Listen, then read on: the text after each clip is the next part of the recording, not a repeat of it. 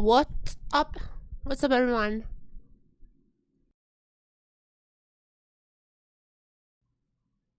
Another day, another LCP co-stream. Hello, everyone. Is this working properly? How do I check the... Oh, the YouTube streaming dashboard is like so incredibly hard to find. There it is. Alright, welcome everyone. Welcome. We're gonna be starting off today with CFO versus TSW. And also, let me just do a tweet because, to my knowledge, Mel is enabled. I need some like confirmation on this, so I'm gonna pull up the Japanese stream. They usually have like explanations for that, but to my best knowledge, Mel is gonna be enabled, as far as I am aware. The situations here. They're showing just videos on the Japanese stream. Nothing about Mel just yet, but like, we'll see. We'll see. I'm fairly certain Mel is enabled because they're on a new patch now. We're gonna be seeing it. Where is my... There you go.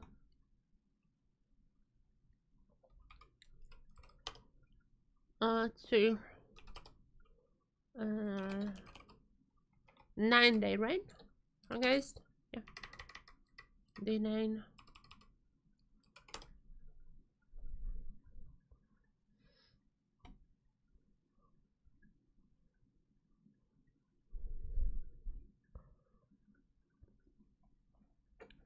So I need some confirmation on this, but like, according to the rules, which is I guess like as much of a confirmation as you can get. According to the rules, Mel is gonna be enabled as of today. Let me check LCK because I'm not sure if they have done it first or not. Is there any Mel here? Well, what has LCK been doing?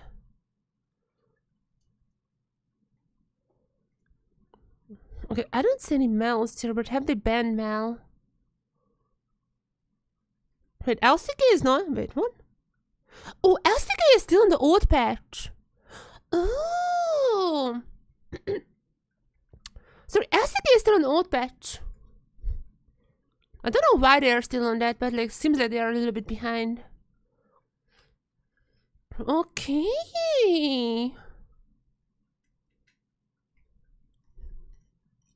I did not know this. Where's the Jep? Okay, let me come back here. So, as far as I know, starting today, Mel is gonna be enabled for the LCPs with the new patch, which would mean we are the first league to enable Mel. Okay, we're gonna be we're gonna be talking about more DFM when we get there. I need my coffee. Do I have my coffee here?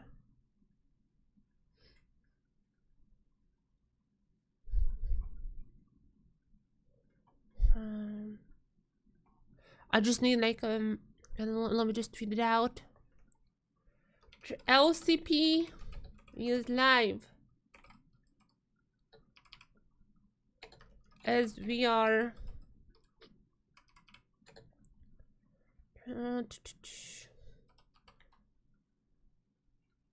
also, that would mean there is like the week Ratacon as well. So many things. I probably should have read the patch notes. I haven't. I just heard like others talk about like what happened in this patch. So the camera has like insane ISO. Let me just fix that one. Okay, it should be better now. Okay, the LCP is live.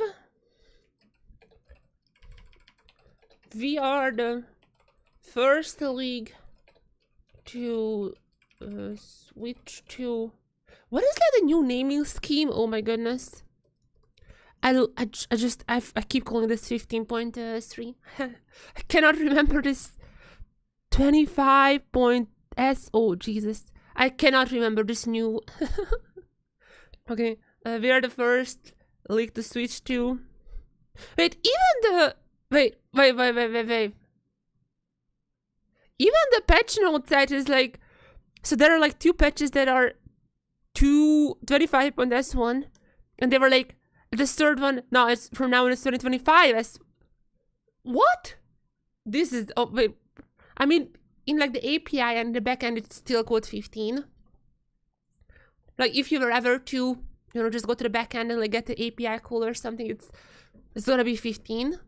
But it's just really funny. It's really funny. But I'm pretty sure that even rioters on Twitter, when they were talking about it, was calling this 15. And we are the first league to switch to 25.s1.3. 50. I'm gonna like brackets. I'm gonna have like 15.3.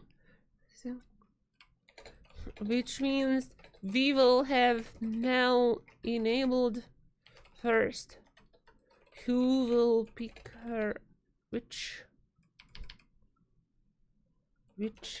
team will debut her on the main stage? Yeah, so here's the confirmation. Chat, here's the confirmation.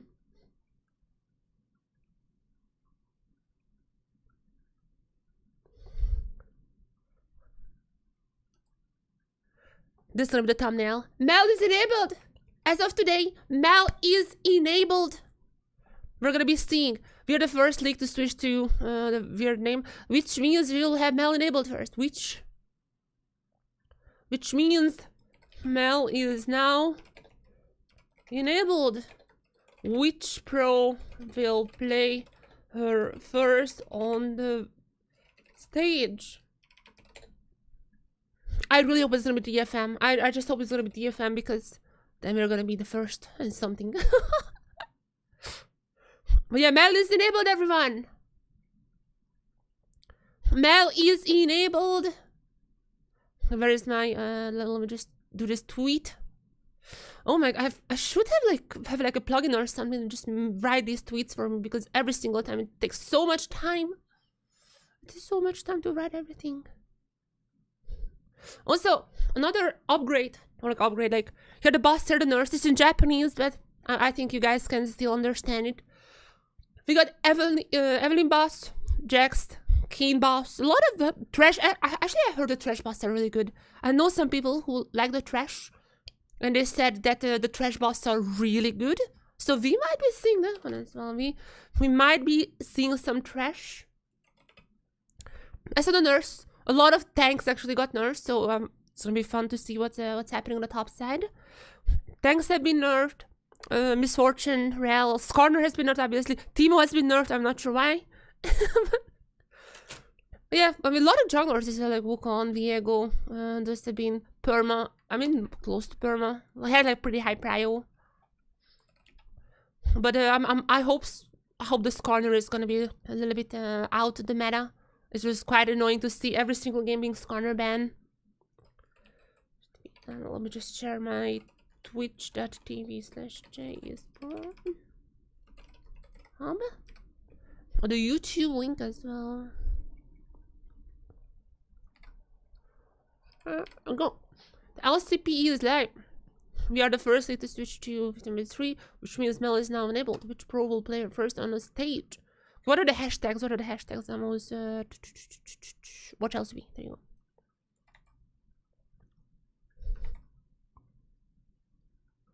LCP is light.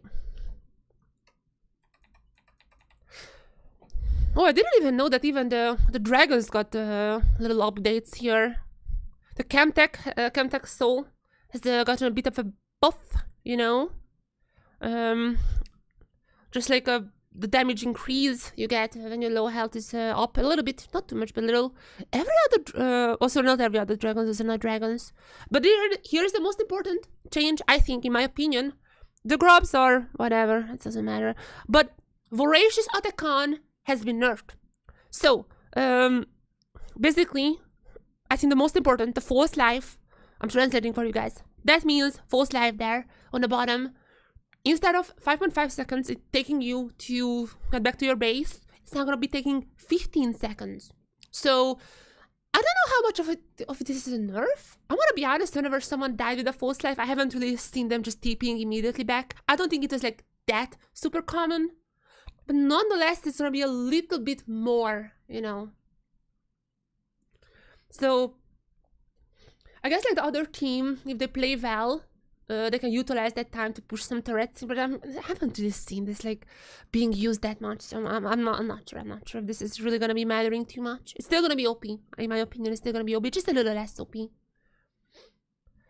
It's got 25 official, not 25 S1 string. Yeah, okay.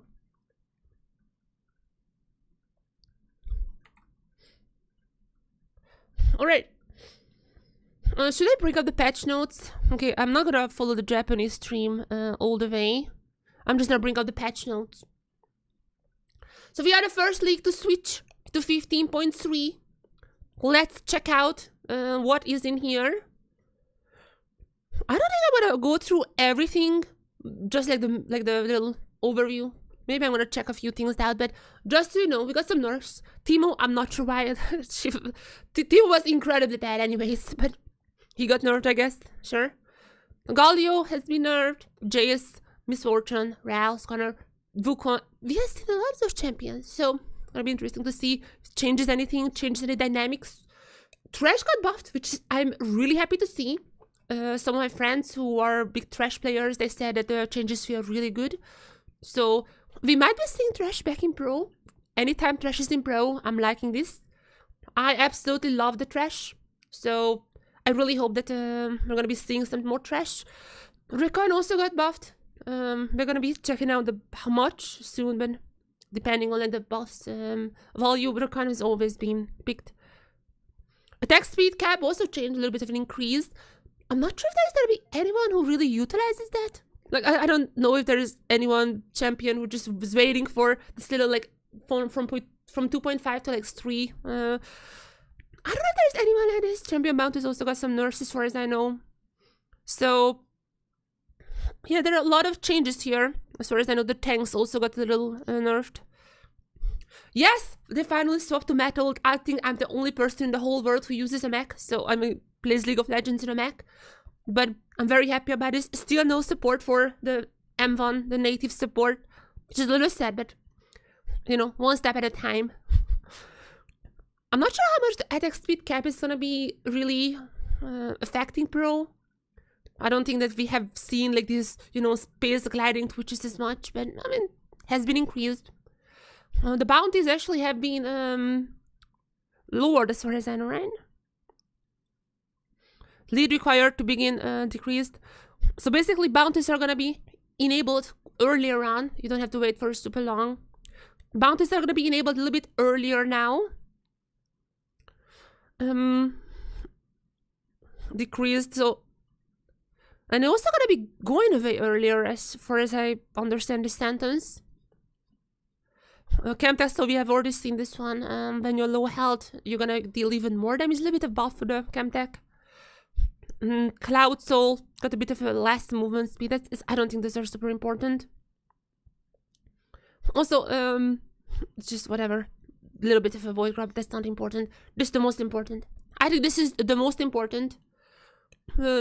Basically, with this false life thing, now you get even less gold. Basically, what's happening here. So in that sense,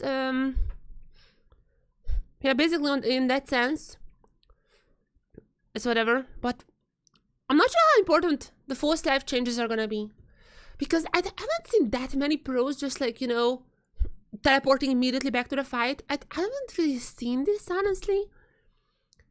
I don't know. And but I mean, this might be important. Withdrawal now fully heals you, as opposed to only fully healing your base health.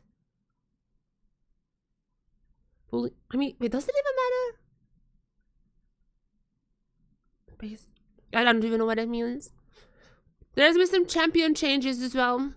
I'm not gonna go through all of them. This is pro play. Pro players don't read patch notes. They're gonna be playing whatever is popular on the Korean solo queue. But Thresh is actually pretty popular. I have heard these changes feel really good. So we might be seeing some Thresh. I'm just like, yeah, no, not much else. But the most important thing for us here in the pro scene is that Mel is gonna be available. Today's June. Yo, is it his birthday? Oh, have I missed it? Oh, I haven't checked Twitter in a while. Is it his birthday? Really? Yeah, June 10. Wait, June 10 is his birthday. What? I thought you mean like his birthday day.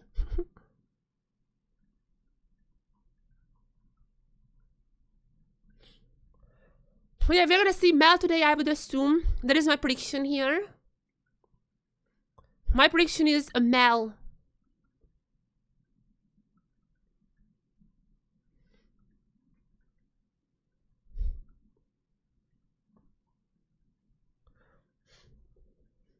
Oh, is Mel even enabled in a 1v1s? I don't know, but Doggo is gonna be playing the Riven versus Histo's Darius. So that's already on to a great start here. I'm not even. Wait, I mean, I guess like Mel should be enabled in a 1v1s, but like, I guess like new champions are not added to the pool.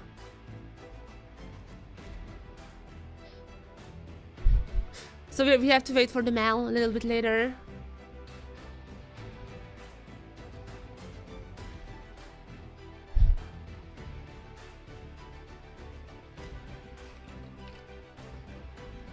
Is LPL on the... I mean, LPL is always late after the Chinese New Year. I don't think they are on the new patch just yet, right? Yeah. And IP is playing on the old patch still. Doggo playing the Riven. Okay. Well...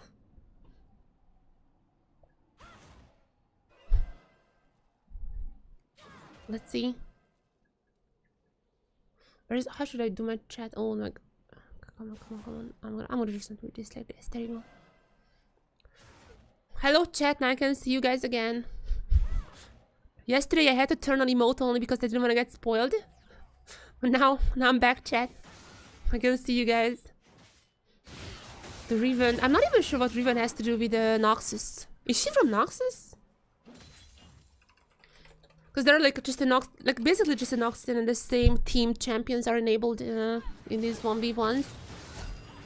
Oh, Doggo's already going in. Wait, gonna use some canceling technology. It's gonna be taken down first. Gonna go to Doggo. I mean, he's also still pretty healthy, so yeah, I guess there's gonna be a pretty easy victory for CFO here. Seems like the Riven is so far doing quite well. Oh wait, Riven is from Noxus. I didn't even know that. I mean, I guess makes sense. But she is from Noxus.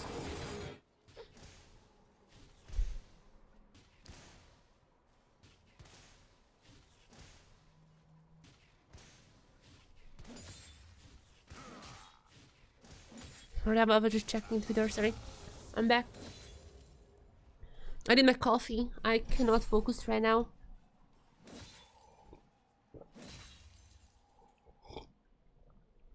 By the way, this is all espresso.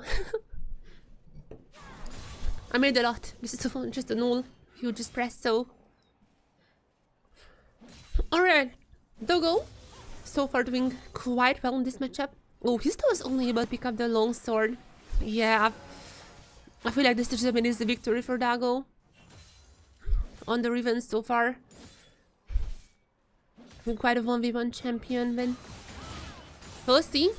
Oh, so much damage. Jesus. Yeah, that's just a kill. I think the game ends here. Yeah.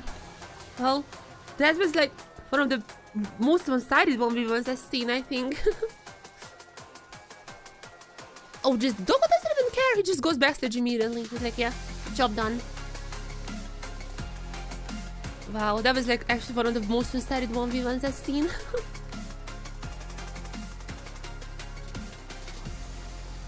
Oh, wait. What's happening here? Telling rest to shut up?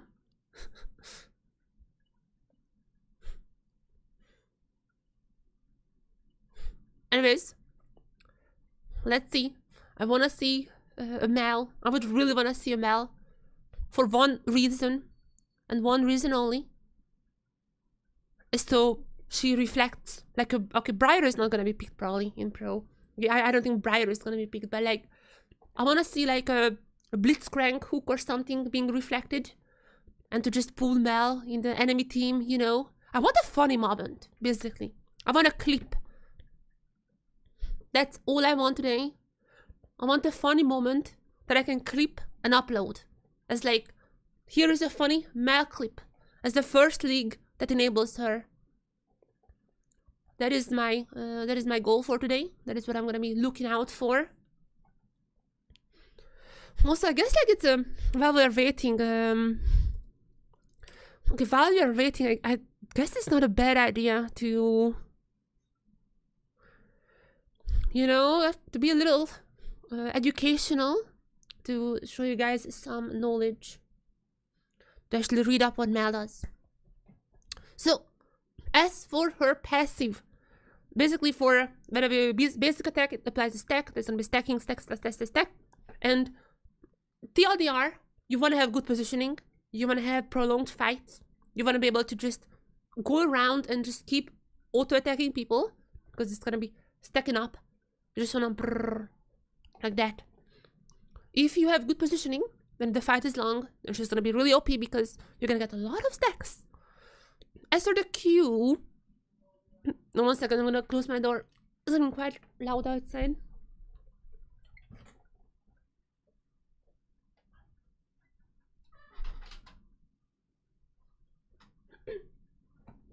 So as for her Q, launches a barrage, and each bolt explodes. Oh, that's just like a little bolt that she shoots out. I don't know about this one, whatever. But the most important ability of this champion is the W. The W, which is protective barrier, and it's gonna be reflecting every projectile. And that includes the Briar ultimate, which I don't think we're gonna be still Briar in Pro, but I mean it does. Blitzcrank hook. Trash hook as well, I would assume. So I'm not sure how that works. Like, I don't think you would be like, like, you know, because like trash, whatever. I don't think that's how it would work. However, I mean, the Blitzcrank might be. There are also the really funny occasions when you don't wanna actually reflect something. Like the Blitzcrank is a pretty good one, or Leona as well. Sometimes you wouldn't want to reflect those, but in a panicky moment, you just hit your W and it actually reflects it anyways. So I'm looking forward to those funny moments. As for E, target direction, surroundings, yeah, just a... Is it the orb that like stuns the enemy? Is it gonna be slowing them? Is it just slowing, yeah. And oh yeah, no, this is gonna be rotate for duration. Yeah, and the ultimate is just whoever has a lot of stacks up and ahead. If you press one button, they're just gonna be blown up, basically. You just wanna stack the abilities, so the enemy gets... if there's a lot of stacks, then the enemy is gonna be blown up by the ultimate. That's like basically that's the TLDR for everything Mel.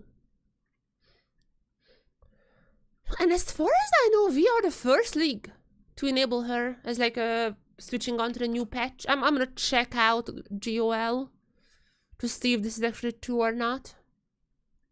I mean, I want to check Mel as a champion. Yes, Mel has not been played. Yeah, there is not even an option for 15.3 in the GOL site. So that means that we are actually the first league. We are the first league to switch to 15.3. And with that, with the new patch, have Mel enabled.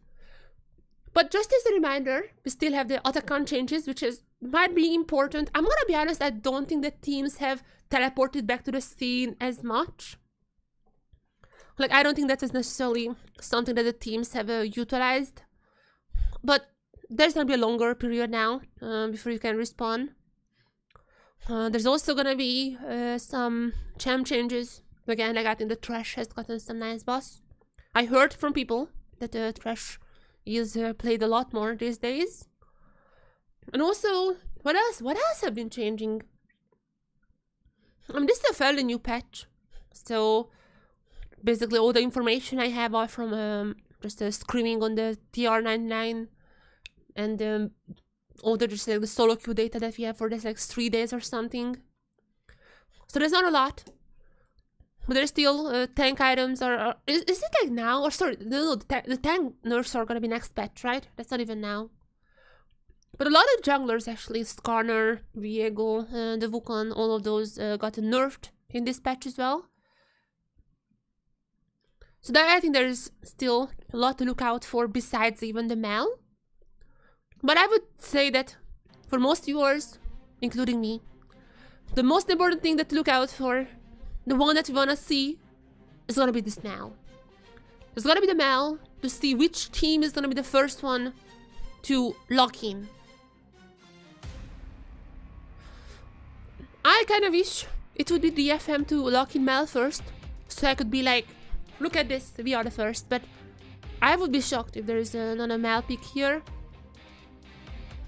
People are quite divided whether she's OP or not. But I'm gonna be honest, I think the pros are just gonna pick in her, even if she's not that OP. I feel like pros are just gonna be picking her. She's left up alive. Skarner is still banned, it seems like, even on the new patch, despite getting some nerfs. Skarner is still gonna be banned.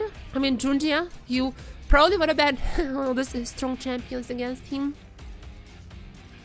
Because there's gonna be Cassante first pick for the rest. And also rest is gonna be starting this time around.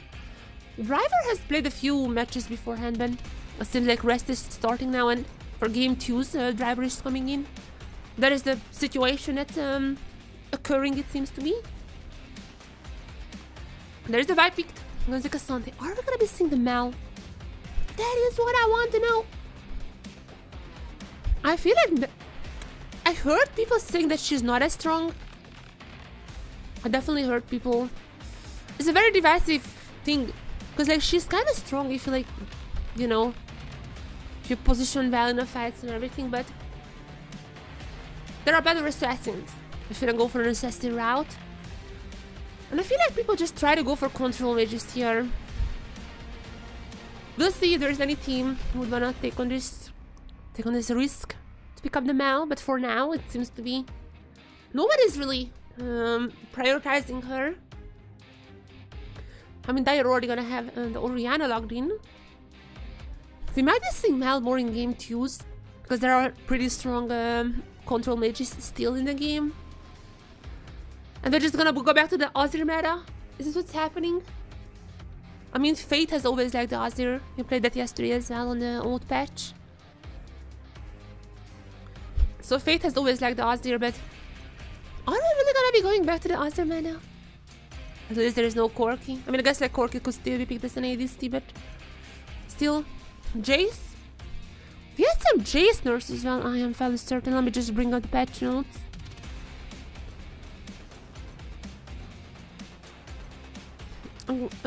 Just tank.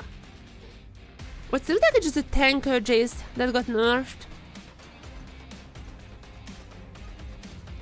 Okay, basically, okay, it seems like they have nerfed the tank Jace. However, in exchange, there's gonna be better AD stats. They have increased the bonus AD that the abilities have. So this is gonna be like a pretty strong damage Jace. I mean, we'll see if pros are actually reading patch notes or not. Let me just say there is a little bit of a meme that pros do not read patch notes, because oftentimes you see quite old picks in these situations. But nonetheless, seems like no Mal. I mean, I guess like Mal could still be a support. Like I have seen some Mal supports, but I think the more likely scenario is just no Mal here.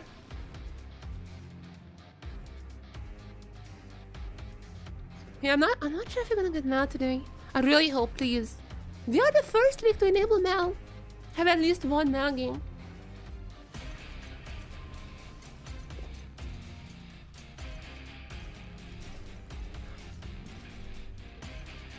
I maybe have a little more faith in the Vikings than DFM. I mean, they usually are cooking in drafts, so a little bit more chance, I think, there. Personally, I don't really like the Mal support. I feel like that her kit is just revolves around these prolonged fights and dealing the damage. I feel like if you take away the stacks just for the reflection, that's not really gonna be worth. As now we have the Ashe lock-in. I mean, the Ashes, I don't like the Ashe normally, but with the new Jace, like just buffing the ADs, I feel like in this new Jace, it's gonna be quite damage heavy. You don't really need anyone else besides the Ashe anymore. If you have like a Jace or Rihanna, those champs. So the Rakan has just gotten buffed. It's gonna be the Xayah for Doggo now. Are they gonna go for the Xayah Rakan? Or is it gonna be rather a Kai'Sa or something like that? They're thinking about ADC a lot. I mean, Doggo didn't pick an ADC, it's just he's gonna be kiving, they're leaving it for the last, which means they need a little bit of extra time to think about what to pick. And it's just gonna be a Kai'Sa. Just gonna go for the default Kai'Sa as a team secret with one support left. Is it just gonna be the Braum? Or are we gonna be seeing some more cooking here? Are we gonna be seeing maybe a mouse support? I mean, Taki is I think the highlight here, and unfortunately we're not gonna be seeing that. It's just gonna be the Braum. But I mean, still, I think Taki is one of my highlight players in this team. He has had incredible performances so far.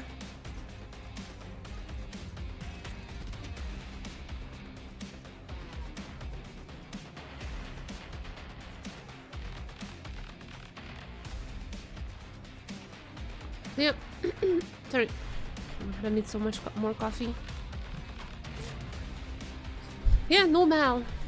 Seems like teams are not prioritizing the Mal for now. Hopefully it changes today. I want to see at least one Mal. But they're gonna be seeing some new stuff, as I said before. Like the Rakan has gotten some buffs. We're probably gonna be seeing more Rakans. I would love the Thresh as well. Once again, this buff champion. I would love that. Have they changed the Voracious ratio? I know Riot has talked about it. They wanna like change how often the Voracious spawns. I don't think they have done much there.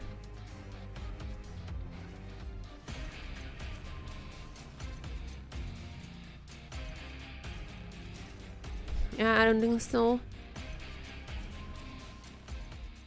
Yeah, I don't know. Doesn't look like so. It's not in the game. Game 1 in this new patch. 30 seconds until minions spawn. Oh, I should have like a patch thingy. Oh, how I haven't thought about this before. Can I do this quick in Photoshop? I definitely should have like a patch thingy.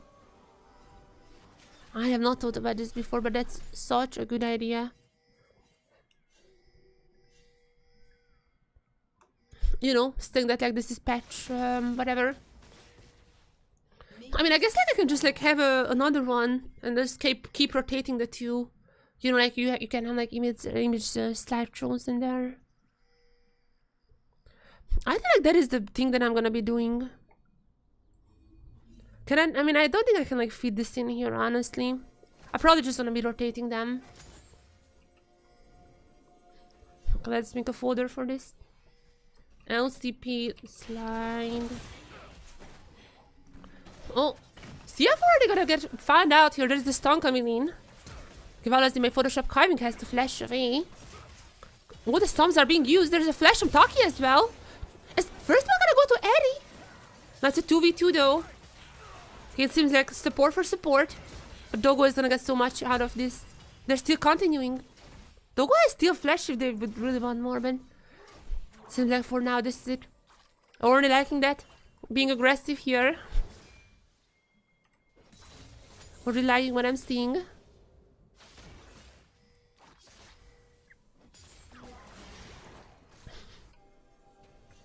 I'm gonna have like the patch very soon. Patch.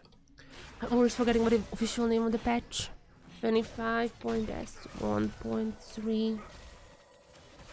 So hard to remember.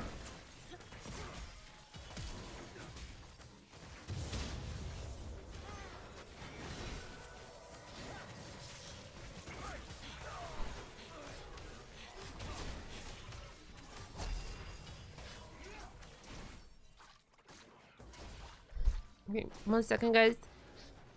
I know it's a bit scuffed that I'm doing this live, but come on. Oh man. It's gonna be so awesome when it's done. I'm ready in just in 1 minute. Okay, they're gonna be a double swap. Gonna be mashed on the top side.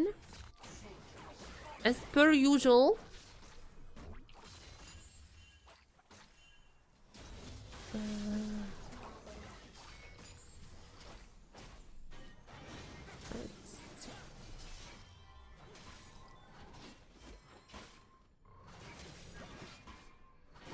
Okay, it's gonna be working if I'm doing this.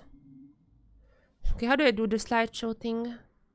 Image slideshow?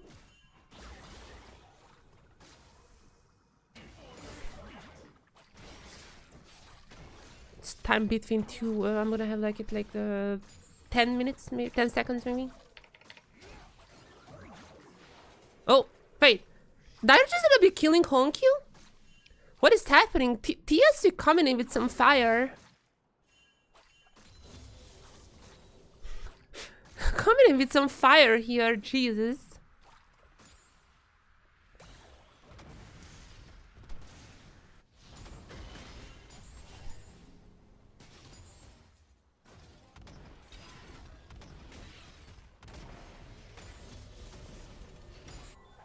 Okay. Maybe it should be like 20 actually, not even 10. Maybe like... There you go.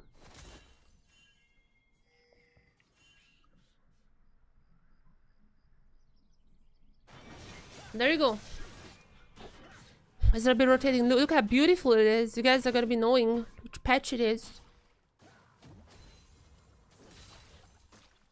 It's gonna be so professional. Look. Ooh, whoa, wow. Look at that. Wow.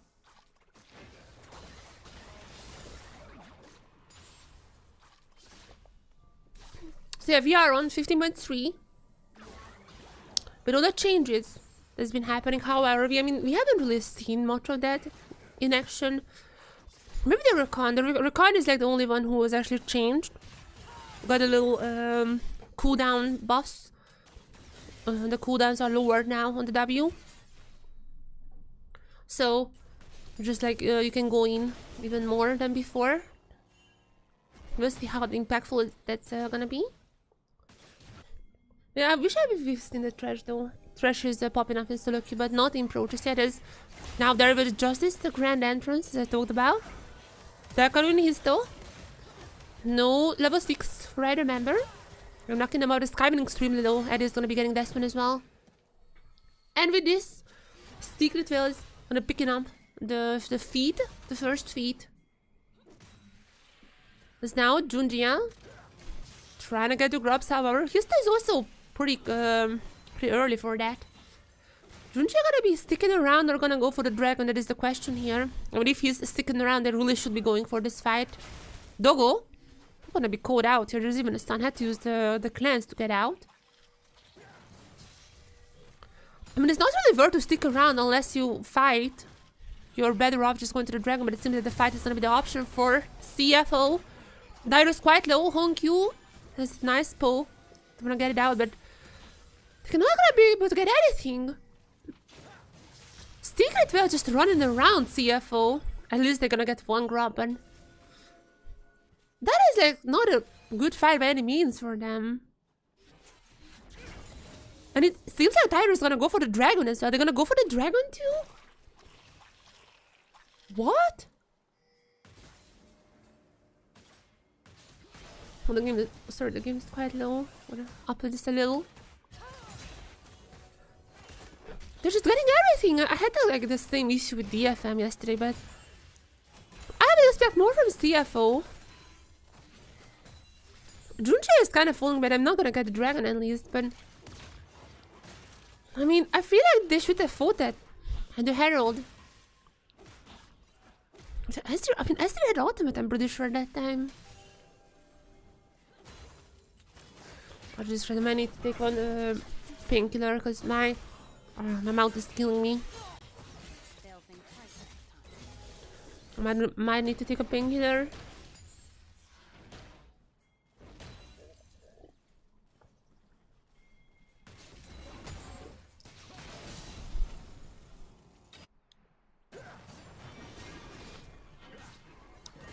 Yeah, I mean we're gonna be seeing what happens here, but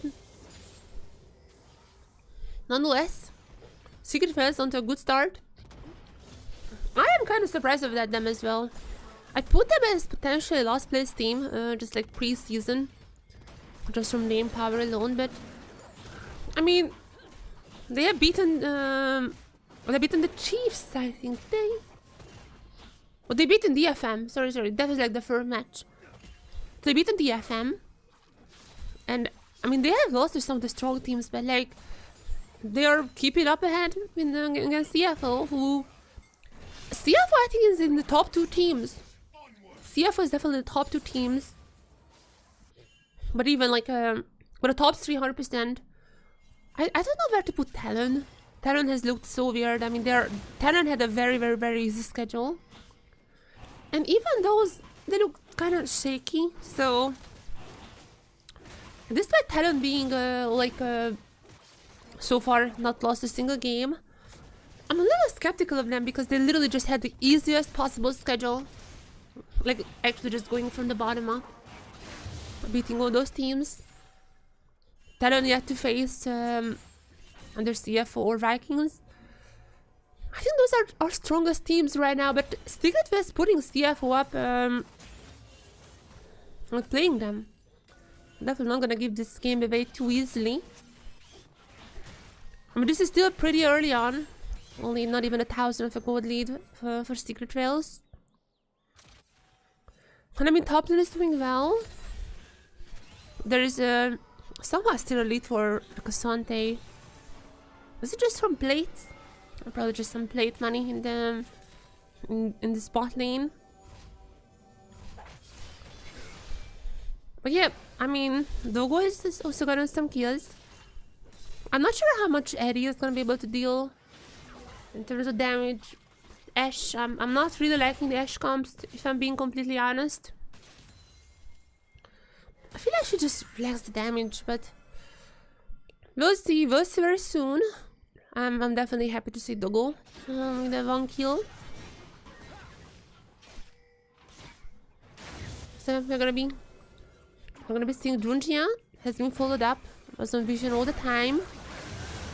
Gonna go in, ultimate popped. There's the grand entrance from Kaiving as well. Nice ultimate coming in from Honkyu. And I think this fight they might be beating us. The Ashe was actually pretty nice. Coming in from Eddie. Delaying the fight, but there's a Cassante here. And it seems like rest. It's gonna just take down Histo. Gonna be fine with this pick. Grubs are also alive, so might be going there. But there have been some pings around the grass, but it doesn't seem like CF was really pushing that for now. Yeah, with this, I mean, CF was slowly but surely coming back to this game. Not necessarily too bad of a start, but the firepower just too strong as it was also here. That Ashe arrow actually saved so much. It could have been more kills 100% if Junjia was able to follow it up. But that Ashe arrow just to make sure it's only one.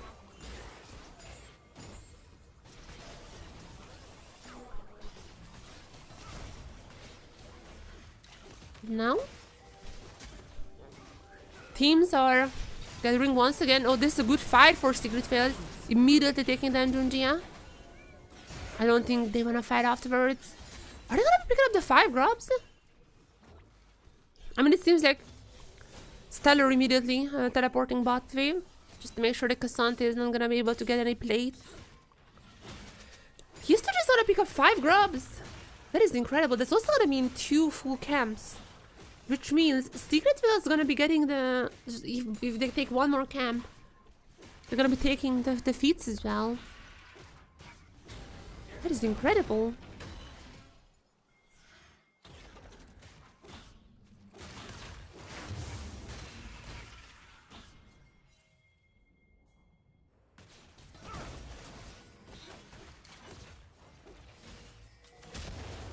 That is incredible. Secret fields are surprising everyone here, right? They do have a good performance here. So?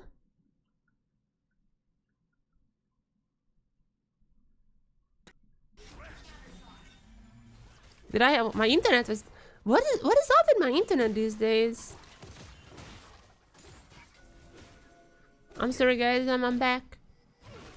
What is up with my internet? It's just... so unreliable these days. Like yesterday as well, my internet was like cutting off. I don't know what's happening. I'm back though. Turret plating will soon fall. I don't know, maybe it's Twitch. Maybe Twitch is the one that's like lagging. Yeah, yesterday was the same deal. Secret Fields have so far been quite well. Secret Fields putting up numbers here. Was already gonna go for the dragon, which would grant them the feat. I mean, CFO, they have to say something. Oh, nice flash out. Very expected. Road has massive ultimate from Dire. Gonna be finding 3 members.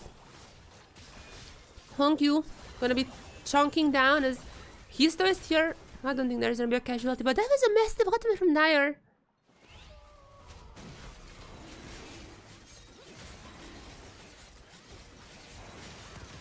That would also grant them the dragon. That would mean the 3 camps, the 2nd feat. And they're gonna be, in the end, getting the feats of strength. They have such a good early game. I am surprised. I thought today is gonna be like an easy, you know, 4-game day, just like yesterday. Just like every single game. Every single day this week, as far as I remember. As far as I remember, every single week this week has been... Every single day this week has been just 2-0s all the way. We might be seeing some spice here as Secret Fields putting up numbers. But can they close this out? There has been so many occasions when teams almost upset. That there was one bad fight and the other one just ended. So many such cases.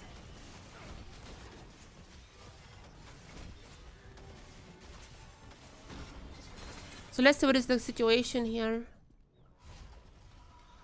Or are we gonna be seeing something similar?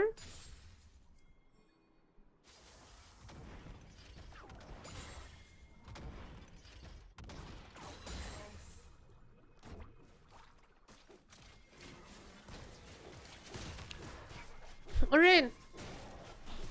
Secret Fields have all the tools. Do they wanna get the grubs sorry, the herald as well? There might be a fight there. A lot of members are going to the herald.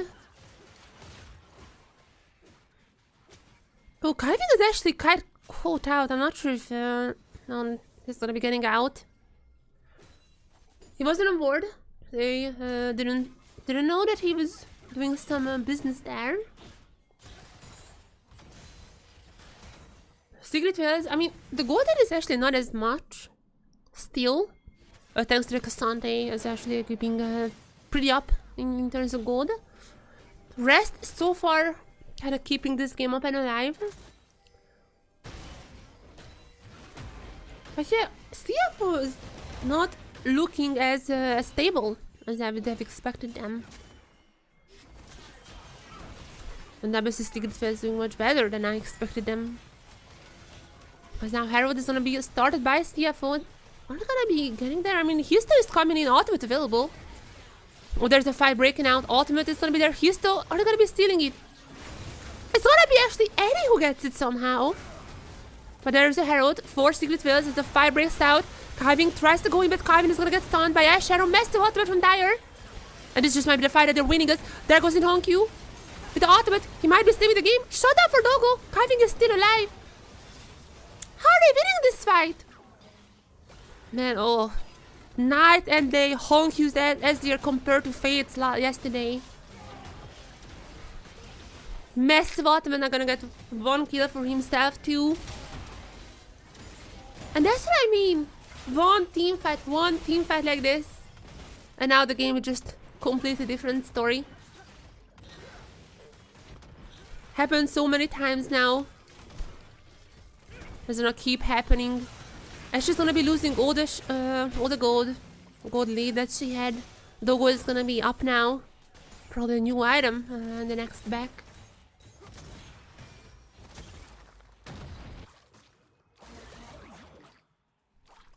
They're just gonna get turrets now. So this fight has actually looked quite good for Secret Veils at the start. Yeah, I'm not sure how Eddie got this one, but there is. Oh, that was not a good ultimate from Taki. I kept saying how good Taki is. He was like the best performing member, I think, from Secret Veils, but that was not a good one. I feel like after Dyer's ultimate, which is really good, they got a little too overexcited and they didn't really track Honkyu and where the ultimate would go on. So overall, I mean, that's a nice try, but CFO has woken up. And they're not gonna let this day go into any more than 4 games in total. And every single game this week has been just 2-0s, right? I need to check on this one. Yeah. The last time there was a game that was not 2-0 was a GAM versus CFO. Just January 25th. This week, every single game has ended 2-0. We had so many short days. As now, I mean, Secret Veils had a pretty good early game, but it seems like CFO not gonna be letting them have the first game this week. There's not a 2-0. So that they are coming back into this game. And there should be the stronger team. I do think that the CFO is quite possibly top 3, might be top 2 team. Now, Kyvin going in, gonna get super low. Gonna bring the vibe with himself as he's gonna be going down, but he's still gonna be fighting himself in the middle of everyone. That was not a good ultimate from his toe. Rest on the Cassandra going from the side. Ultimate available if you're gonna pick up someone. Doesn't seem to be the case. The siege is gonna be going down. Unless it's for Junjia coming in for the save.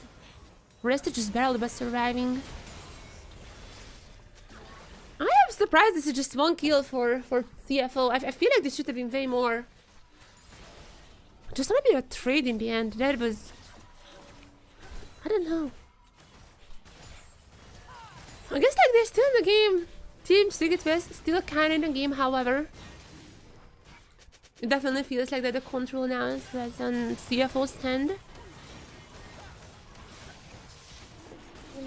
Oh man, I need to find some painkillers. My mouth hurts like crazy. I cannot even speak properly. Taki found out there. I was glazing that guy, but have not had the best performance ever since then, unfortunately. As now, seems like CFO finally found the lead that they're looking for. Double gonna be going for Rest Cassante.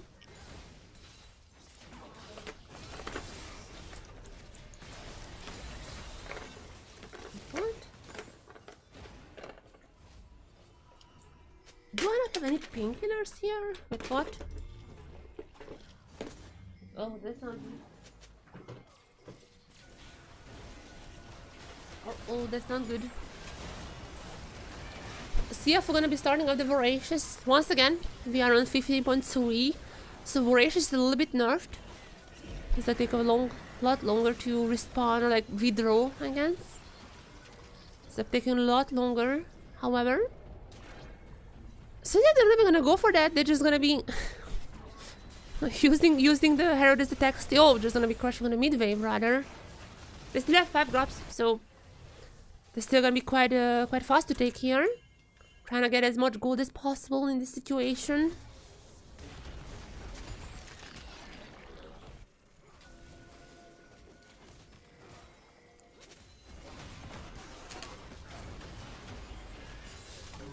Wonky was fun. Wait, that was such a nice... Oh, wait a second. I had to even use this on this. We have not seen this on the broadcast, but that was pretty nice, actually. The rest. I mean, this Cassandra is gonna be incredibly strong. And yeah, this game is looking pretty over at this point. I mean, Secret West had such an amazing early game. I felt like they might have a chance. The lead was only 1,000. That's definitely looked like it is more. They've were in the control for quite a long time, but yeah, in the end, CFO still gonna be grabbing this victory. They're gonna be still getting the Voracious attack on. Or will they? Nah, I don't think the steal is coming here. That's just way too hard. As Force Life now. This might be the first time we're seeing the new Force Life. It's gonna be taking a lot longer to respawn after that, but once again, I don't think like that many teams have utilized the immediate respawn, just TPing back. I don't think that really has been a thing, so I don't think just the fact that it's now 15 seconds is gonna be changing much. But nonetheless, CFO has the Force Life. Despite being 15 minutes, 15 seconds to respond with that, it doesn't matter. I don't even think they're gonna be dying to begin with. Looking incredibly strong. Just trying to fish out some members here. They owned all the jungles. I mean, Dire tries to split push. That's pretty good. That's what you should do when the enemy got Voracious. But even then, it just feels like that CFO... So who is gonna be ulting in 1v2? Yeah, now he's really feeling that Voracious. They're gonna be getting one turret, and even though Dire is still pushing on the top wave, I mean, he has to recall eventually. But I guess one more turret, it seems like. But in this meantime, CFO is gonna go for the inhibitors. Or rather, are they just gonna be ending the game? They have Force Life. Or they're not gonna be going for the end. They have Force Life. They might have just tried to go for the end. We cannot lose much with that. I mean, it takes 15 seconds to respawn, I guess, but they would have been on time, I think, for the dragon. I mean, maybe they wanna give up the Baron, maybe.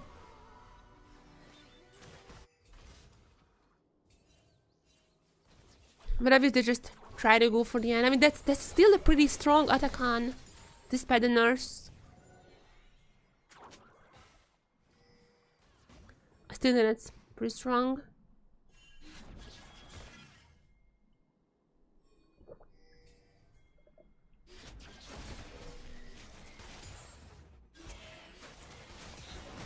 Okay, dragon spawning Secret West on timer. Gonna be trying to getting it. I mean, that's like their maybe only way to come back to this game to get the soul.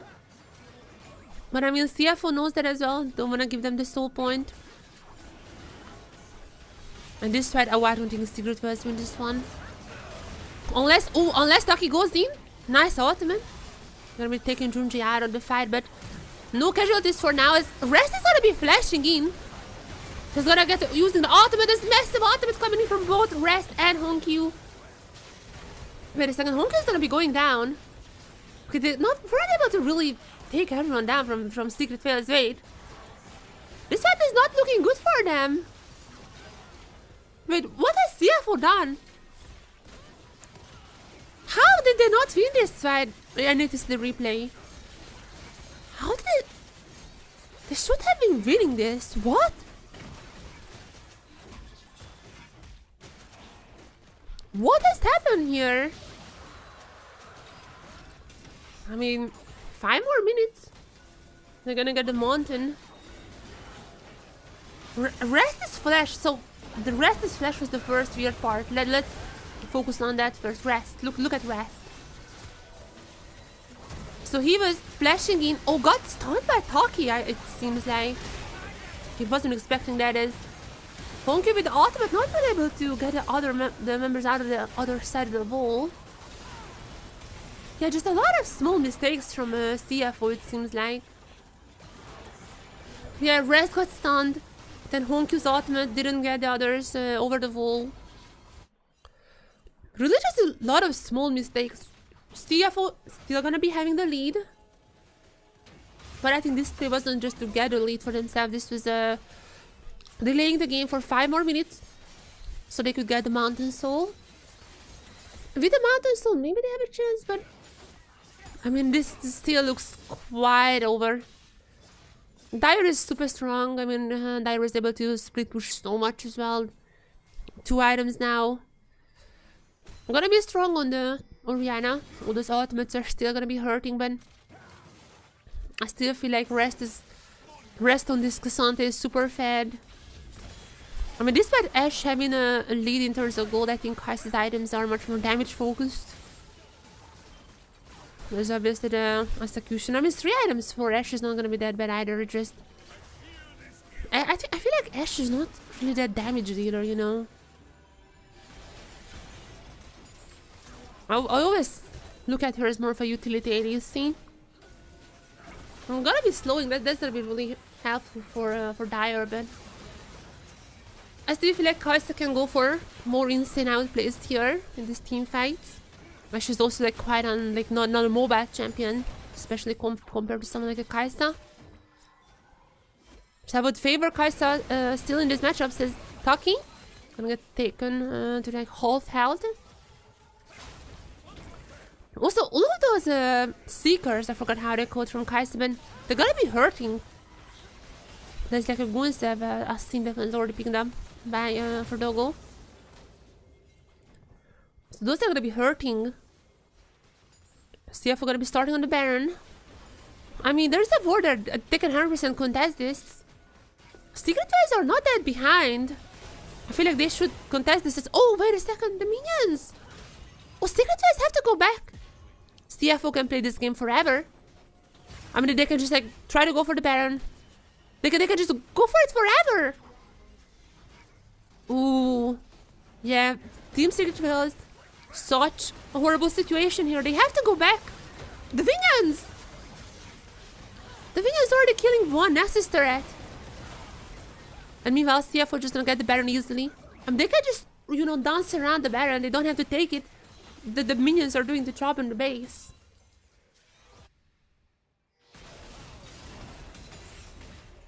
Yeah, this is absolute devastation for Secret Phase. In the end, CFO gonna get the Baron, CFO gonna get one Nexus turret as well. Which I guess are respawning now, but nonetheless, it's gonna be still nice amount of gold. The gold is actually not that large. Throughout the game, the gold is never like super much. I feel like it's just more on the who has the lead. Cassandra having the lead. Even though Ashe had the lead for quite a long time, I still just feel like Kai'Sa is gonna be so much better in these team fights. So definitely feels like CFO was in control for quite a while, but the gold lead is not as much.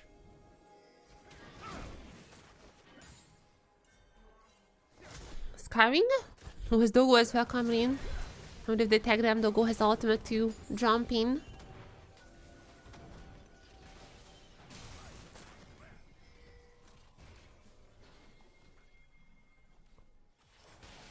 I've been really looking forward to the perfect target here. Both the grand entrance and the ultimate is there.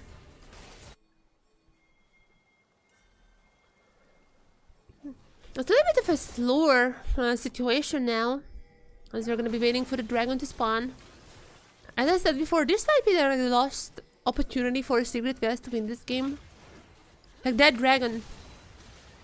The fact that they were able to stall the game away for 5 more minutes. All comes down to this. Can they get this dragon? I feel like they're not gonna have another chance. If there is a...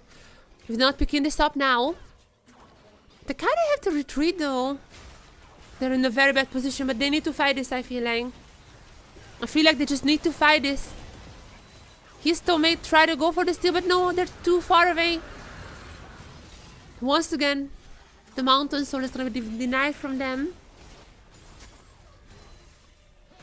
So what can they do? Because it really feels like that that Secret Veils are running out of time. Running out of opportunities. There's a knock-up onto Taki. Oh, gotta be a turret put up by Azir. Secret Veils has to go around. I mean... Again, Goated is not gonna be that bad. But it really just feels like a CFO is in control of every single objective. They're dictating the tempo as well.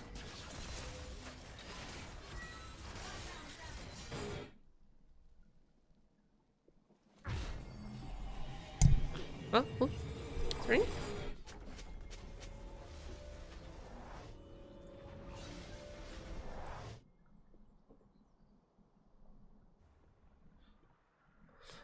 So what is the next objective? I mean, I guess like 5 more minutes. Can Secret Veils delay this game for 5 more minutes? Maybe if they get the Baron, if they steal away the Baron, there is a chance that they can still, you know, channel that into a dragon. But just looking more and more like the CFO is one team fight away from winning this game. Once again, the Goated is not looking like that, but I just feel like CFO has shown better team fighting so far. They also have better tools as well. Honku is a little bit behind, but I mean, he just has to go in and, you know, shuffle those opponents. Doga is also going to be incredibly strong. Look at that, just going to be go for the bomb he won. And the Zonias, as they're going to be killing one turret. And he's just out. So not the Zonias, but like, you know what I mean. The arm guard or how it's called. Yeah, Dogo is really feeling this game, and that's what I mean. Karsa is just an incredible mobile champion and go for these incredible plays. And there's not much that Eddie can do. Despite like Eddie had the gold lead for quite a long time in this game. There's just not much that this Ashe can do against the Karsa. And CFO is gonna be recalling still. Gonna be fine with this. Seems like they are in the stage and they're like, okay, let's just get as much gold as possible. I would have expected the CFO to go for more, like maybe one or two more threats, but they're just gonna be recalling. Everyone's gonna be on 3 items now. They wanna go for one less push.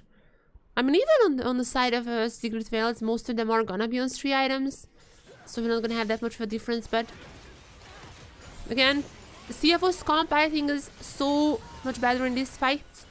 As long as they can dodge Dyer's ultimate, I feel like this is gonna be quite hard to play into.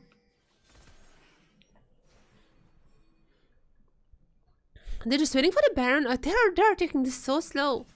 They really don't want to throw this game away. I mean, they had quite a bad early game, so I understand they're a little more hesitant here.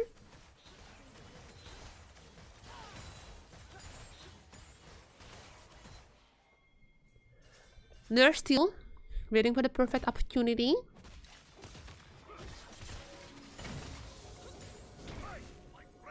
Taki, oh wait, that was a bait! I'm not sure how that didn't hit anyone, but that was a little bit of a bait. Taki was baiting into full sense of security. Is it just a call for the Baron? I mean, once again, I guess like Secret Veils bought another 5 minutes, so the next dragon might be their way. They really need to ward that up. I don't think they can contest this Baron, but they need to heavily ward it up around the dragon, because in about 40 seconds that dragon is gonna be their way to their potential comeback. But I mean, it looks quite dire Anyways. And coincidentally, Dire is the one who has had to have like the perfect Orianna ultimate to really save this game. But it doesn't even seem like that they're gonna go for the dragon. They're just gonna be forced out from the jungle. Yeah, it seems like CF was looking for the end here. Secret West cannot do much in this game anymore. Yeah, it's really looking like that CFO, the only reason they're not fighting is because they are scared that they're gonna be still losing this after a sketchy early game.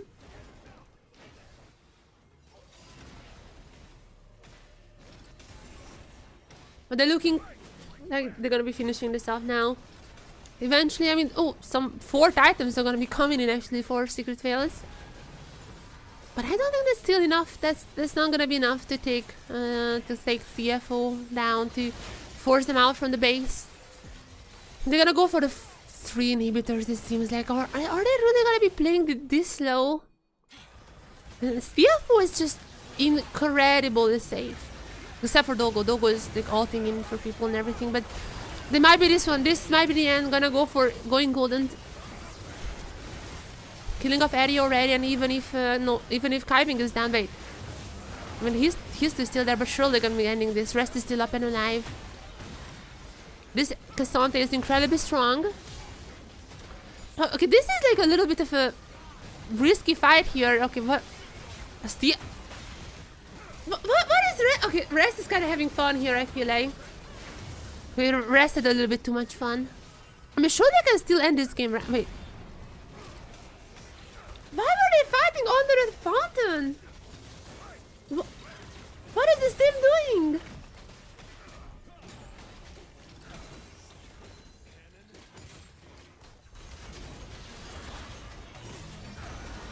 I don't understand that, man. That was like not a bad fight to begin with, when Honkyu's ultimate really should have went in now. I don't know why Honkyu ulted like in that direction. They should have just left it there. Go for the turrets.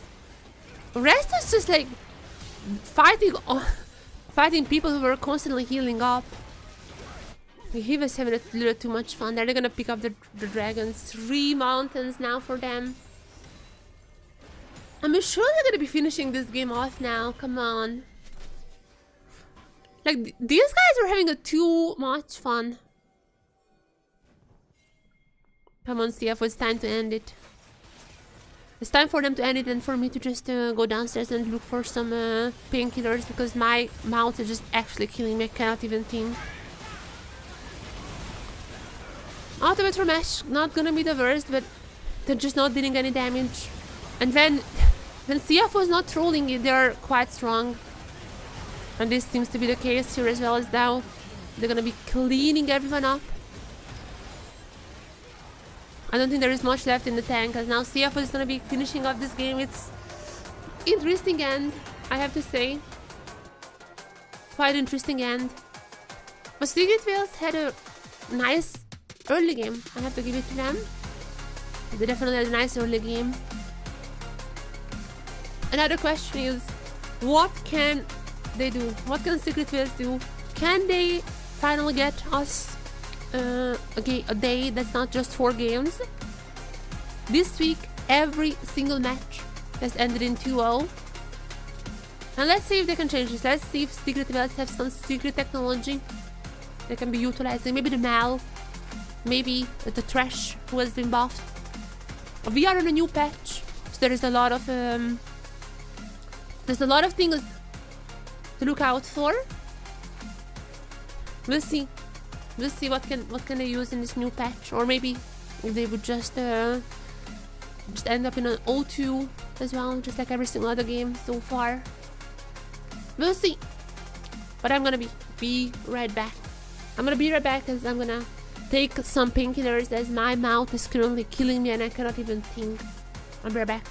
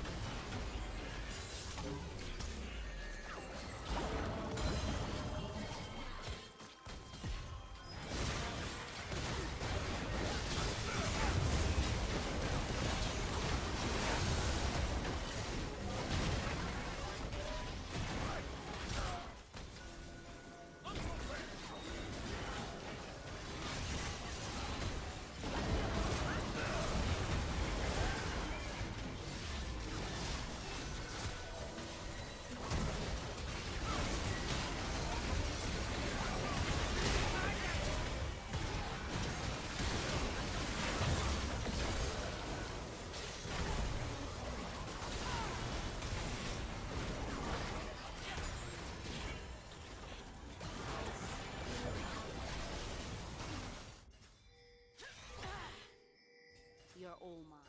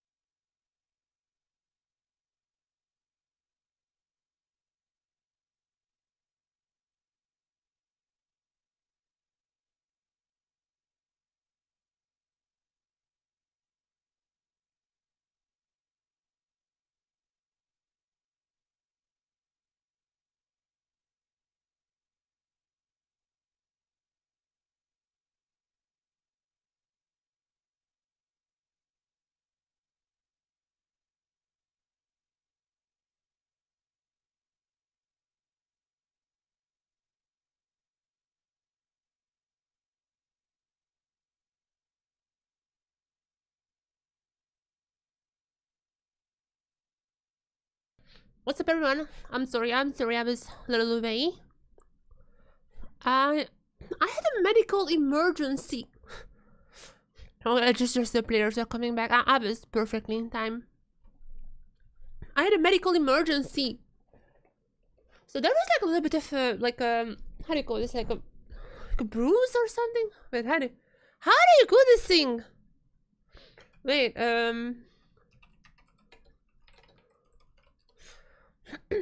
no, it's not a scar. But whatever, I don't know how to call this thing. But my mouth was killing me. It was hurting so incredibly much.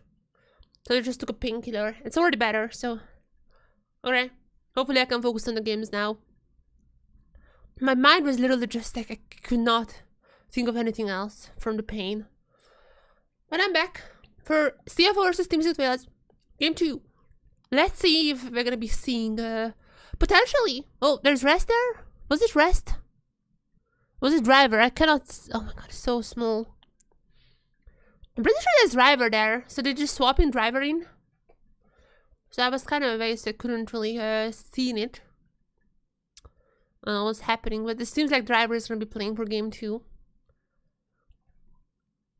The CFO is really just like, you know, swapping around these players.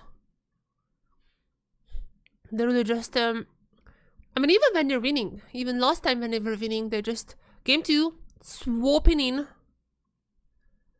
Just swapping in Driver. They're really trying to use both their top laners.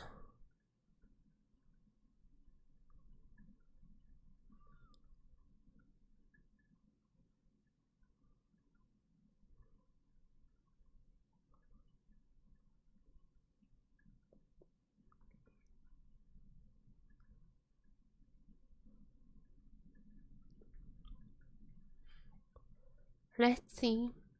My cat wants to come and I'm gonna let my cat in.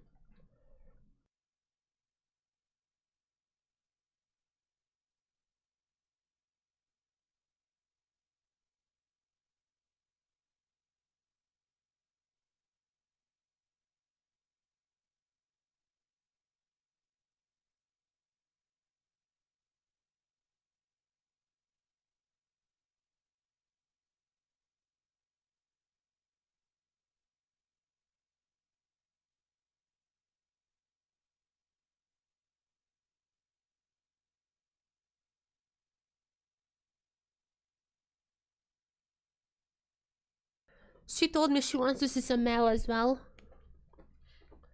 She told me in this new patch she wants to see the Mel picked. That's what she told me. She said all she wants is a Mel pick. Who's gonna be granting her wish?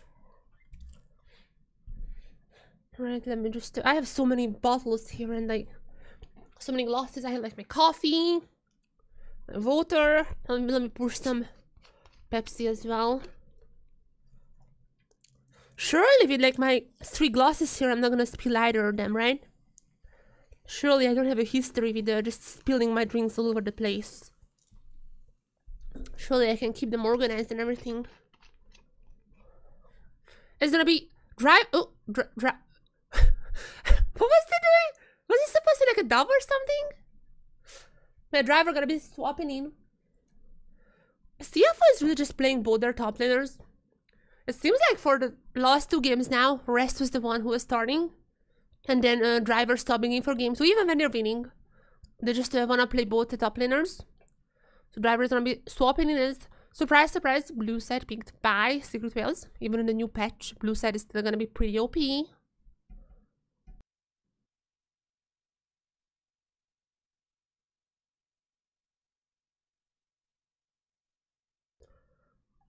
Okay, even if I literally almost spilled my drink. Like I just said that I'm not gonna.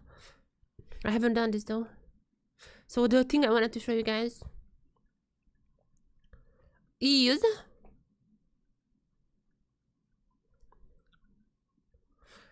wait, where was this post? Wait, what? 40 seconds ago. Wait, what? This post got deleted now? Oh, it got deleted.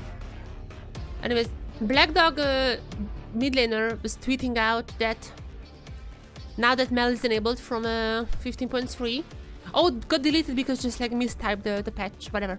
Like even so Mel is enabled now that he's gonna be picking up the Mel. His time has come. So at least in the LGL we're probably gonna be seeing the Mel, but are we gonna be seeing the Mel in the LCP? Or are we gonna be seeing the Mel here? Let's see. CFO up with the game. I feel like they're very comfortable with this lead. Doggo was incredibly actually Rest is incredibly comfortable at the end of this last game. My Driver is going to be playing, however. It seems like this team is very comfortable. They feel they can win this series. I feel like even if they go to game 3, like they are 100% heavy favorites here, are we gonna be seeing the Mel? That is my question. Are we gonna be seeing the Mel? I actually kinda hope not. In a weird way, I kinda hope we're not seeing the Mel because I want DFM to be the first one to pick the Mel. I want DFM to be the first team who's playing the Mel in the world. That would be quite cool. But I wouldn't be shocked Oh, wait, oh, actually, the Callisto's not bad. It's gonna be a Callisto, Renata, or Callisto, Nico, something like that for Secret Fails. Or CFO gonna be picking up the Mal now. I feel like they feel they can win. Oh, the Scorner was not banned either. Okay, that's... I mean, Scorner got nerfed, so I'm not necessarily sure how strong he is at this point. I mean, Junjia's Scorner is probably still quite strong, but... We have the we have the Corki, sure. Oh, at least like Ezreal is banned. You know what? I was kind of against Fearless. But the fact that Ezreal is now banned because of Fearless is amazing. That's gonna be the Renata paired with the Kalista. That's a very, very common pairing. What else? Are we gonna be seeing Wukong? Wukong also got nerfed. I mean, a lot of the champs actually got nerfed in this patch. I mean, how did Wukong get nerfed? Let me just read the patch notes very quickly. Like, was it that substantial?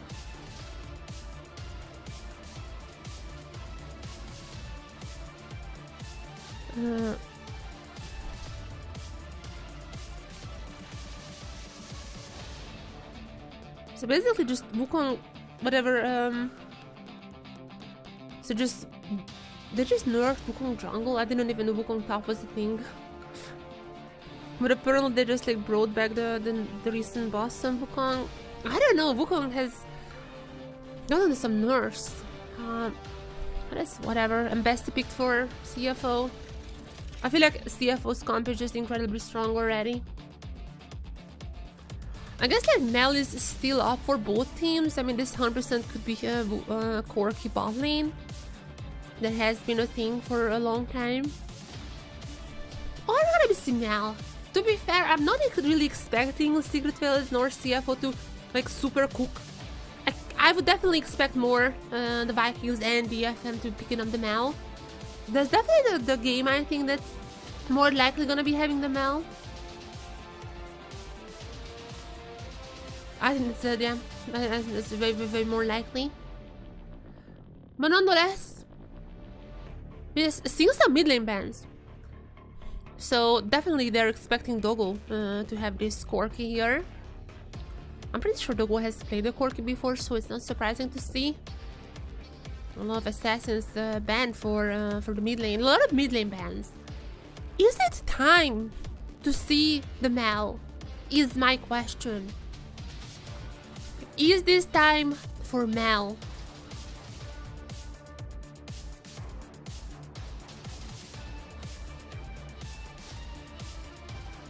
Are we gonna be seeing the Mal or not?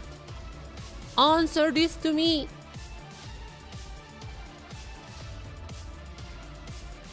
It's still up, still possible, still an option. And the mid lane pool being quite heavily chunked down. There it is! We have our first Mal!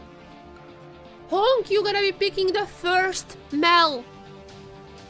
World's first Mal. Honk, you will be picking the Mal. The world's first pro Mal against TSW. And that's gonna be against an Ahri. I'm gonna be honest. Against an Ahri, actually, against Ahri Mal is pretty good, isn't it? Wait, isn't it? Isn't it really good against Ahri? Wait, am I crazy here? I guess it still could be like a support Mal, by the way. Okay, I'm not getting that. I mean, support Mal would also be high, but I think like Mal mid lane is a little bit stronger. Are we gonna be seeing a support Mal or is it gonna be mid lane now?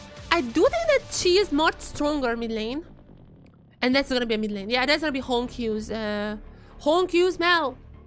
CFO Honkyu will be picking the world's first pro Mal against TSW. LCP, no specific.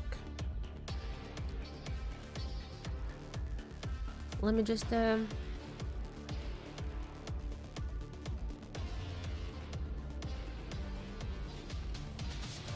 wait, I need to take a screenshot. No, I missed the screenshot! I mean, I can still open up my very own YouTube and just get it there.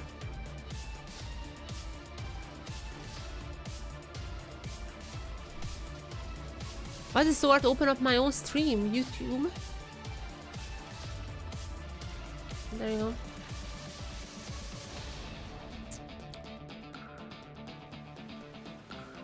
Alright, is it in order? Yes, nice.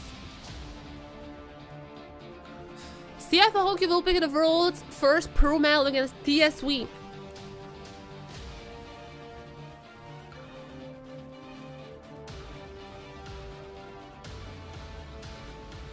Let's see the medal. DFM is not gonna be the world's first.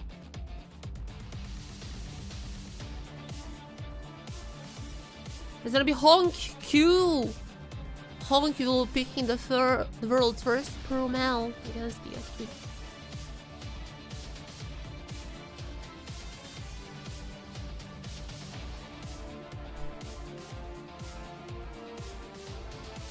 We'll see. There's actually quite a lot of abilities to reflect here. Obviously, the Ori. I feel like the Ori pick. So Ori was picked into Mal. I feel like the Ori is a really bad match. Like, I feel like Ori is gonna have a really hard time against the Mal. It's a really hard matchup to play. I feel like, but I guess like it's only the Ori and the Renata that the reflection is really gonna be important against. But both of those to reflect are really gonna be strong. So there is that.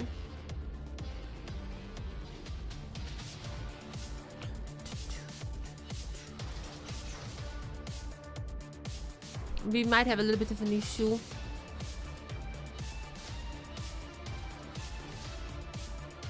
Oh yeah, wait. I just realized, Katsurion said on Twitter, so I just realized because of him.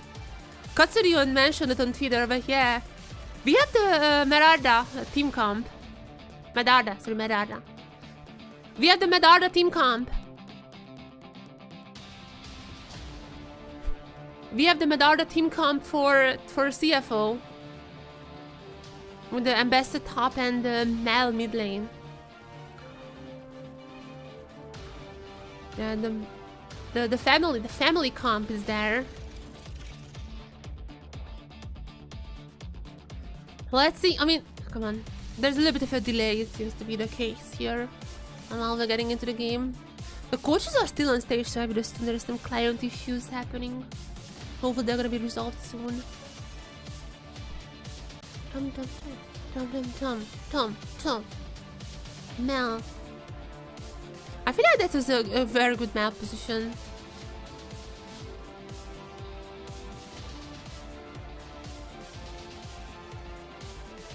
Mel has been picked.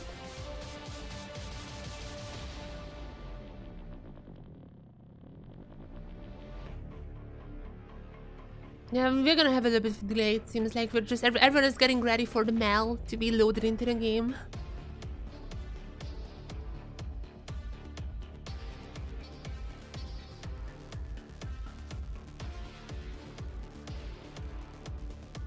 Why is not?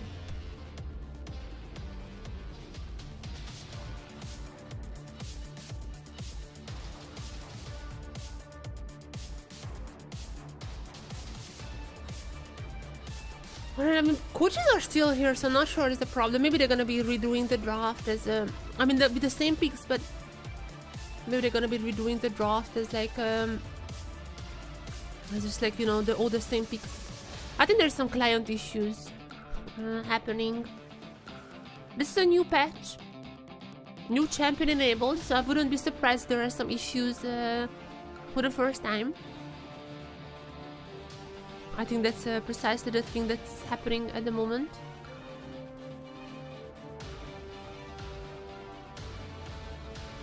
We'll see what's happening here very soon. Is there... Oh, what is Driver doing? Driver is just already punching. Talking with Honkyu. Good old, mother-daughter conversation between Ambessa and Mel.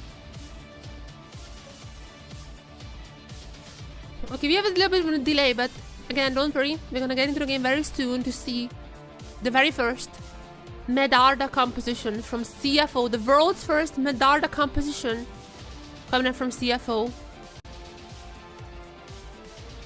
We're gonna be seeing Ambessa on the top lane, and we're gonna be seeing Mel in the mid lane.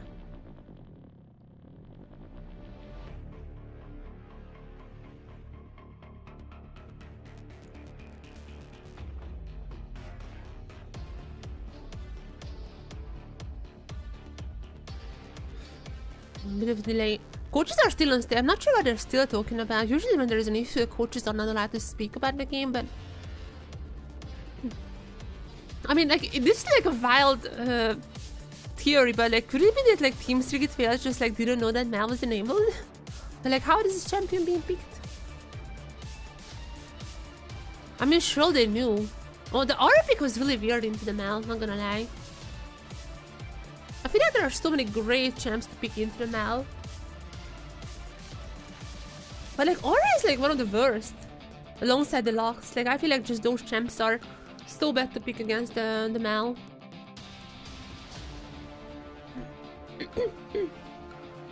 I mean, Victor was bad, I guess.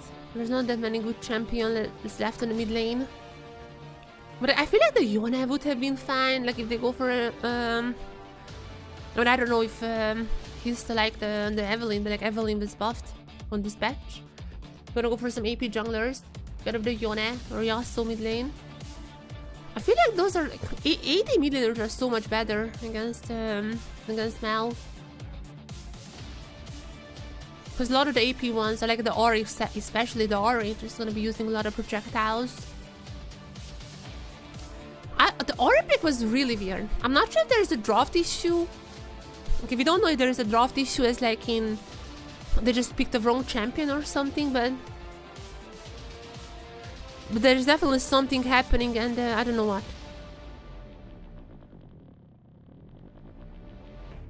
If we don't have information what is exactly the case. Might be like rune issues as well. Like when you're picking up a new champion. Just running out of time or something. The weird part is that why the coaches are still on the stage. Whenever there's an issue, the coaches usually are leaving early on. I don't see the screens, but like something is happening. Something is definitely happening with the players there.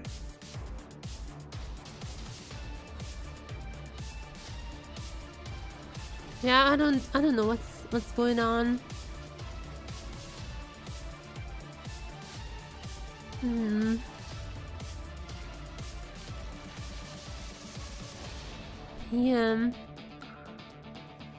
Yeah, I don't see any like information in the chat like what is the issue.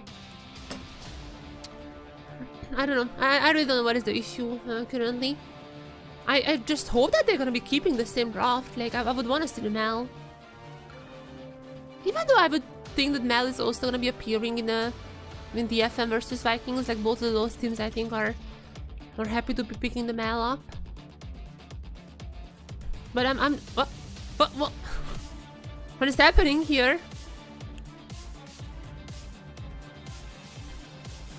CFO are having the time of their life.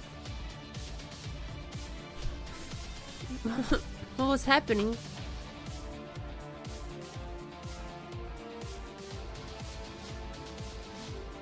Are we gonna be seeing something now?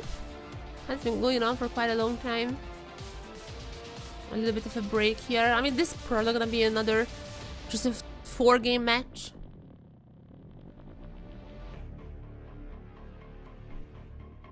Okay, we're back to the draft. So what just happened here?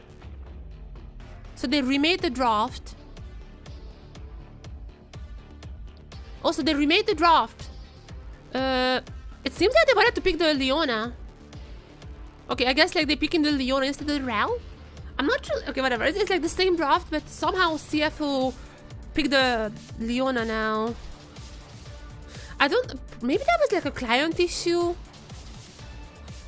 Okay, that's like fine. Leona Rel basically are very similar champions. I don't think there is much of a difference there. That might be probably was like a client issue, but CFO is gonna be playing under Leona. Just so you guys know, there was a draft remake. Leona has been picked for CFO in the end, but that's gonna be still the Medada comp, still the bested up, still the Mel in the mid lane. So very not, you guys are gonna be seeing the world's first pro Mel.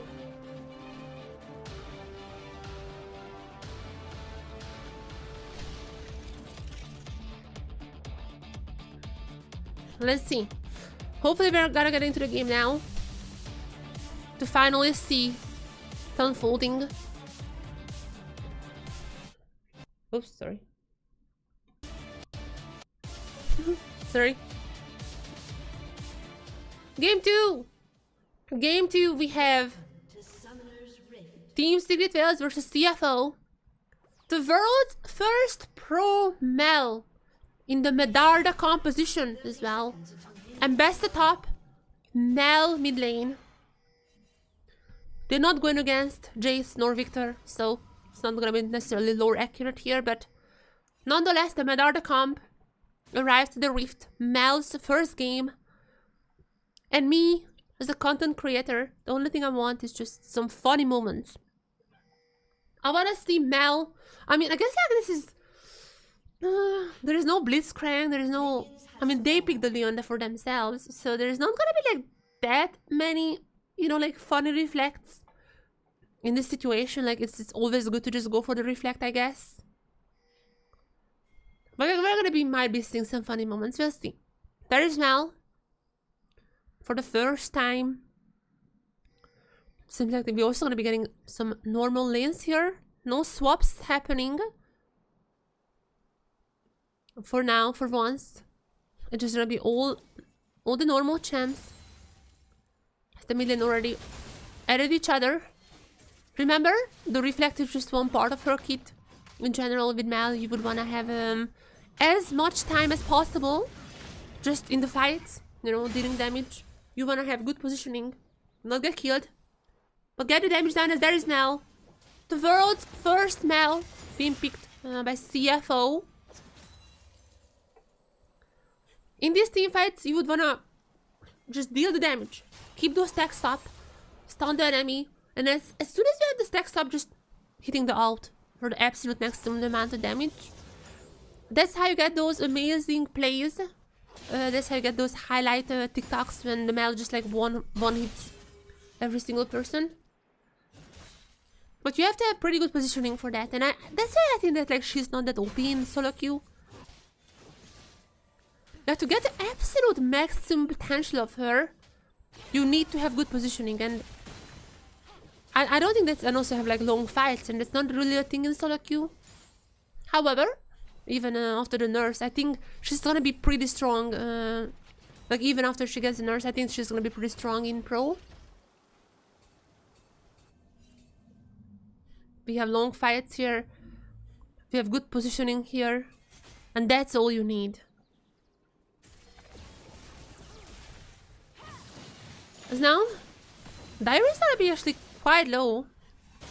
But it's not enough. They're not able to get those stacks up, as we were focusing on Mel a little too much, but we have another lane that's incredibly strong in an early game, and that's gonna be the Kalista and the Renata gonna be getting the double for Eddie.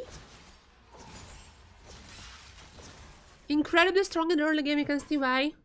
Kalista just gonna be dealing this damage. I mean, as far as the late game, Cork is gonna get quite strong too, so I wouldn't be scared for him. It's coming into late, but earlier on, it's gonna be Kalista who's gonna be keeping this pressure up. Kalista Renata, incredibly strong lane. Having Vent in when they didn't expect the handshake to be coming out this fast. Even the flash from Eddie. Very similar scenarios as I think we have seen in game 1.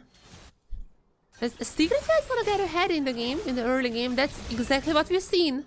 As no Stellar might just be going for the solo ball under the threat, flashing even. Gonna get the flash out from Driver. Sorry, didn't flash, but still gonna flash out from Driver. Honkyu gonna get the one. There it is. Ooh, nice shield. We have finally seen the shield in action. Handshake was shielded out. And with this, Honkyu is gonna be going back. No flash use, nothing. That was a pretty nice shield. Pretty nice reflect from the Mel we have seen.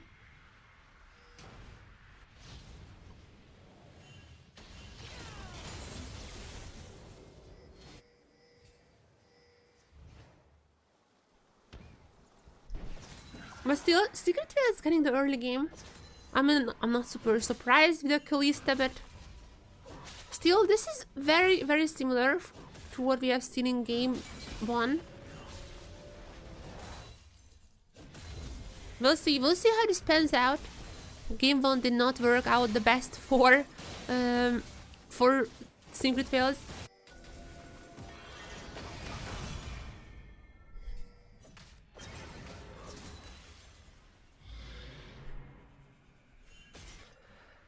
So we'll see how Mel works here. I mean, she's gonna get some lead in terms of CS. And also, she's just really good against the Ahri in general. I mean, at least, like, on the other hand, her mom is not doing the best on the top side. Always super low. This Renekton is similar to the Kalista, quite strong in the early game. So Secret Fails have a lot of early potential, and that's exactly where they have gotten the leads in the game, in the first game as well. There it is. The shield is gonna be, I think, I don't know what she was trying to like shield there, but Mel definitely up ahead in this lane as he still is waiting for the perfect engage, but there's also Junjia here. Junjia doesn't have the ultimate. At least there's no potential for that, as Eddie is still going in quite deep. Not gonna get down Dogo, but at least they're gonna be forcing them back. Junjia has to be recalling. Haven't seen the full potential for Mel, just Honk is gonna be missing everything. That's fine. I mean, there is still the Q that being reflected.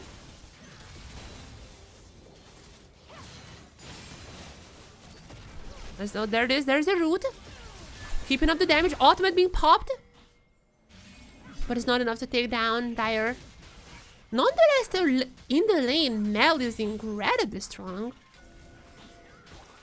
Despite the Secret Fails picking really strong early game champs in the Renekton and the Kalista and other lanes, the mid lane is 100% going in favor of Honkyu, as well, there's even a root there onto Taki.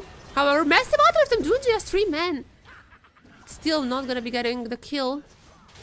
They have to leave this as no casualties somehow for Secret Fails. They're gonna be grabbing only 2 grabs here. CFO with the 1. That's all they care about, all they came here for. There's also another route for Honky. Honky is gonna be incredibly low. I think the shield is still available for him.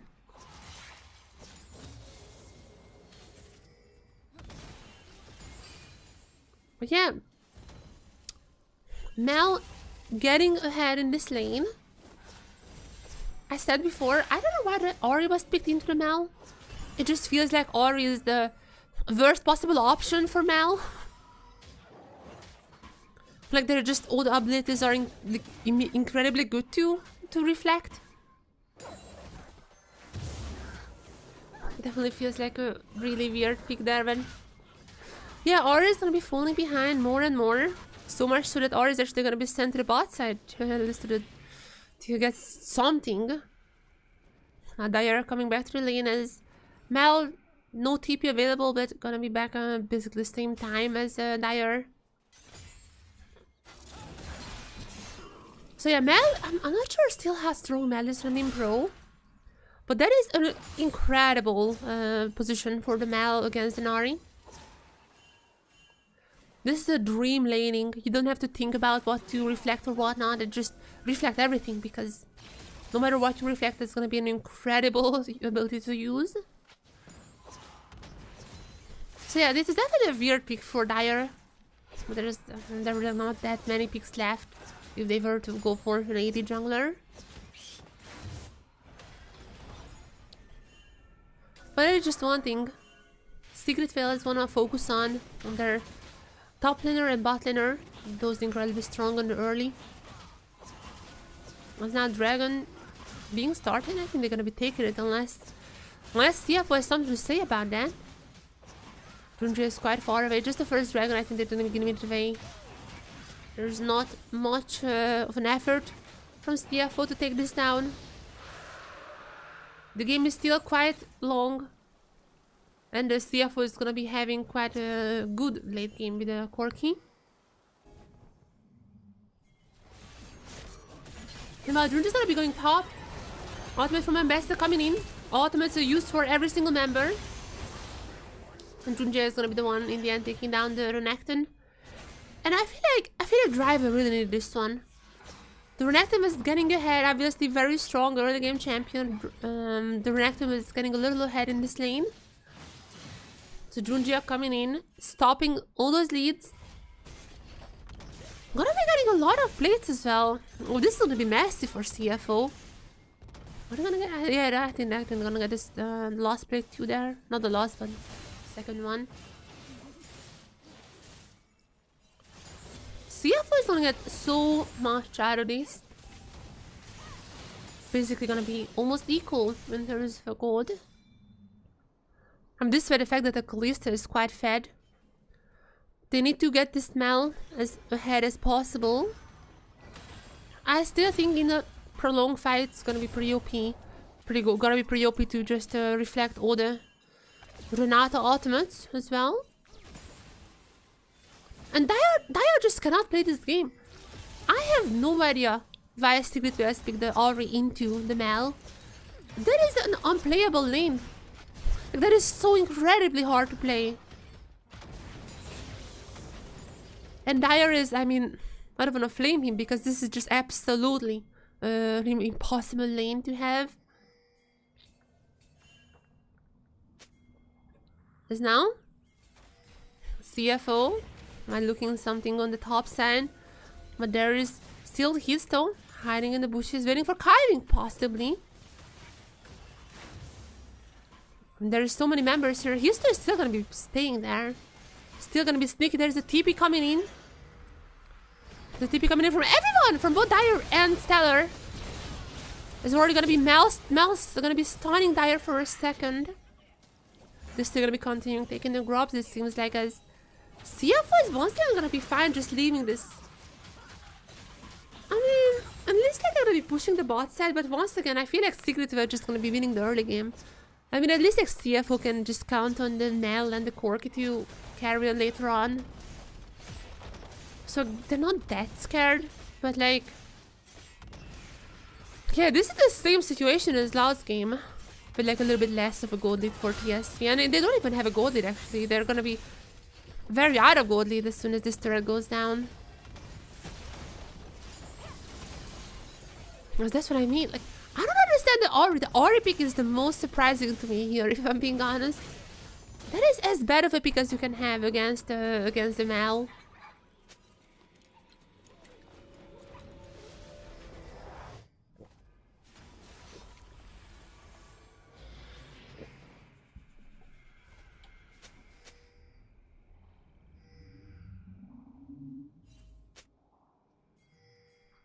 But yeah, Kalista incredibly ahead as I said before.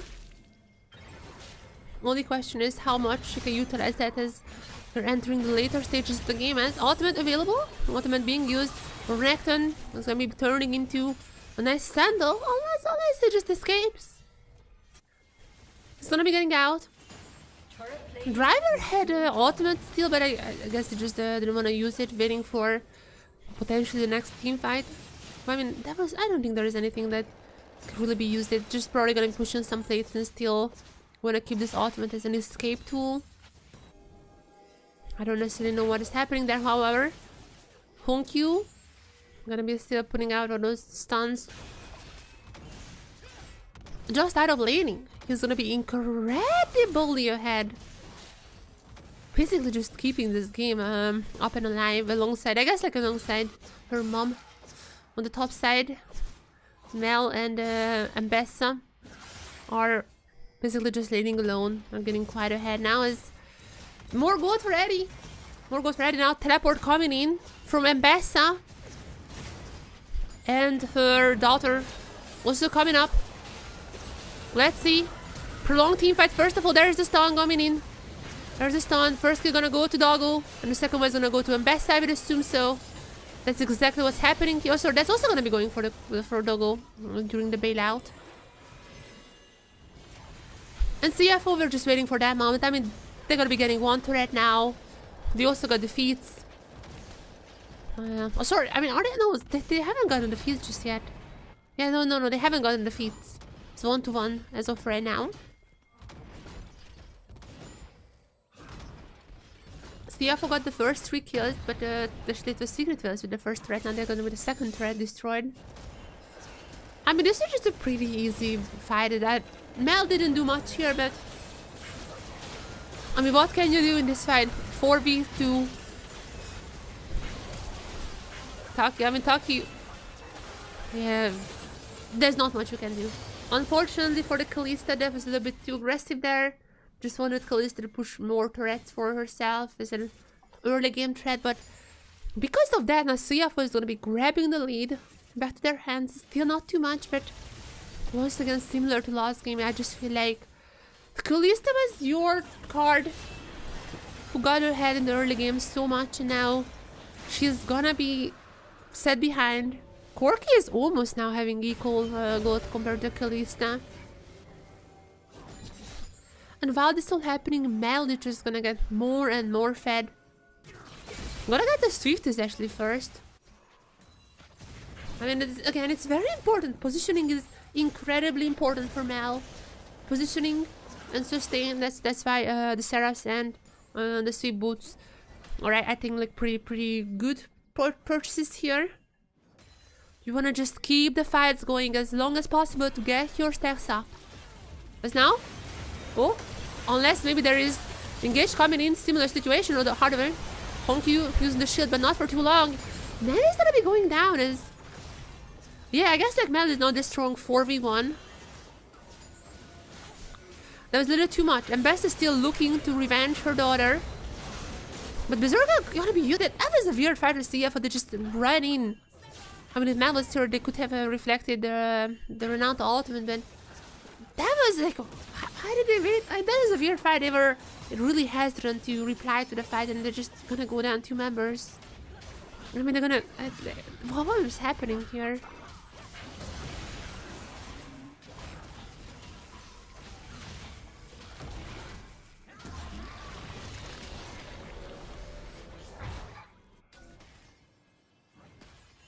Such a weird fight from CFM. They got sandwiched here a little bit.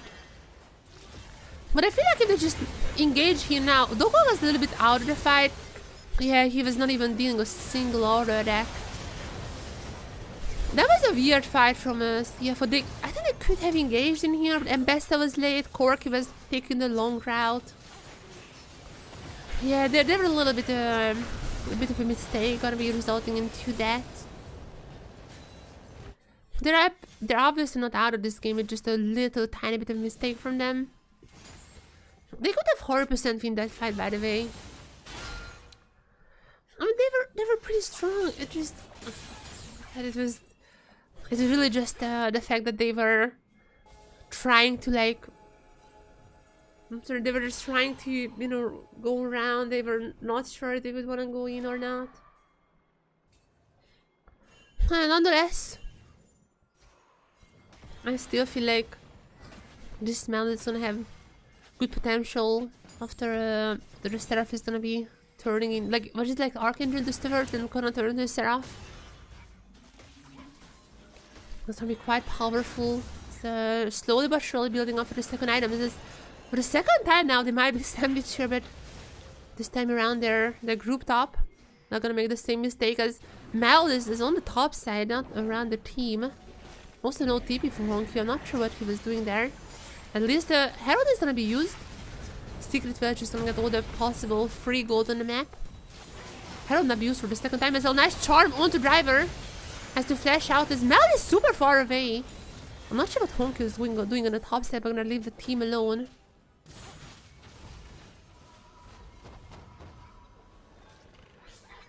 There's so many weird fights from CFO. Mel wasn't even just like, you know, pushing the wave. She was on the bush like trying to decide where to go.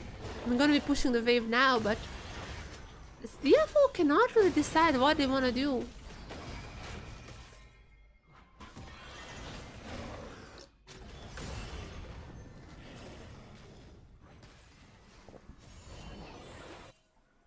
There's still gonna be only Team Secret Veils, so I mean, I obviously think they're gonna be winning this game, nonetheless. But despite all that being said, it just feels like... Well, yeah, it still just feels like that CFO is gonna get. CFO is gonna be just winning. I think their late game is gonna be better. The Kalista is gonna be, and also the Renekton actually. Both of them are gonna be kind of dropping in terms of strength as the time goes on. And there's already Abyssal Leandris, sorry. There's already Leandris for Honkyu. Corki, also on 2 items. I really just feel like the CFO is gonna get stronger and stronger in every fight, and even the current fights I feel like they could have won. They just like kind of had issues with like executing them. So coming into the next team fight, which probably gonna go for Atakan, I would assume. If I have a CFO, I would just group around the Atakan, trying to force it, trying to bake it. You would want those little tight spaces, even if against the Renata, because you have a Mel. I am pretty sure you can reflect the Renata ultimate. I'm fairly certain you can reflect the Renata ultimate with Mel. Or not, I don't think you would like. I don't even know if like you would reflect the whole thing or just like one like slice of it. I would assume the whole thing. Same as with like an Ezreal ultimate. The Secret Veil is still gonna go for the dragon just like last game. That was their almost saving grace. However, yes, CFO gathering around the Atakan. Maybe they're not gonna be doing it, but they need a bait. They wanna bait this Atakan in. I mean, honestly, there's like no one here from Secret Veils. They might be just. They might have just been able to take it down if they wanted to, but still not gonna be it. Still not gonna be it. Secret Veils. Are they gonna go for this? They're technically ahead, but the leads are so minuscule, and also I just feel like Kalista is gonna drop in terms of strength as time goes on. So this is like kind of a fake lead that they're having.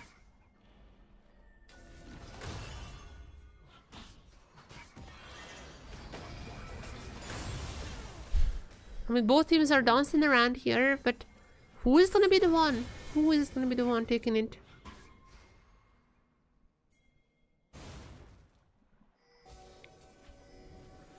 I'm just gonna be, you know, look around. Come on, fight! Fight, fight, fight! Everyone is here. Ambassador also just TP'd. Now gonna go to the top lane. Not gonna use the ult or the TP. Not gonna use the TP. Wanna just walk it out. Is Honkyu just gonna be canceling the recalls? Is it time to start the Atakan? I feel like they have forced out Secret Veils enough that now it's a good position to start. Ambassador is also here. And this is gonna be the time. That's there's gonna be Secret Veils. Rather who starting, they're really gonna be disengaging quite fast, letting Atakan rest a little, letting Atakan reset. And I mean, they're gonna be in the bush, but like, I'm pretty sure they. That's like a dead bush, but I'm pretty sure that's a pretty expected one. CFO expects this bush as well. There it is, climbing with the ultimate. Ultimate is gonna be pop for Stellar, but like that is so much thing wasted for Secret Veils. Time, ultimate. Dire also used the TP here for nothing. That was so bad. CFO baited out everything from them. They're just gonna be leaving. They're just gonna be getting the turret now. That was their plan. Just baited everything out. They got what they came here for. Gonna get one turret down and still could go for the Atakan maybe, but there's a little bit of a gold income. Then they're gonna decide to just recall, pick up some items, and try for Atakan later. I mean, Secret Veils might have a better positioning here, but yeah, items are picked up. Mel has now also anti-heal, which is, I guess, they're gonna be against the Renekton. Renekton is not that strong, I think. I don't know what the anti-heal is for. But it's gonna be there. It's gonna be there nonetheless. This is gonna be now 2 items, I think, across the board on all the members, except for Doggo somehow. I thought Doggo has more lead than that, but oh, immediately ultimate goes on Ari. It seems like Mel is not doing as much as reflecting. I'm not sure what the reflection was for, but just to pick up the clone. Okay, CFO has wasted a lot of stuff for just nothing as well, but at least they're forcing out secret veils around the Atacon. They're gonna be starting it, but immediately gonna be stopping it as well. These teams are super undecisive what to do with this Atacon. They'll go try to get down Eddie. That's what I mean. That's what I mean. Even though Eddie has the lead, this Cork is gonna be incredibly strong as the game goes on. And now a teleport coming in from Mbessa. Gonna go for the flank as Taki being ulted out from the fight. Mbessa going in for Taki. Gonna be catching, but this is an Mbessa 1v3. That's not necessarily the best place to be. Driver is still alive for a few more seconds, but I'm pretty sure he's gonna be going down. He's gonna go to Eddie, even the shutdown. That was like a pretty horrible Mbessa ultimate, I'm not gonna lie. Meanwhile, oh, actually, this, never mind. I mean, Secret was just incredibly low here. CF is gonna be chasing them down, and I think this is an Atacon call. Despite the fact that Mbessa was kind of trolling there, this is still gonna be, you know, with the quirky rockets especially. Also, Mal is dealing nice damage at this point as well. They're gonna be getting Atacon and wait, what? They're just gonna get Baron first. This team is incredibly undecisive what to do. I think Atacon first is better, no? Atacon first is definitely better than Baron, because like if you die, like you're gonna lose. What are they doing? The CFO just extremely undecisive here. As Junji is also gonna be missing the ultimate, and now they're just gonna get nothing. What are they doing? This is what? I mean, Dogo almost got that Eddie. Just had a fight started again. Corky, extremely strong. Now they went on some of the members here, but Eddie, I mean, as long as Eddie can deal the spears, it's still gonna be stronger. Just gonna be quite squishy against the Corky. So they took the. Oh, I mean, this still flashed out. CFO was incredibly undecisive what to do in this situation. Secret is also gonna pick up the dragon, as you can see on the picture-in-picture. Yeah, I'm gonna get a shot down. I feel like they haven't gotten as much as they might have, could have. CFO is gonna be playing super weird. I mean, they still have equal gold. They still have equal gold just because, like, they are good laners, they're good players, but like, some of these fighting decisions are super weird. When you have Atacon and Baron up, you always do Atacon first, no? Like, just for the fact that if you get both and you die, then in the fight, then you're still gonna be having at least the Baron up. I don't understand. I don't get it. It is looking quite weird, but nonetheless, CFO might be finally getting Atacon. They're gonna be starting it. It seems like Junji is gonna get. Yeah, there you go. There you go. Finally, Atacon has been started. After 8 minutes, it seems like he's going to be taken down. There's gonna be an engage coming in from TSW.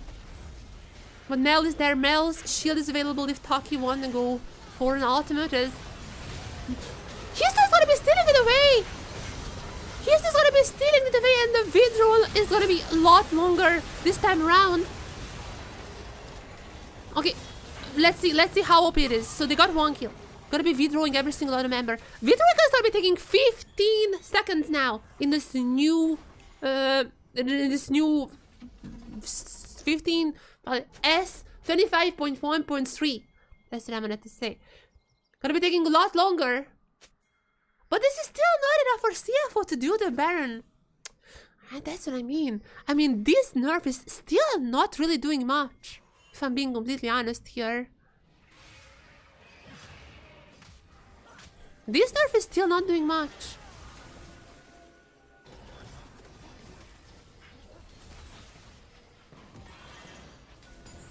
Gonna be here in time as well. I mean, they recalled after that fight. I feel like they should have just went for Baron. I feel like CFO could have just done Baron afterwards, but whatever. Whatever. Still gonna be going in. Smite winning. Yeah, there you go. There is a smite. And I mean, they're gonna be withdrawing every single person here. But I just man, I mean, they were kind of low, I guess. The only driver went down. They should have just done Baron. Do they not know? Do they not know that this is a new patch? They should have just immediately went for Baron. They could have got Baron. Like 100% they could have gotten Baron. That was the 15 seconds without the enemy team being able to do anything. They 100% should have went for Baron at that point. Oh my god. That's what I meant. Like, this Atacon nerf is like somewhat big. However, I just feel like the teams are absolutely not playing around that. I don't even know if they realize there's a nerf in Atacon.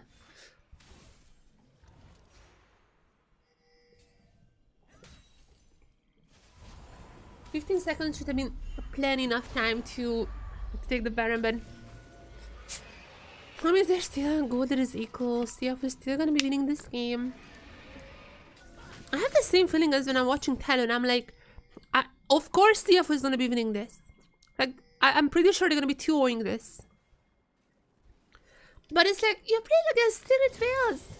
Like, you guys should be a lot more decisive, you know? I feel like the CF was having the same issues as like Talon had the past few weeks. I just feel like this is not gonna fly against like Vikings. I mean, CFO beat Vikings, so I guess there is that, but that was a lot better game from them. I guess it's gonna be flying for the rest of their opponents, like, you know what I mean. Talon versus CFO is still the thing as now.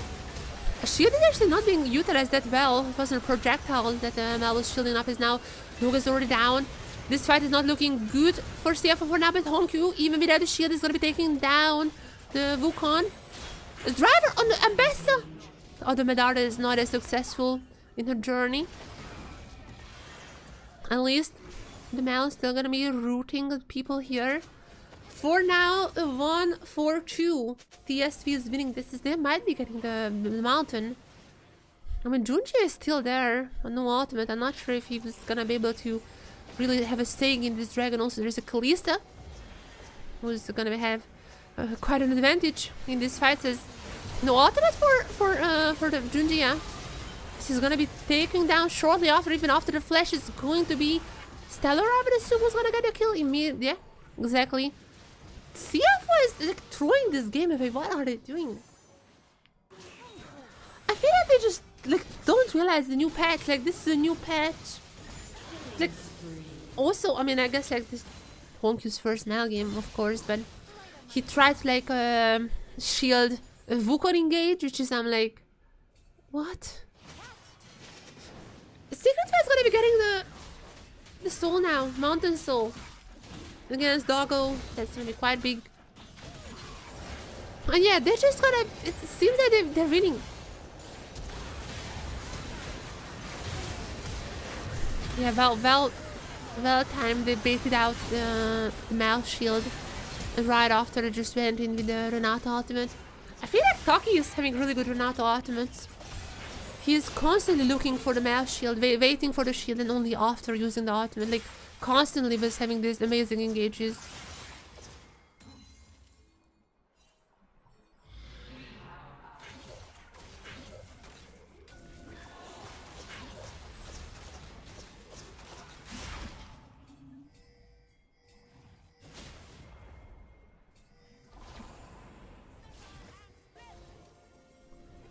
Let's go. Oh no, driver. Missing the ultimate. CFO is absolutely trolling. This is a horrible performance for CFOs. They're gonna go on driver now. Mel with the shield, but once again, preemptive shields, and TSW is ready for them. They're ready for the preemptive shields. They'll be cleaning up CFO. And is this the game? Is this the game that finally Secret Wales are winning against CFO? Is this the game? CFO is playing horribly right now.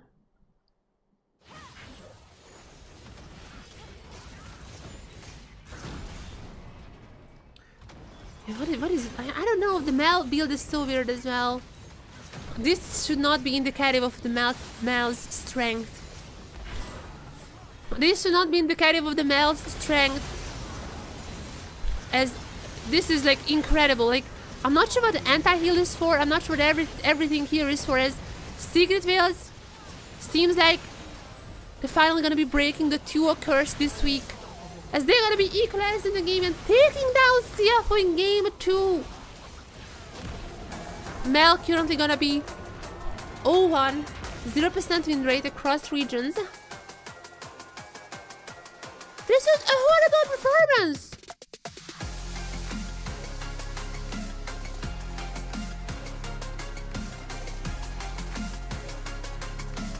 What were they doing? CFO, what were you guys doing? That was a generationally bad performance from CFO. Like they just, I don't know. What's up with top teams? Maybe Secret Veils and Vikings are just, maybe it's the guest teams. Maybe it's time for the guest team supremacy. All the partner teams are just trolling, I swear. SAG were trolling yesterday. CFO was trolling today. All the partner teams are just absolutely having underperformances, and the guest teams were, you know, playing for their survival. Well, the guest teams are having incredible performances across the board. Secret Veils, I mean, even in game 1, I feel like they just threw their early game lead, but they had the early game. And now gonna be finishing up the game. CFO was not fighting at all. Honkyu had horrible shields. I mean, not necessarily horrible, like preemptive shields. And Secret Veils was ready for them. They know they just had to wait. You know, they just had to wait until the shield is coming out, because Honkyu was always scared. They were always like shielded first. Waited them out. Until it was out, they just went in after the Renata ultimate and such. Yeah.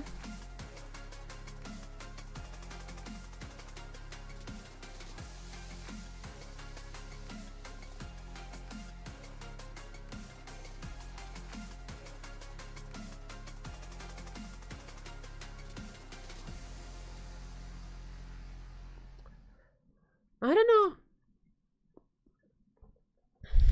CFO surprising, I think, everyone here. I mean, okay, CFO as well. I mean, like, Secret Veil surprising everyone here. They had quite an early power with the Kalista and the Renekton. But I feel like people expected a little bit more from Dago. I feel like we were expecting Dago to just pop off as they're coming into the late game. I feel like people expected a little bit more from Mel as well in these fights. Mel's shields are pretty bad as we get into some of the later team fights. Always preemptive, and Secret Veils is ready. Just ready to wait out. As soon as the shield came in, Secret Veils immediately engaged right after. Like, look at here as well. There it is. Waiting on, and right until the shield is over. Just taking her down. I feel like Honkyu should have just waited a little bit with the shields. Always preemptive, but like, I mean, Secret Veils was ready. Like, throughoutly, again and again, Secret Veils is ready, waiting to take those shields down. Should have just waited a little bit more. I feel like that's my analysis. Should have just waited. Like, what was the shield against the Renekton? Why are you shielding against the Renekton here? I feel like Honkyu just used the Male shield as like a normal shield, not using the fact that it can reflect as well. Like here too, using against the Wukong. Like, why are you using it against Wukong? There's a Rel, but there's a Renata on the enemy team. Why are you using it against the Wukong? I don't get it. Well, they should have focused the Kalista then more as well. There are so many mistakes the CFO made, I can't even list them all.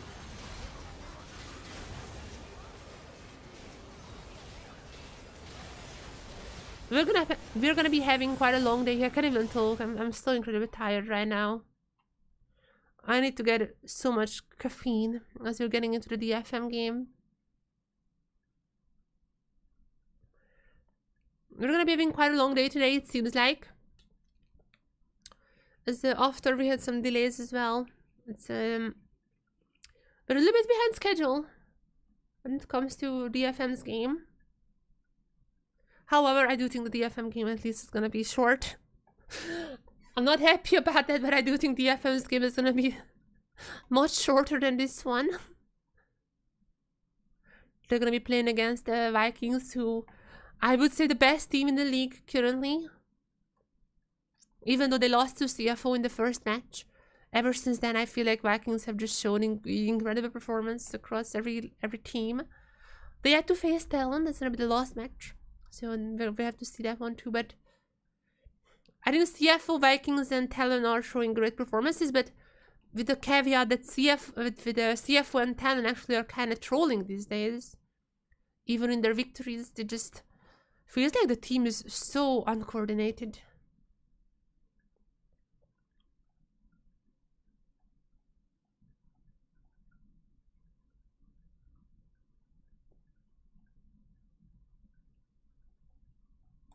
Yeah.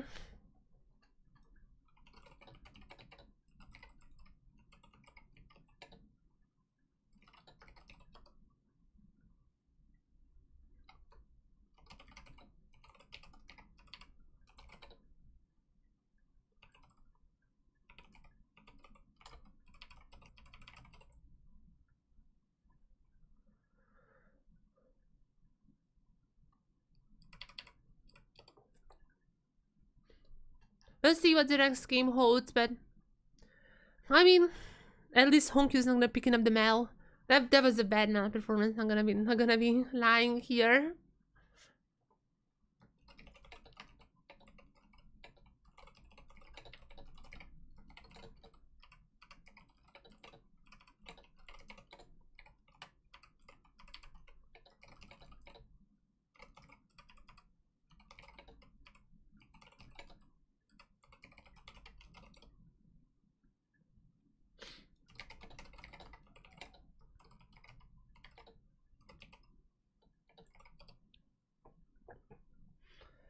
Yeah, let's see what game 2 holds. But again, I don't know.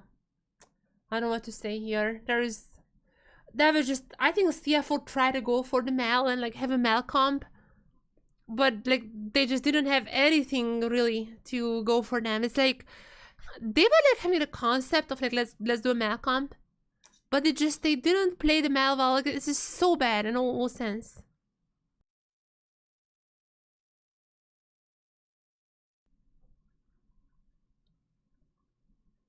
The setup was weird.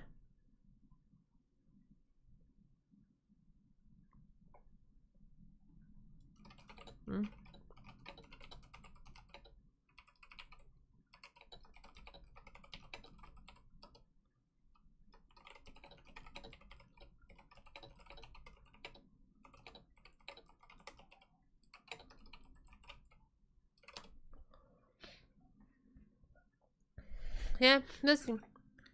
I don't know. I don't know much to say about this. I wish to see a good Mal game, but this was not it. Maybe Arya gotta be showcasing a better Mal, but this was not it, guys. This is not it. This is absolutely not how you play Mal. It is quite a bad performance. Not gonna lie. The build was really weird as well. Like, it just didn't do any damage. The build was weird. But like, even if you like play more of a supportive Mal, which is like support Mal is a thing. I don't like the support Mal. I don't like the support Mal, but that's the thing. And even if you play support Mal, supportish Mal, even then, like, the shield usage was so bad. Like, always preemptive shielding, which is like, that's absolutely not how you play Mal. Like preemptive shielding everything with like such a long cooldown shield, it's not working.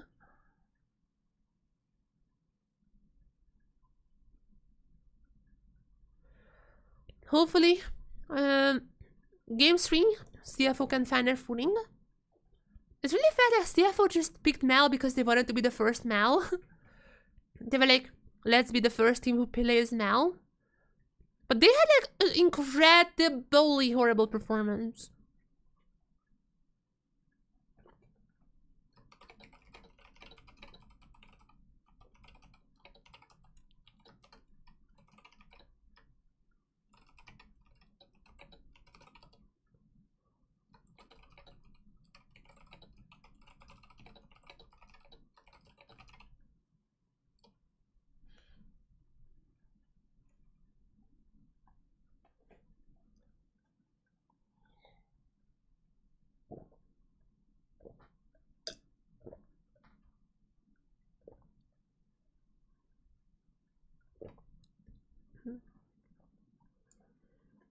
Yeah.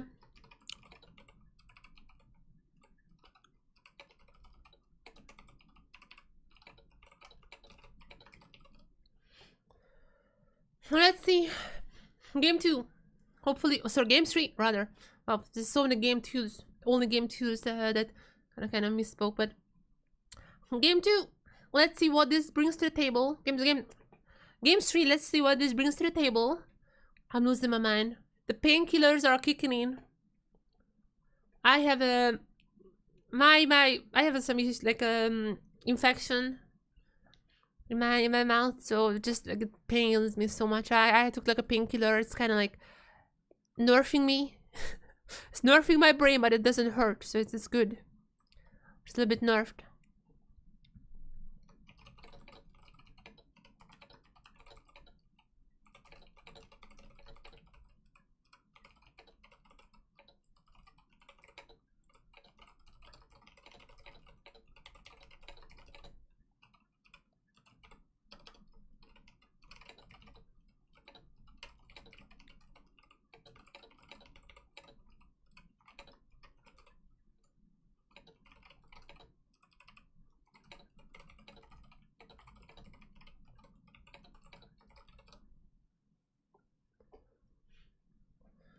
Let's see what is the next draft. CFO gonna be choosing blue side. It has been so long since game 3. It has been so long with game 3s. Usually it's just game 2, so we don't really see the Fearless full potential. But now we're gonna be seeing in game 3 so many banned champions at this point. We are going it's not the BO5 Fearless, which I think is going to be really fun to see whenever we have like 50 champions banned. Was it 50? Yeah, 50, because like we also have like the normal banned champions. So it's not necessarily game 5 when we have 50 banned champions. But even in terms of, you know, even just as far as game 3s go, I'm hyped. Game 3 Fearless, I still think a little bit fake. I don't think there's something like super unique comps. But nonetheless, there's still like some, you know, some. Driver's still gonna be playing this one out. Seems like Rest is gonna be resting. As we have we actually have the Udyr banned. That's a little bit weird. Against Stellar? Do they think they play against PSG? Or like Talon? Not PSG. Do they think they play against Talon? And that's the Aussie who's playing there. Aussie's Udyr is very strong, but I'm not sure about Stellar's Udyr.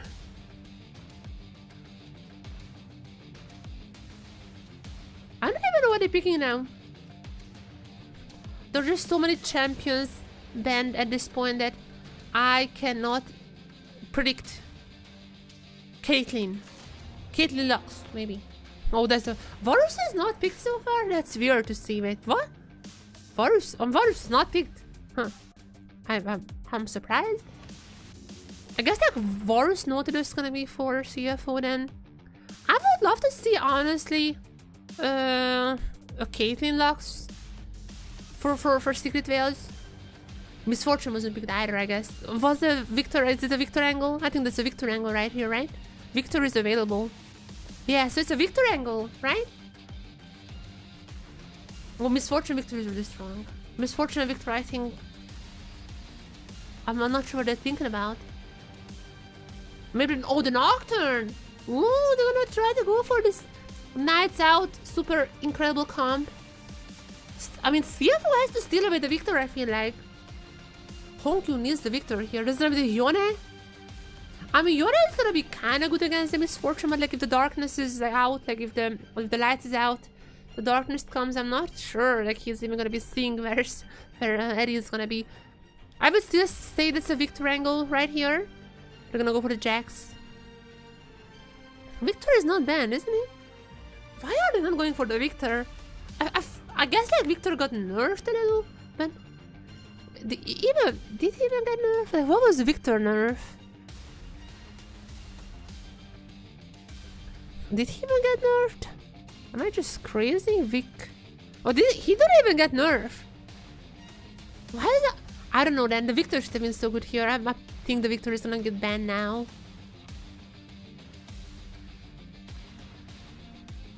I feel like that's a Victor ban right here.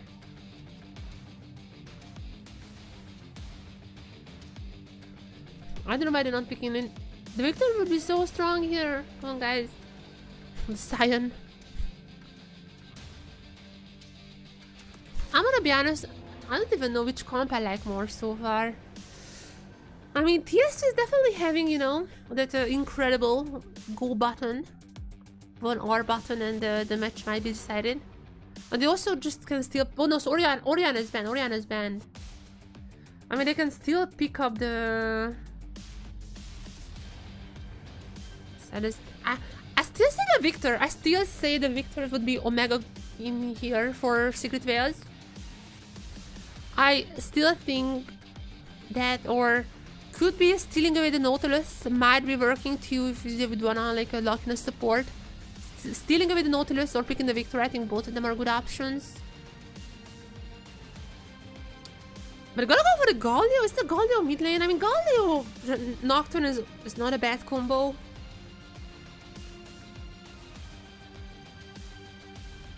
But I'm not sure about the damage. I'm not sure about their damage. The Misfortune alone. And I guess the Nocturne. And the Jax is up though. The Jax usually not really getting that ahead. Unless it's like Bean or someone. There's a bit the Urgot. Picks a driver. Okay, they're getting all out. Maybe Fearless is not fake. Maybe in a BO3 Fearless we see some interesting stuff.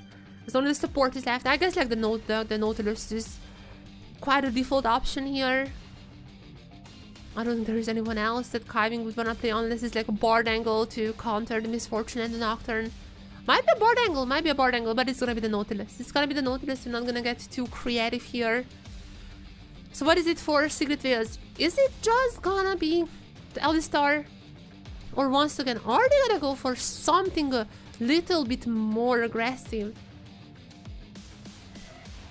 I don't know. I would love to see like a Pike here. Or a Poppy. Oh yeah, because like there's the Nautilus. That's a good Poppy. That's a good Poppy angle here. Gonna be fine against the Nautilus. Gonna be also fine against the Yone as well, obviously. But just a good one, just a good Poppy angle. Now, I'm a little bit... I'm a little bit worried about... Oh, I haven't even seen that there are like CFO masks. But those are pretty cool. But yeah, so... I don't know how... I mean, first of all... Even though Sai in the LGL has played the full AP Galio, I'm not expecting Dyer to have like the full AP one. I feel like Sai has let Storm Surge, Lich Bane into Rabadons or something like that. I wouldn't necessarily expect Dyer to have the same Galio here. That would be pretty insanely good, I think. I mean, that Galio was incredible in that match, so might be seeing something like that. I don't think so, but you know, I don't necessarily think so, but there's always a chance.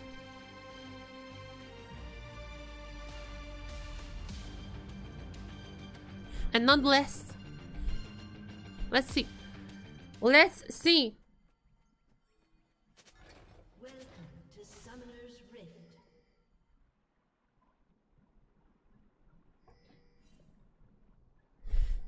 Right? Dyer's gonna have the Harry, gonna have the Doran ring. I mean, we're gonna be seeing that's a normal start for a Galio. I would love to see the full AP Galio. Once again, our beloved Sai in the LGL has already picked it. Sai is a Taiwanese player, so I'm not sure. I'm not sure if I don't think that Secret Wars are playing on the Taiwanese server, but maybe as a fellow LCP member, they were paying attention. We were gonna be seeing some crazier Galio builds here. I would love it. I'm a huge believer in the full AP Galio. But we'll see what the future brings to us. There's now game 3. All comes down to this. One single game. After not the greatest performance in the Mal by Honkyu. But to be fair, I mean, he's sick. So there is that. I just don't know why I picked the Mal up. Like, I mean, sure he wanted to, you know, have first timing Mal. I mean, not first timing, but like picking up first on the stage. So I kind of understand. However, it just unfortunate. I mean, he was sick. The reaction time is definitely not there. Always preemptive shields, never really reactionary. And maybe like one time in the lane, but outside the lane, unfortunately, Honkyu is not having the greatest time on the Mal. And now, it's a different idea. It's just a Yone. You always just go in, play those aggressive plays. Dire is gonna be dealing so much damage here. Which once again, oh, gonna be losing a lot of minions too. Driver is gonna be almost dying here in the lane swap. I mean, Urgot has a little bit of a shield here on the turret, but there's gonna be a kill for Eddie. Sorry, the kill is gonna be picked up by Taki, but nonetheless, Secret Way is gonna pick up a kill under the turret just like this. Can Doggo get anything in return? I don't think so.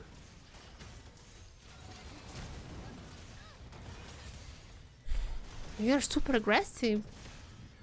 Secret Phase might just be taking down CFO, and with this one, I had like a season-long prediction yesterday. Just like trying to predict every single game. And my first prediction was that CFO is gonna be winning here, so if CFO losing this one, that means my prediction for the rest of the split is already out of the window. Might be happening. This is an incredibly... I don't know what was doing. The driver was being a little too aggressive there, I think, but like that's a Poppy and Misfortune, so I guess there's that angle as well. There's not much you can do. Poppy used Ignite as well, so yeah. I just feel like in these scenarios I would have already sent Kiving top, because Dogo is also not really getting much in the bot lane. Only getting into the turrets now. I have just sent Kiving top. If this lane is this hard for the Urgot. If Urgot is behind, he's gonna be extremely useless. So I don't know why they don't match the swaps or anything like that. Oh, Driver is gonna get incredibly behind in this swap. They should have already matched the swap, I think. Like, that is how you beat an Urgot. Just absolutely handicapped the early game.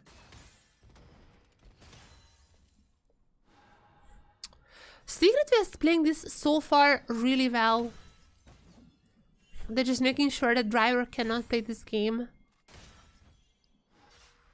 That is an incredibly strong performance so far from Eddie and Taki. Taki has had so much praise, I think, so far. I mean, even from me, but also from other people.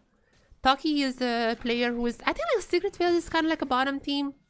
I wouldn't expect them to have huge performance. I originally thought they would be lost. I mean, they are absolutely not lost, but they're definitely not like a top half team.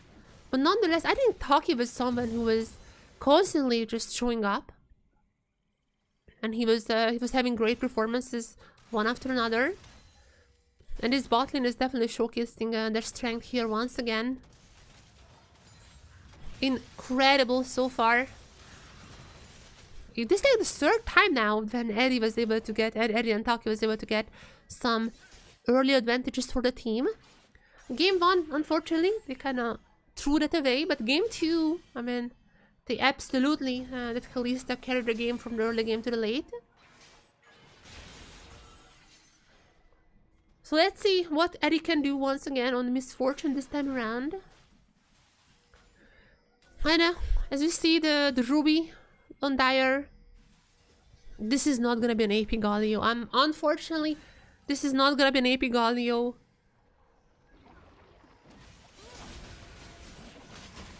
I forgot to turn on the volume. This is gonna be a boring tank Galio. It seems like Sai still gonna be the only pro who ever plays the AP Galio, the full AP Galio.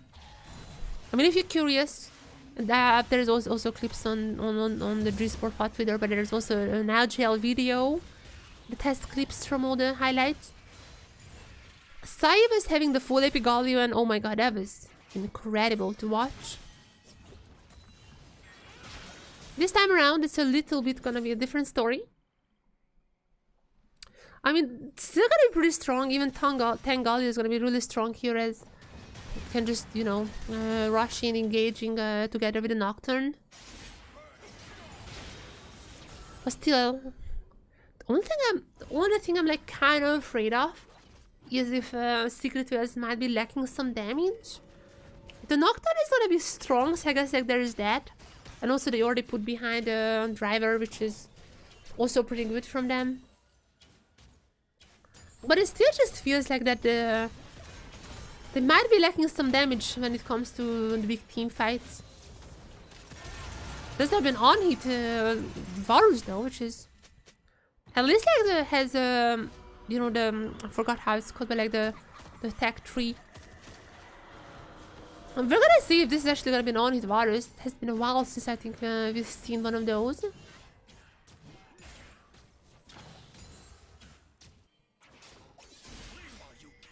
But there's still gonna be Honkyu. And if Driver gets a few items, I mean, he's also gonna be strong though. Driver in desperate need of some help right now because the Urgot is incredibly useless unless ahead.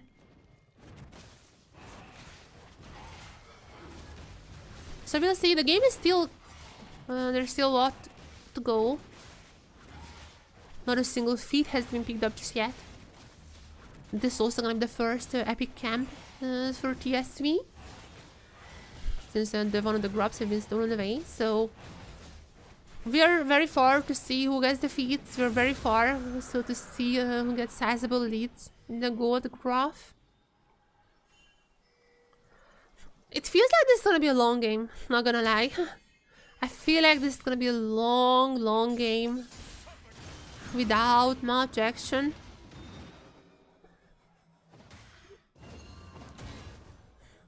Even with the Nocturne, it's kind of weird, but I mean, I don't think the CFO is really, you know, wanna force fights with TSV. The Nocturne also just farming for now. Not much is happening as Junjia is now arriving in secret.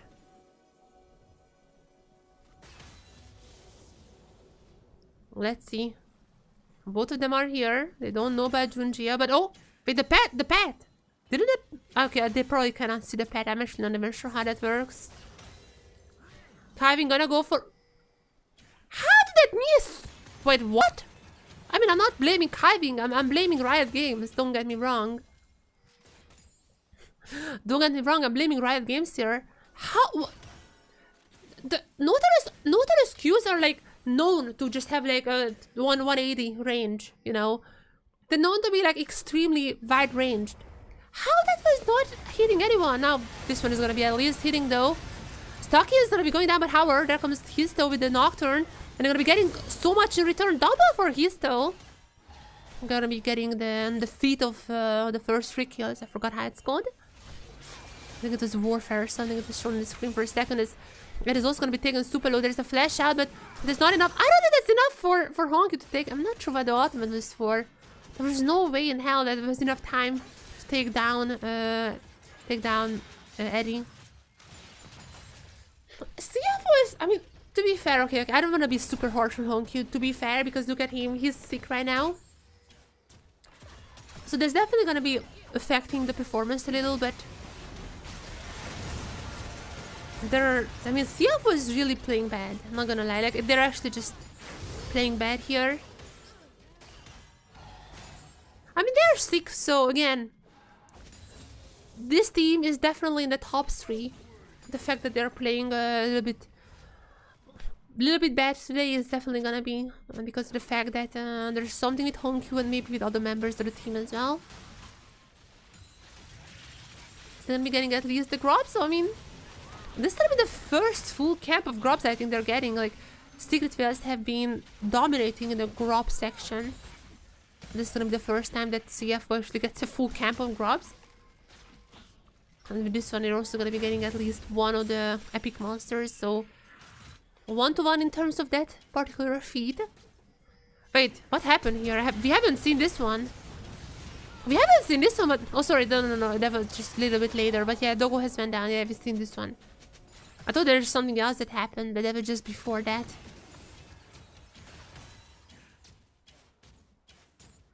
Yeah, but just right before. But that is not gonna be lethality Doggo. That's interesting to see. I mean, I don't know. I guess like they didn't wanna go for the poke as much.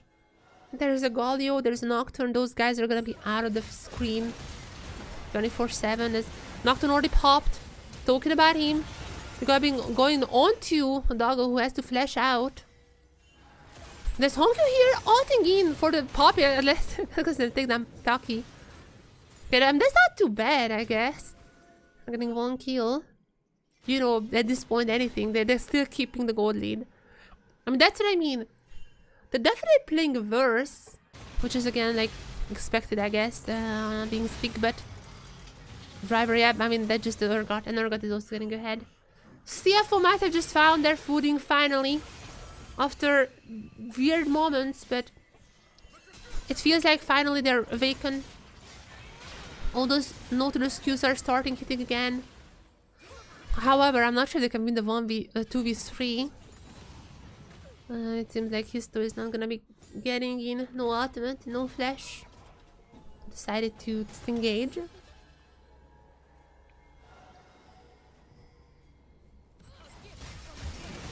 Yeah, I mean, this was just a random Poppy.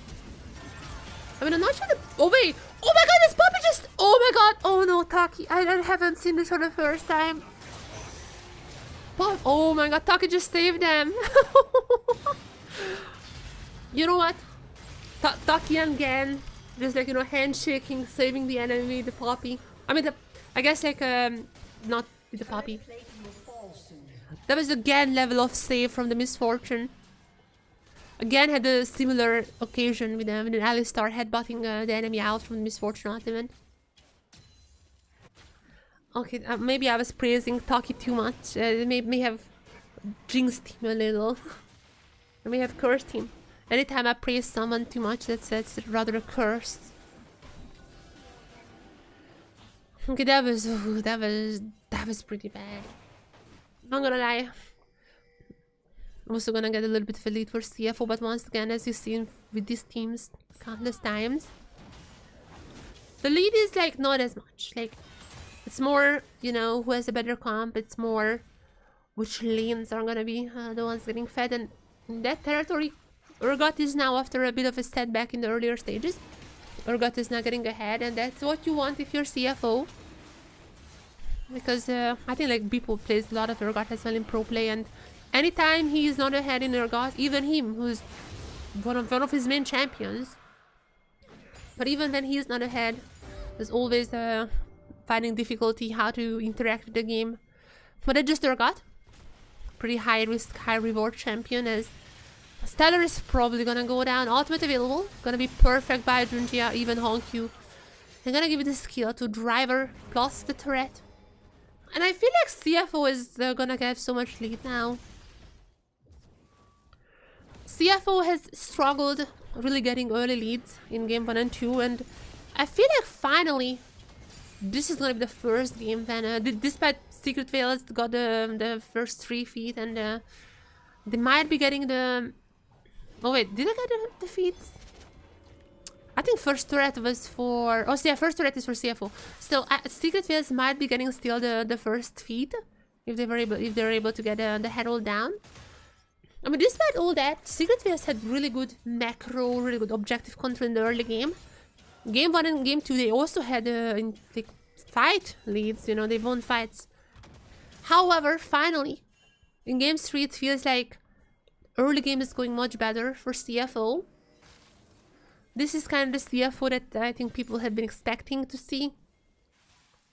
And the strong CFO who are going into fights.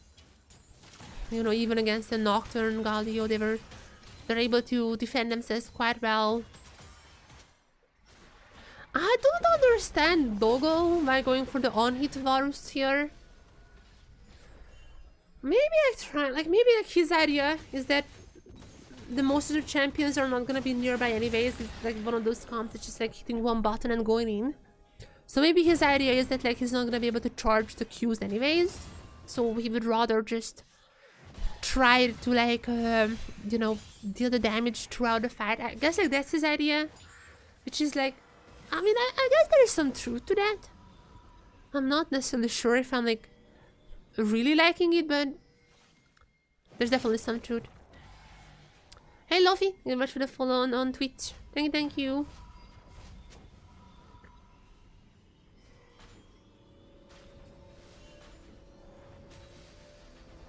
So yeah, CFO with the better performance right here.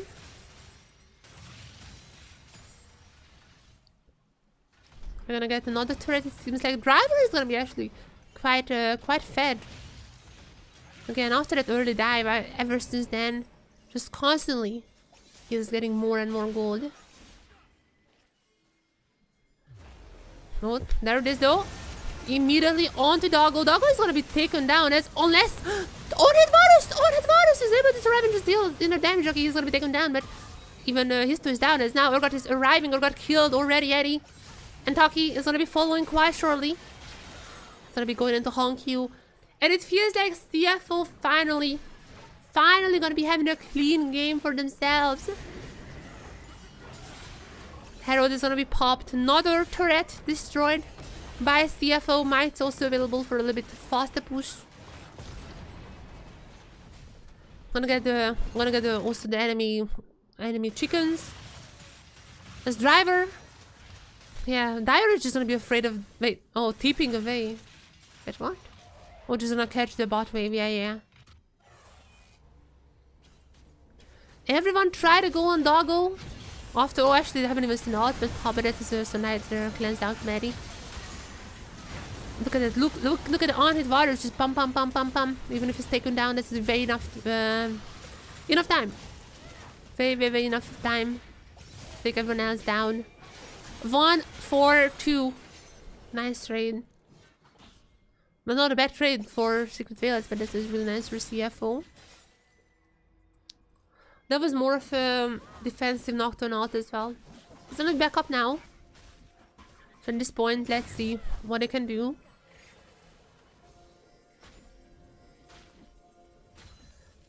We have yet to see, I think there was maybe like one aggressive Nocturne out, but most of the time I see the Nocturne and I'm like, oh, this team is gonna be aggressive, and I just see the Nocturne ultimate constantly used defensively. This is exactly the case with DFM, and it kind of made me sad. I wish teams would use the Nocturne ultimate a little bit more, you know, a little bit aggressively. I want them to use the Nocturne or just go in. Use the Galio, use the Nocturne. That's what I want to see. But it's often not the case. However, third dragon in this game gonna be picked up by CFO, which also means they're gonna be putting an end to Secret Wales' dragon stacking. And they're just getting everything. CFO finally in game 3 showing up. To be fair, okay, game 2 was a little bit of a Mel issue. I feel like they just picked the Mel to have the first Mel game in professional play. The Mel utilization was not the best. They had like the Zodiac composition as well. They had Mel against Ori, which is like as good of a matchup as you can ask for. And they still lost. I feel like that match was really just to have Mel as the first Mel player. But it didn't look like they really put more thought into that, and also the map performance was not the greatest. This time around though, it does feel like that this is a more complete CFO that we're seeing. The Dire is gonna have the tank rift, Galio. I'm very saddened to see that. It is not gonna be Sai's famous Storm Surge, Lich Bane Galio. Very sad to see that. As oh my god, even 2v3 CF is going in. I know, I mean, Nautilus is gonna be hitting the hookahs. Might be overextending here a little bit. Urgot has to TP up top as well immediately. Stellar gonna be taken quite low as Urgot is here. I feel like this might have been going wrong for CFO for a second there, but Secret Veil is too scared to really do much. And it really seems to be CFO's game as unless they steal the Voracious once again. Surely they're not gonna hit, right?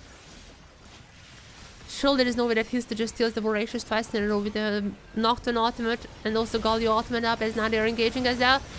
Galio ultimate not gonna be hitting 2 members, but Doga is already down. Can the others finish it up? Driver is still strong. Driver is still incredibly strong. They need to get a Voracious before the other members are dying as well. We're gonna be taking that Taki. Driver's still there. Surely there's no way. So they're gonna get the kills. They're gonna get Voracious as well. How is that 2 games already? Secret Village is gonna be yoinking out the Voracious and how? Nah, this is crazy, man. They got on Doggo. I mean, they got that Doggo fast. That was like the most important aspect of that. I mean, I still feel like they should have just focused on the Voracious, but they were like, I mean, I guess like kind of Golden Taki having also means there. They kind of split their focus between the players and Voracious. I think they should have just finished that Voracious like super fast, so afterwards then at least they have the first life. I guess the game is back to equal now. That's just how the game is going today. And that's just how the games are gonna go today. Every single time there is a little bit of a lead for CFO, they're like, no, let's just throw it away. Let's just make it more interesting. And that is the deal today.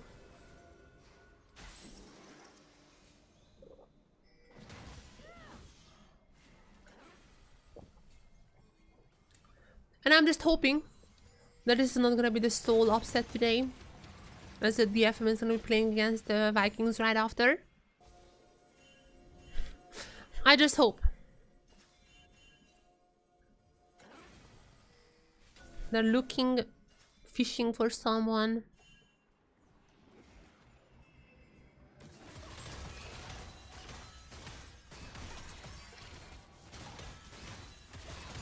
I don't understand the on-hit Varus I don't like. Once again, they're gonna jump onto Varus. Varus is taken down. And I guess like it doesn't really matter what kind of Varus that is, but like I feel like you could at least have a little bit more of a range if you are playing without the Varus. Nonetheless, under the threat, I'm not sure this is a good fight for them though. It's massive ultimate coming for Honky, but it's just a Voracious. This is just Voracious and they already have a driver down. I mean, I think this is gonna be a worthwhile Voracious in the end. They're still gonna be getting the lead out of that. I forgot about the Voracious at the con. It's gonna take a while, but once again, even despite the nerfs, I just don't think that like teams utilize the immediate teleport back as much to it really be a nerf. So yeah, all in all, I just don't think that they also just like decrease the gold that you get if you take down a Voracious people, like, right? Is that how it is? Wait, is it? Let me just check it out.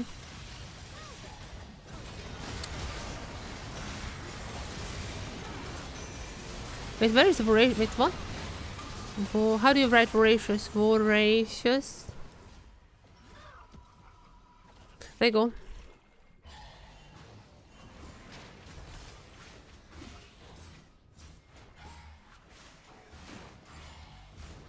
So, withdrawal now fully heals. Oh, that's not important.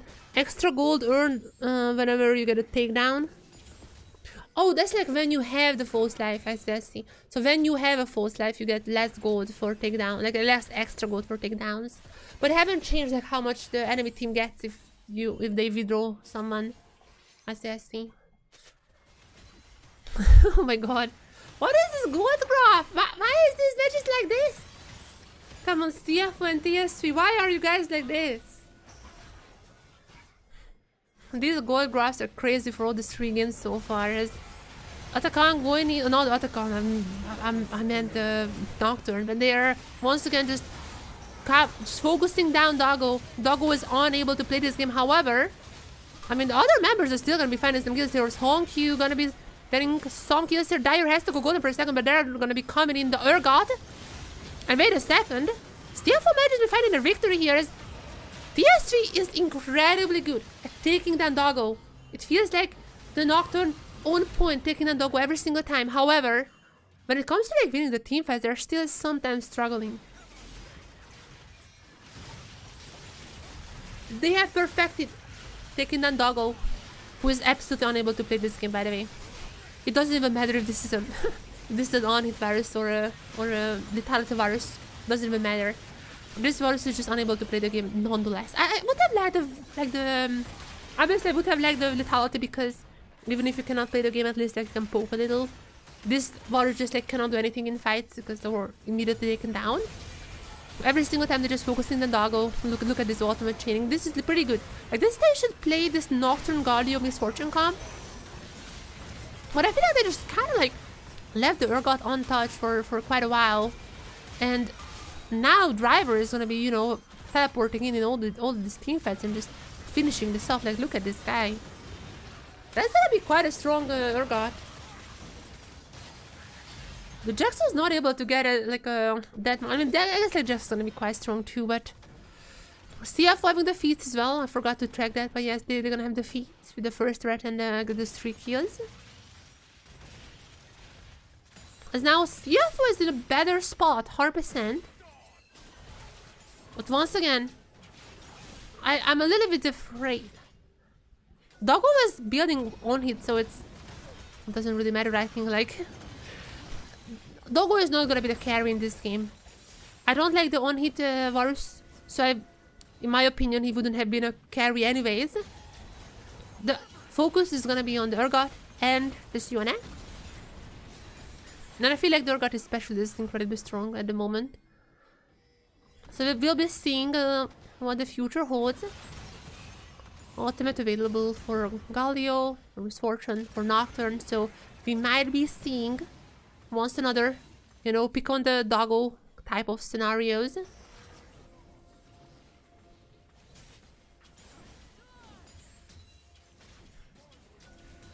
Let's see.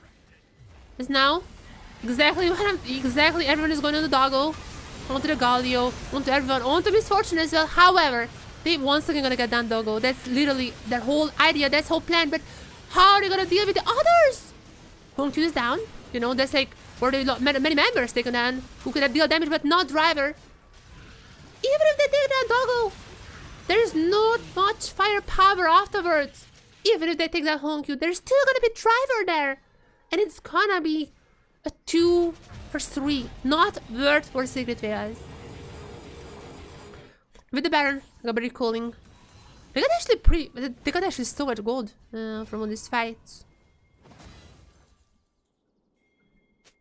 And Secret Veils, again, that whole idea, which they're executing well, like their whole team comp is focusing Doggo, there it is. In darkness into the Grand Entrance? No, it's not Grand Entrance. Is it Grand Entrance? Whatever. The Galio ultimate into Misfortune ultimate. They're just chaining those together, taking down Doggo immediately. Even Honkyu has died in this match, in this team fight, but yeah, Driver still dealing all those damages. Look at them. They left this Urgot unchecked for so long. And now it feels like not even... I mean, about the same. Before that fight was about the same gold as the Jax. But this Urgot is so much stronger at the moment. 3 items. Was able to also just abuse the ultimate. Even if he didn't have to use it this time around. Still, that's just quite a strong tool to have. CFO just getting everything.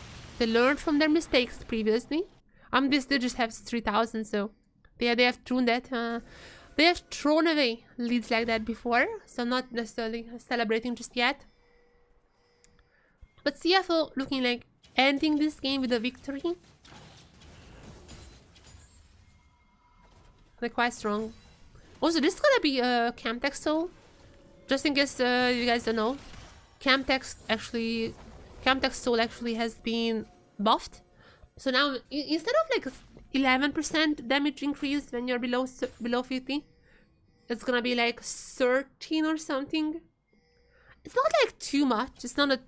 This buff is like not important, but just a little bit more, a tiny bit more damage if CFO gets this Camtech. But I don't think so. There is still. I mean, even for TSW, even for TSW, it might be something that they need. But as we have seen countless times, TSW stacking the dragons, but CFO is really good in just stopping that. But just Because now, another fight breaking out. Ultimate's available for everyone. Traki's ultimate is gonna be cancelled out now. Nocturne, Galio, Misfortune. All of that is available. They're not gonna use it now.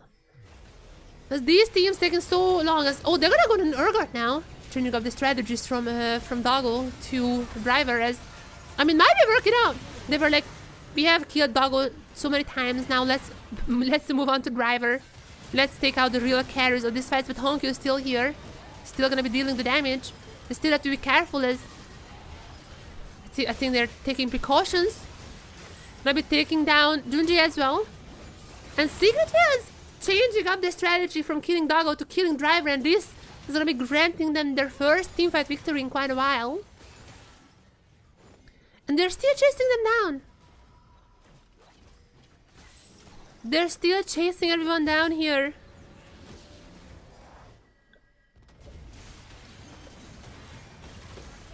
Wait, are they just gonna end the game? Wait, are they just gonna end it? 15, okay, 10 seconds on Driver. Okay, I'm not necessarily sure if they can end it here. Doggo is super weak, so there's not much he can do. I think they're just gonna end the game. Secret Wars just gonna end the game like this? What? Secret Wars! Look how happy they are. Oh my goodness! Secret Wars! Gonna be picking up the victory against CFO. That is an incredible game. I mean, obviously, as you can see, CFO were sick. I mean, you could definitely see the reaction times deteriorated a little. You could definitely see them not playing to their full potential. But that is crazy. Even with all that being said, that is insane.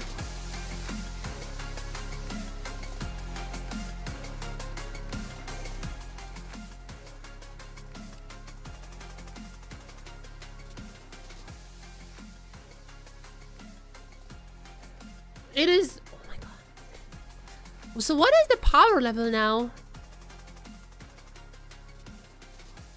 With this one, Secret Fields basically just lock them. Okay, with this one, Secret Fields just basically lock themselves in playoffs, right? They technically need one more win. Sorry, not one more win. They just need like Chiefs and DFM to lose, I think, one more.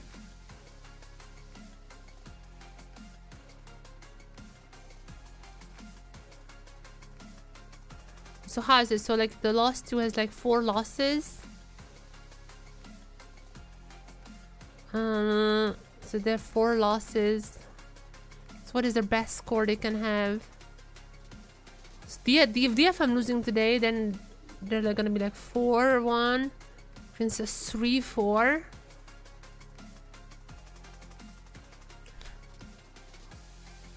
And the Chiefs are also 3-4. They have won against both of them. Okay, Secret Wars actually can lock in playoffs today. I just did the calculations.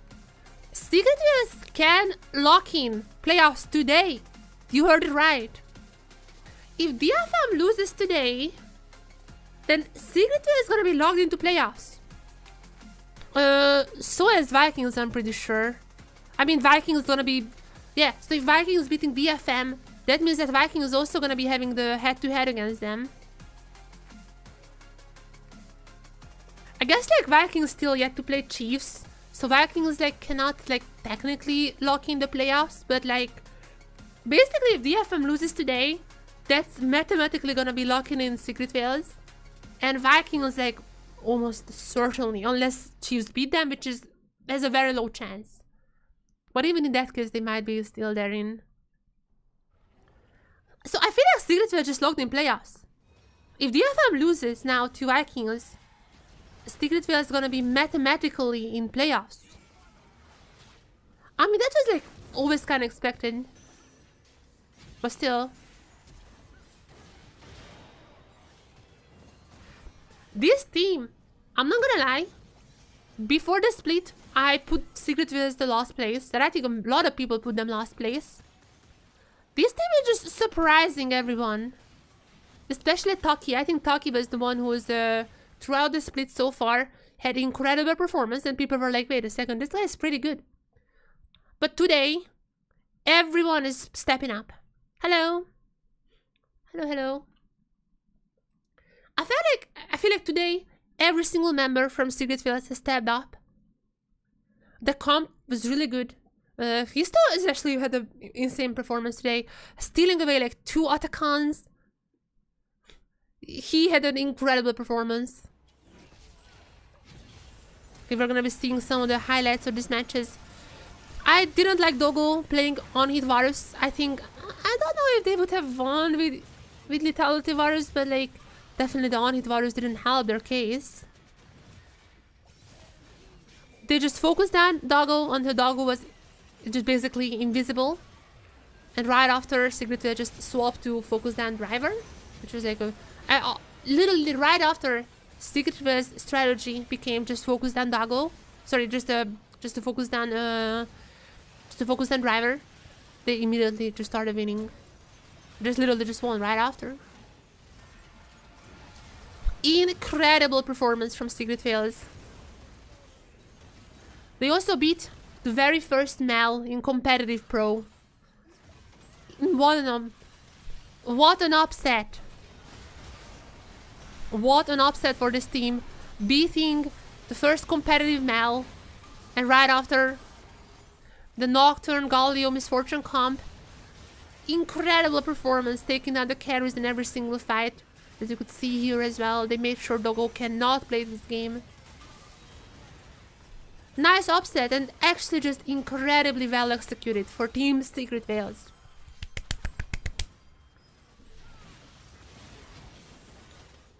How are the seedings for the Pacific? Haven't looked at the voucher yet. The seedings, I mean, that was a massive upset. Now it's gonna be a little bit different. We don't know. CFO was supposed to be like a top 2 team, maybe top 1, 2 team. This is a massive upset. Before the split, I was expecting Secret Wales to be like last place, and now they're just beating CFO. That is incredible. I feel like the whole LCP is just an open book now. I don't know anymore. I don't know. And what can this team do in like a actual BO5 fearless? Who knows? Now, only thing left, Vietnam. You got your upset. Now it's time for DFM to take down the Vikings. Vietnam, can you please give us an upset as well? Team Secret and Team Wales, yeah. They merged. Yeah. They have merged. It says Team Secret Wales, that's their full name now. I mean, some members are from Team Secret, some members are from Wales. They're just like, it's actually just like a mixture of them.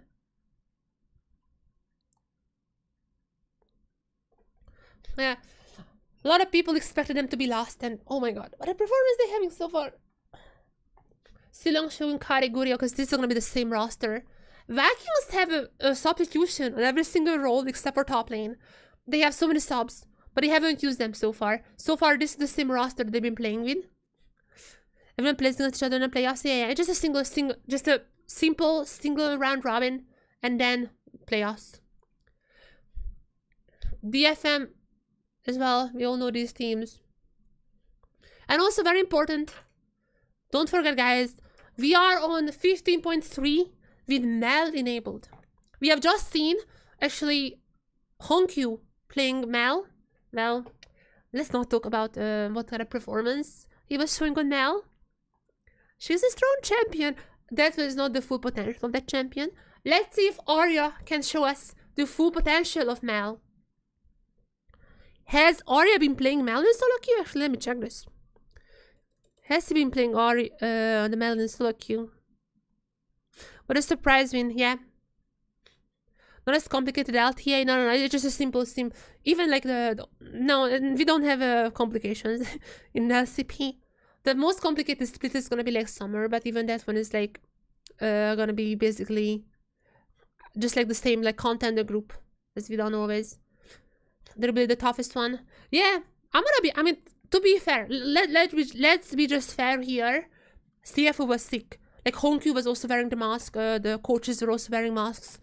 They were sick, and I'm gonna be honest, it definitely felt like you could literally see Honkyu having like a worse reaction in the Mel, which is, I don't know why I play Mel. I don't know why I play Mel when like that champion relies on like reactions. I don't know, but they were not on their best form. Let's be honest here. However, with that being said, that is a massive victory for Team Secret Wales. Histo, I think, had a career highlight match. Incredible steals, incredible setups, and I think Games 3's comp from Secret Wales is also insane. Like the Nocturne, Galio, Misfortune. Some teams have tried it before, but I don't think any team has executed it as well as Team Secret Wales. Arya. We have already seen one Mel by Honkyu. That was... Let's not talk about that. Arya, can you play the Mel? Can you play the Mel? Okay, Arya has not played a single Mel so far. That's... Okay, I'm not sure if Arya is going to be playing the Mel unless he has like strict accounts. Well... Okay, I'm not sure about this. Arya plays a ton of support though. Okay, he's not going to be playing the Mel, guys. Yeah, I don't think Arya is going to be playing the Mel.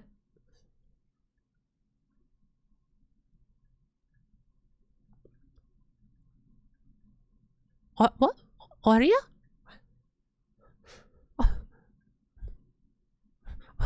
19 hours ago?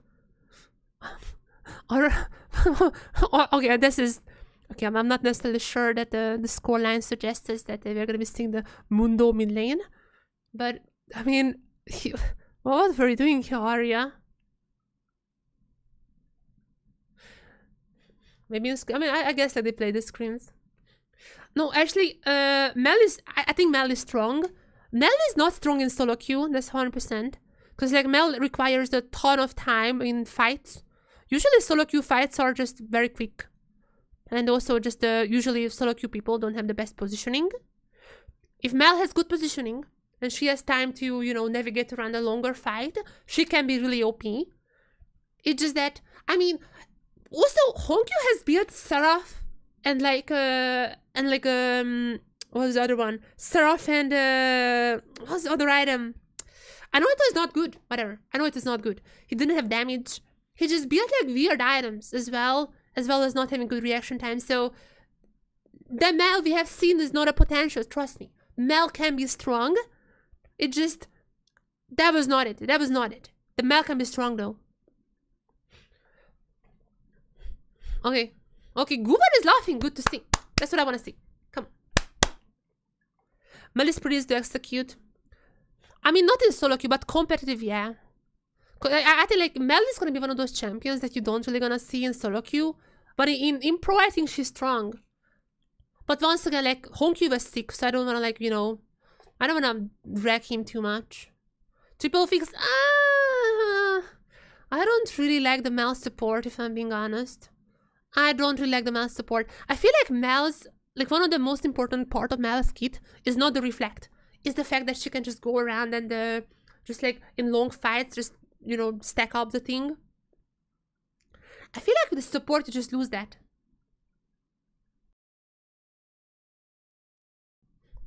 I guess like the shield is still gonna be fine. But I really feel like, and also you have like also you have the what is that? You also have the stun, the root. So I guess like it's kind of like the Pantheon support, which is like you're gonna be losing a lot with like not having the full damage, but people play Pantheon support, so yeah. I guess anything is possible. Okay, on that note, okay, you know what? Who cares about Arya? On that note, what is Harp playing now? That's okay, chat, let's see. On that note, what is Harp playing on solo queue? Harp. Okay, the Rakan. Rakan has gotten a buff in this patch. Blitzcrank. No mouse support. Oh. What is DFM doing? What is DFM doing here? A lot of Pantheon and Ellis though. Trash though. Also, I really want to play it. Oh my god. I really hope Harp plays Trash. Trash has gotten a buff in this patch. And from all my friends who plays Trash, they said that Trash is actually pretty strong now. I would love to see the Trash. I love Trash. Any meta, when Trash is available, I feel like that's a good meta. So I want to see Trash. I heard Trash is now good. And I just want to see it. I just want to see more Trash. She can run out of combat. She's stuck at running. I mean, if you have to run out of combat with Mel, that's already a problem. You just want to auto space. That's what I mean. Like, she's a hard champion to play in solo queue. But I feel like in pro play, she shouldn't be hard. Like, it's like, you know. I feel like it shouldn't be hard in pro play.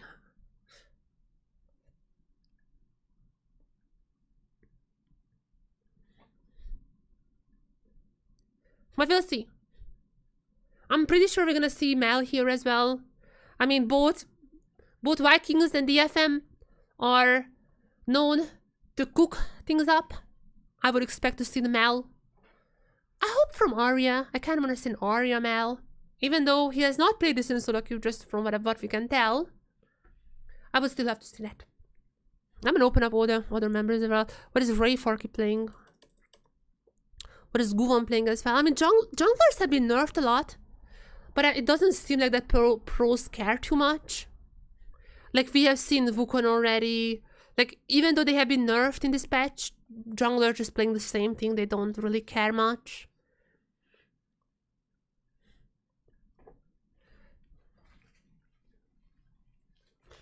The burn build. Yeah. Also, oh yeah, that's right. That's the item. So people have been flaming the Leandris on Mal. Since Hongyu has built Leandris and Seraph. I'm gonna be honest, I don't really hate that build. It's just like I just felt like the Seraph was a little overkill, because like you kind of wanna have Seraph to, like, you know, prolong the fight. But like it was a little bit overkill, I admit. The Leandris though I think is good. I think the Leandris is definitely good on her. Like that's what you want in like long team fights.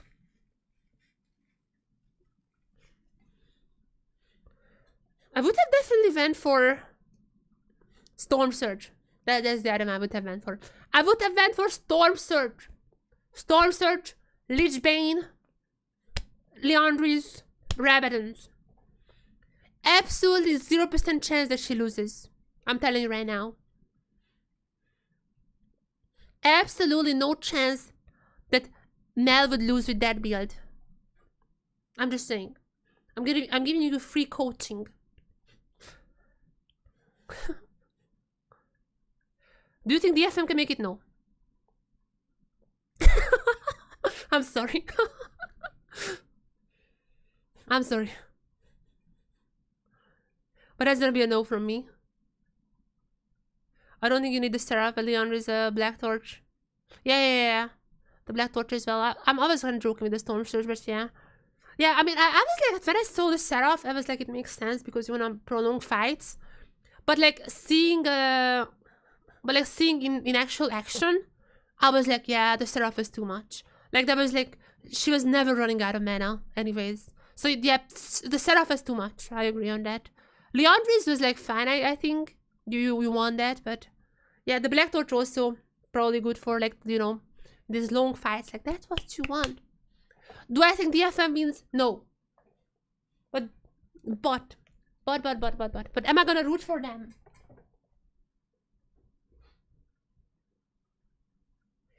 Heck yes! Of course I'm gonna root for DFM. I'm never gonna not root for DFM. I'm gonna root for DFM. I wanna root for DFM. Pick the Mel. Pick the Mel. Aria, show these kids how to play the Mel. Show them. We have seen a not so satisfactory Mel performance. Aria, show them. You were the guy who played the Vladimir actually for the first time. You were the guy. But I think that's it. But now is your time to play the Mel. I think Aria is gonna be cooking this up. He's never played it in solo queue. He's hiding the fact. I would feel like that he was practicing the Mel, some would say. I think he's hiding the fact that he's practicing the Mel. But I need to see it. Also, I guess like he has some accounts that I don't know of. Let me check WeChat as well. They have a little more accounts added. Let's see.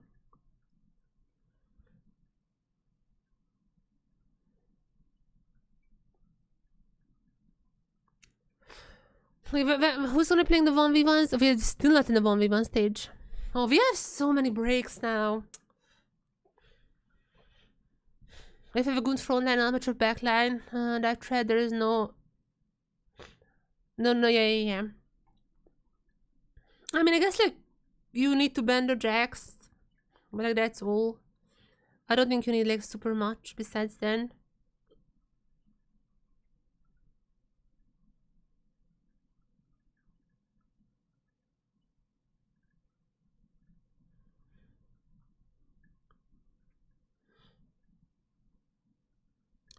Yeah, that is the only account that I know of Aria.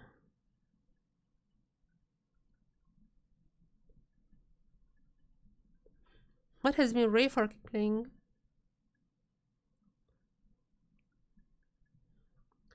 Rayfark played Gragas top, which I'm happy to see. I think the Gragas top is pretty good. Bot patch, it's a 15.3. It's the new one. I think Alice got nerfed on this one, right? I mean, Alice support is kind of falling out of the meta anyways. Oh, Alice was untouched. Never mind. Alice was untouched. But like, even though levels like Galio, Nurse and everything, like people still pick. Pro players don't read patch notes. There was also Skarner pick. By the way, the Skarner has lost today. So there is that. But also Skarner is like permaban anyways. Pro players do not read patch notes. But this is 15.3. The most important aspect of the 15.3 is that we are gonna have Mel enabled. That is like the most important. Others don't matter. What is the Aria?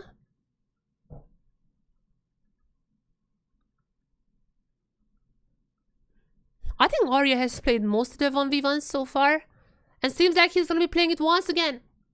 I actually don't even know if the Mel is enabled in 1v1s. I mean, she's from Noxus. Her mom is enabled. I don't know though.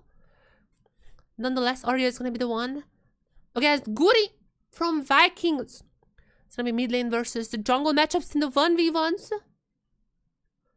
Let's the champion picks hopefully coming up very soon. Aria, you have shown some incredible 1v1 performances so far. Show us what you can do. So yeah, I mean, as for the supports, I think like there was like not many big changes. Like the Thresh is the biggest one, but I haven't seen any support playing Thresh like professionally. So Even though Thresh is kind of back in solo queue, I have yet to see it in like actual, like, you know, I guess like pros haven't really like practiced it enough. Even though like every single support knows how to play Thresh. Okay, there is draft music in. So what are we seeing here? What are we seeing here for the 1v1s? What are we seeing here for the 1v1s? Come on. Bam, bam, bam, bam, bam, bam, bam. Are we gonna be seeing the Mel? I don't know if Mel is enabled. I mean, I know Mel is enabled normally. I just don't know that Mel is enabled for the... Here's the roster! Mel is enabled for the 1v1s! Are you gonna be picking up the Mel for the 1v1s? I respect that. I respect that. He's like, I never played this in solo queue. I'm gonna be preparing for me to pick the Mel in actual games. I'm gonna pick the Mel for 1v1s. Absolute respect for Arya.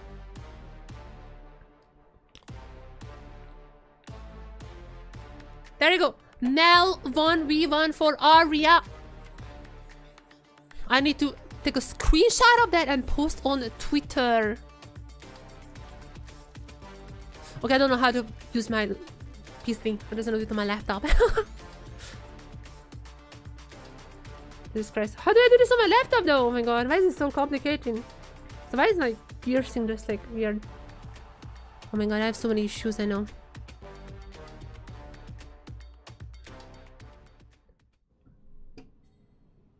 As we are in 1v1s, Mel on one side by Arya against Guri's Sion. Let's see.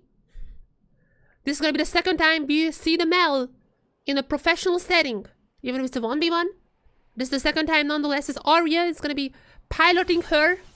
Let's see how well. Might just be a little bit of a practice for the actual game. I hope so.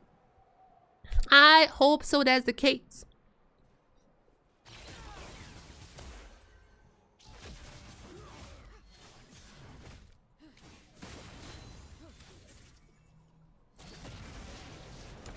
Already? Okay, there is some damage here.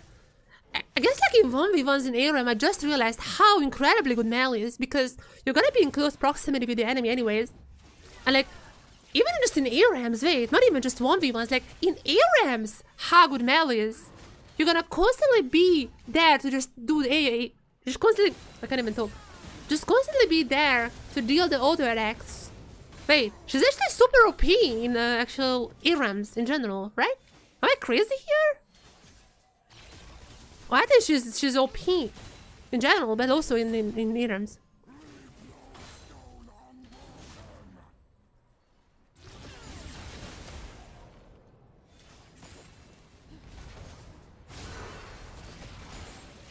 As now, there's a shield coming in. Gonna be helping a little. Gonna be flashing, also igniting, also cleansing. So many summoners have been used just now. But flash is still available for Arya. Gonna be healing back up a little as well. So far the match, so far the 1v1 I think is quite equalized. The roots are always gonna be coming in for from the Mel.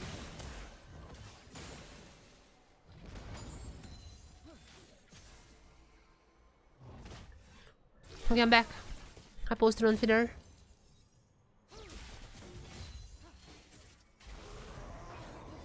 Arya so far I think playing this quite well.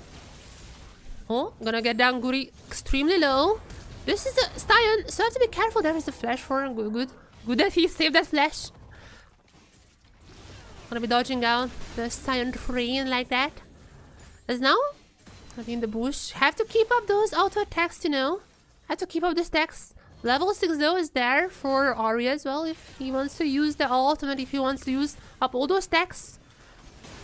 I feel like whenever Sion charges Q, you would wanna just like kinda, you know, keep the stacks up.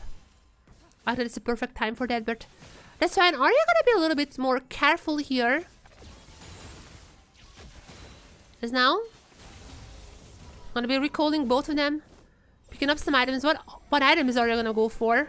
I mean, I know it's just ARAMs, but like, gonna go for the tier. Okay, the tier makes sense. What's the Leandris? Not the Leandris, but like components. That makes sense. I mean, I guess like in ARAMs, the tier makes sense. I just hope people didn't go for the Seraphs in like an actual game. I just hope that one, but for now, it's fine. For now, everything is fine. Arya, you're fine.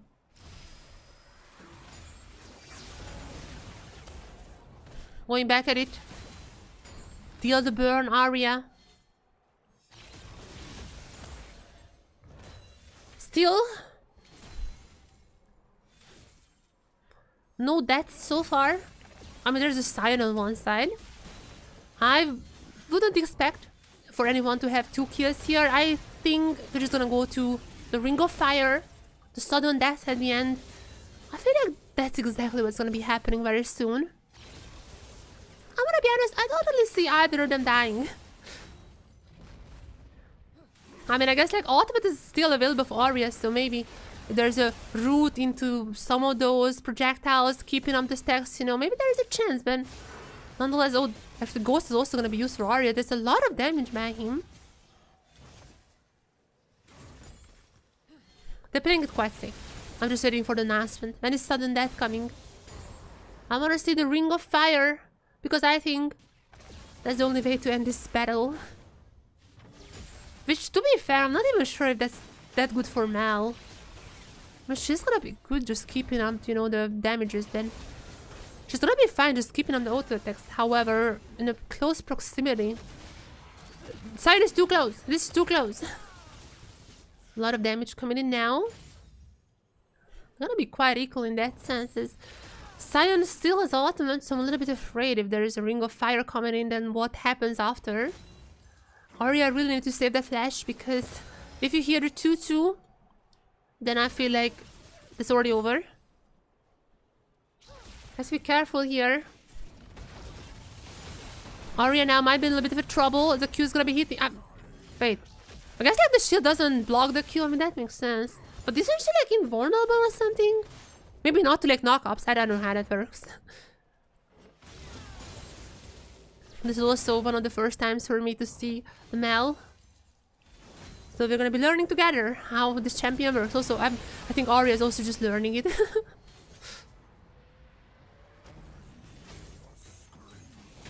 But that's fine. That's all fine. Naguri gonna be pushing under the turret, but there comes... Oh, the route is not happening. However, I think like he's gonna get a few turret shots here. Arya gonna be super low. Ultimate is still available for the Sion if you would wanna go for that trade. It's Arya. Probably needs to recall here. Oh no. I mean, even if you kill Guri, that's just gonna be a trade here. Oh no. Yep, sudden death coming in. There's a Ring of Fire. I mean, it was expected to happen. Against the Sion, there is not much of a chance for, you know, exciting 1v1 battles. As Arya is gonna be finishing off before the... And Arya is gonna... Before the Ring of Fire, Arya is gonna be about in a 6-7-ish hundred with a gold difference. Why is this so... Why is this so much? Oh, because the plates. I forgot about the plates. But in the end, I mean, Mel is gonna be having the Leandris finally. 1 boots, 2 rings, and also the tier. So I feel like as they're entering now the Ring of Fire, that's gonna be quite a good ammunition against the Sion, who has a lot of MR, has a lot of tankiness. So it's still gonna be a hard job, but I feel like the Leandris is really good that he was able to complete. Let's be careful. There's now... Oh, good dodge. Oh, there was not even a flash available for Arya. I thought there was. Never mind. Guri also used... Ring of Fire coming in. Ultimate available for Arya, but not for Guri. However, Guri still has the shield. And I feel like Arya is going to be really behind in here. There's a root though. I feel like Guri wins this one. In this close combat, the Mel is not going to be strong enough. 1 more shot and I think this is it. Guri is going to be winning the 1v1. Mel was actually not doing that bad earlier on. But unfortunately, it was a little too much. When the Ring of Fire came, it was already looking to be over. You don't want to be in that type of space with the Sion.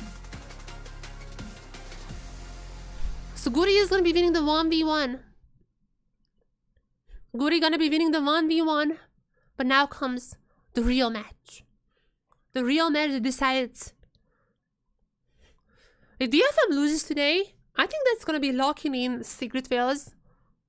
And also, like, almost certainly gonna be locking in Vikings as well. Vikings technically still need to beat afterwards Chiefs, but I think but basically, Vikings win today, they lock in playoffs.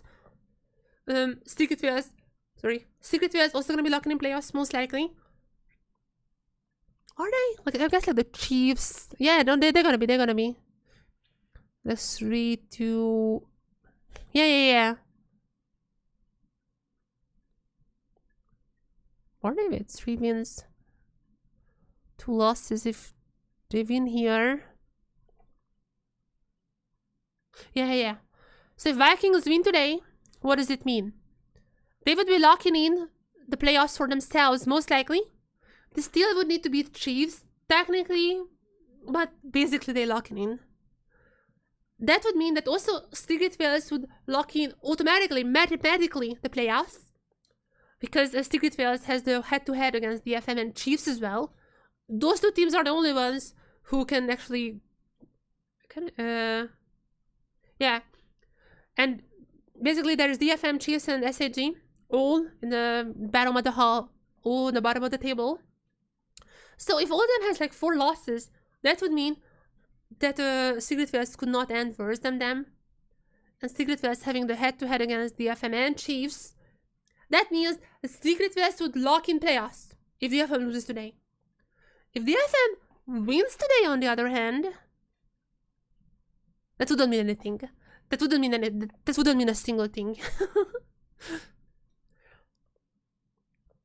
But still, a lot on the table. This is the first day that Mel is enabled. We've already seen Honkyu playing Mel. Now, game 1. Let's see if Mel would be picked up by Arya. Let's see if that 1v1 made enough encouragement for him to be picking up the champion.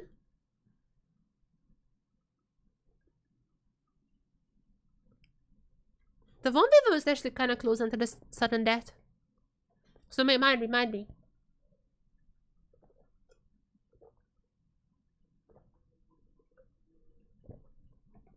Right, I'm gonna be right back. It's gonna take a while to get into draft. I'm gonna be right back. I'll be right back, and right after, I'm gonna be sting the draft.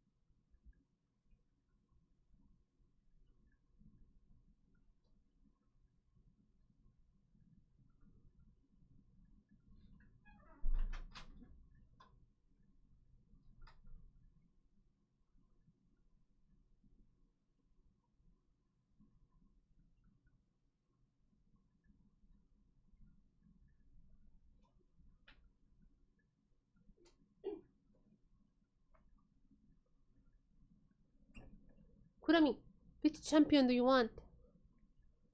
I want Mel. Kurami, do you want them to pick Mel? Tell them. I wanna pick Mel. Arya, pick Mel. Alright, Kurami, I'm gonna tell them. They're gonna be picking Mel for you.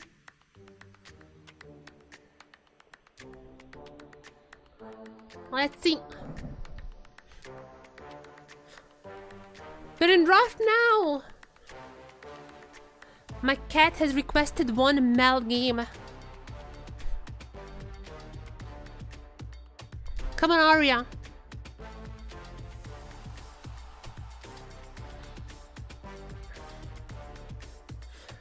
Alright. So I have a DFM. I'm always gonna be rooting for DFM. We are in draft now. Bans are quite fun, actually. Wait, we're not. If bans are gonna be quite fun to see. The Nocturne Zara, they're really gonna be banning out Guri here. As we can see the Vike. As you see the kind of usual bans on the blue side, which is weird because like these are usually red side bans. But like banning out some of the OP champions like the Vike, Kalista, Aurora as well, really flexible. Aurora has been permabanned I think today. DFM bans out the Corki. What is the first pick? Is it Cassante? Is it Mal? Is it an Azir? It's a Cassante.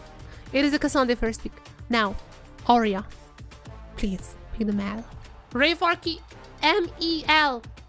Meru. If you're using a Japanese client. Please, I want the Mal. I want Arya to show these kids how to play the Mal. I think it should be Gragas Mal. Or maybe that's too much AP. I mean, Kakun has never really had like good performances, I'm gonna be honest. So more of a utility, this is gonna be fine. But they need the Mal now. They need the Mal. Come on. Prolong these fights. Get the Mal to Arya. That's what I wanna see here. No Brome.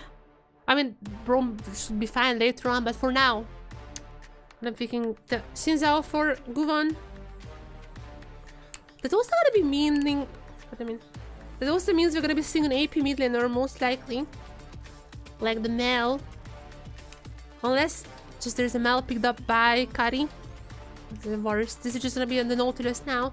Are they gonna be stealing away? I don't think the Nautilus would work with Ash, but are they gonna be picking the support here? Or are they gonna be picking Renata is still strong, I think. Renata is still strong here, but I think they don't want to pick the Renata in case the Mel actually coming out from Arya. So it's gonna be the Wukong. This is very similar to what we've seen last match, game 1. So game 2. This is very similar of a comp that actually Mel was played against in the previous match. At that time around, it didn't really help too much, but it also wasn't the best Mel performance. Now, will Arya go for the Mel despite all that? We don't know.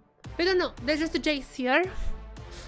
And now we're entering the second ban phase. So far, quite normal team comps, which a little makes me worried. Because Kakun had a really bad performance, I would say, throughout his games. In case you don't know, unfortunately, Milan is having hernia. And because of that, he had to go back to Japan and cannot play for the rest of Split 1. So Kakun is going to be playing for the rest of the season kickoff. So that's where Kakun is going to be playing. He used to be a mid laner and only role swapped to ADC this split. And like this is like, these are his ADC debut games. And he has not had the greatest performance on ADCs so far. The APCs are different. Definitely there has been like a Talia bot game which they didn't win, but I think that was a good idea and it was a good comp and everything. I wish we would see the more Ziggs and such. I don't know why they are forcing Kakun to play ADCs when it's just not working. And I guess like the Ashe is gonna be more of a utility ADC.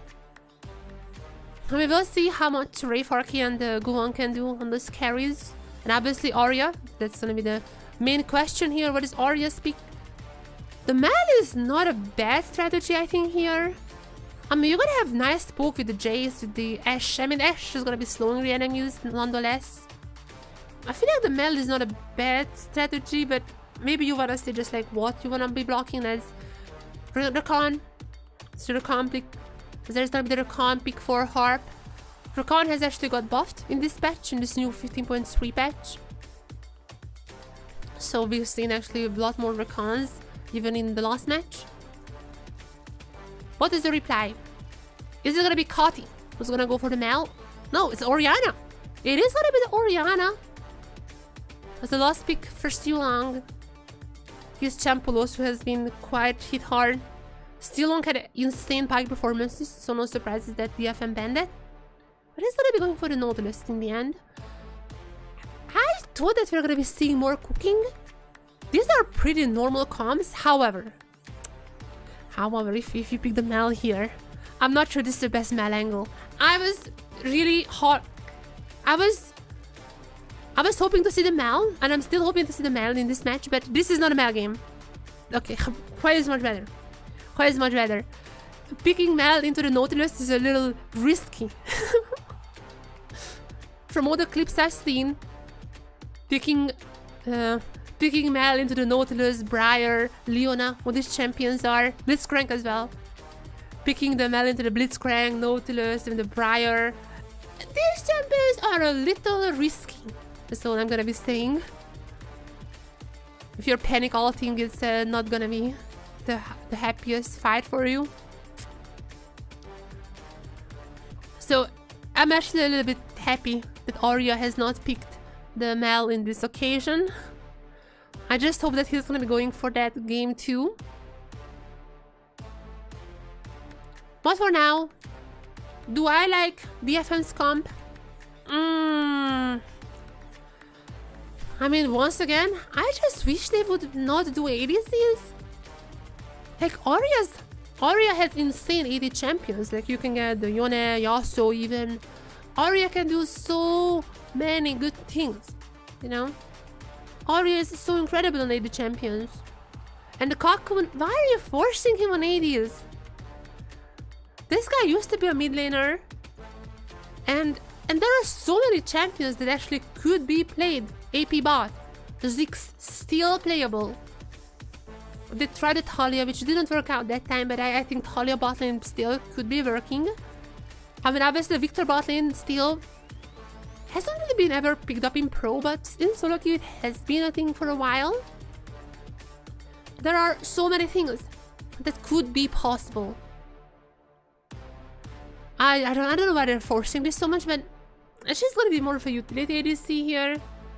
And basically, Rayfork needs to... So basically, Rayfork needs to get ahead, which, I mean, he has had pretty bad games so far. And Arya, I mean... On the way, last time around, he was kind of eh. I'm not sure if... I'm not necessarily sure if he would have a better performance today. I hope so, but I'm not sure. We have already seen one upset today when Secret Fails have took down CFO. Now let's see if another team on the bottom can take down another team on the top. Let's see, we have another issue. Okay, we are kind of imitating what happened game 1, or like match 1, which is a good thing. Match 1 was a lower team has won.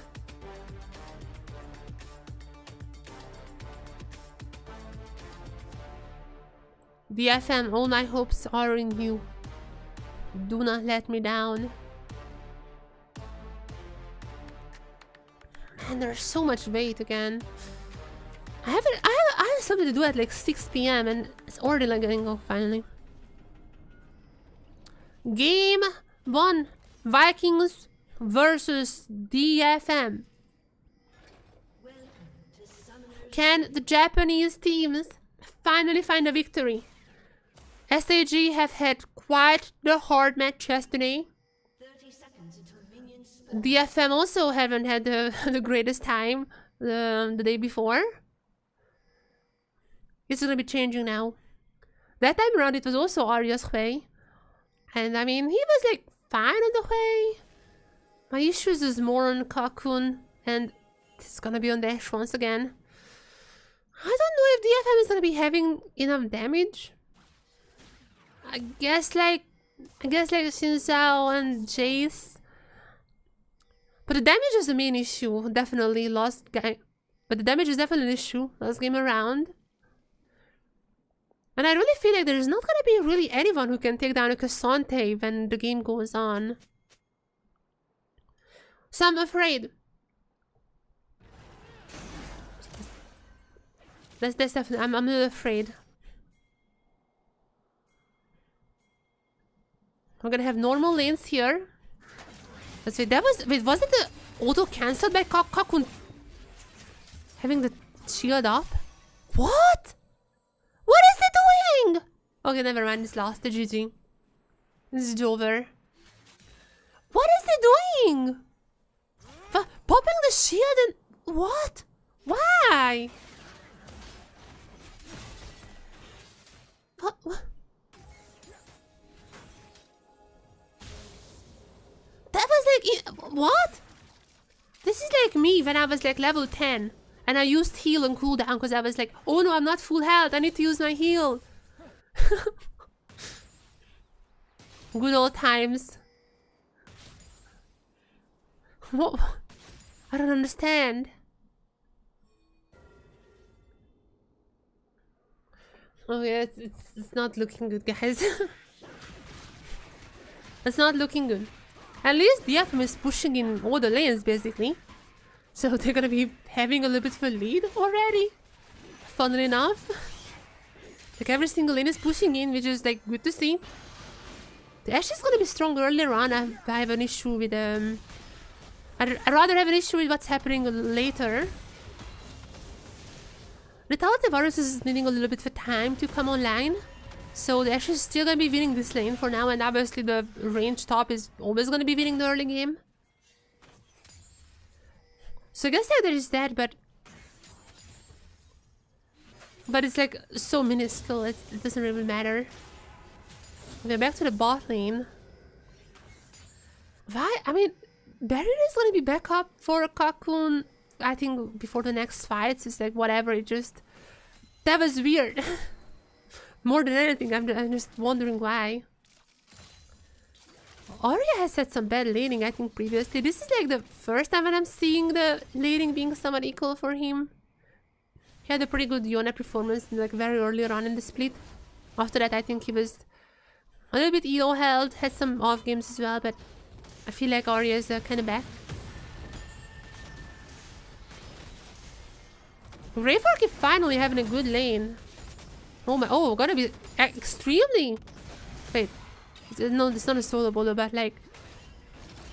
Rayfork, he also had some bad games, let's be honest. Finally, though, it seems like at least... Okay, just as I'm saying this is gonna get a threat shot, that's fine.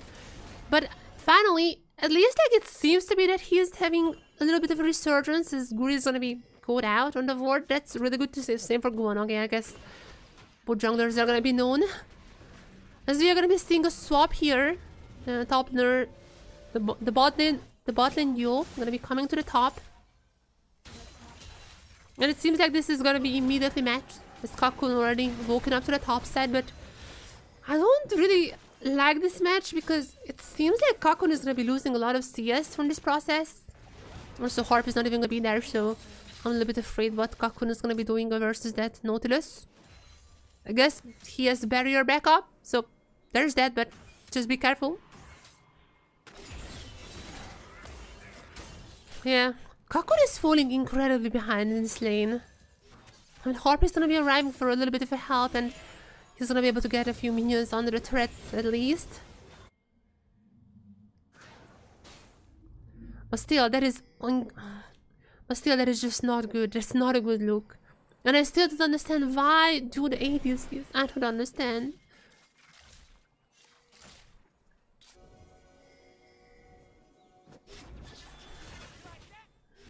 Yeah. Guan is gonna be there in the bush. Not in vision. I mean, they can go for Shogun.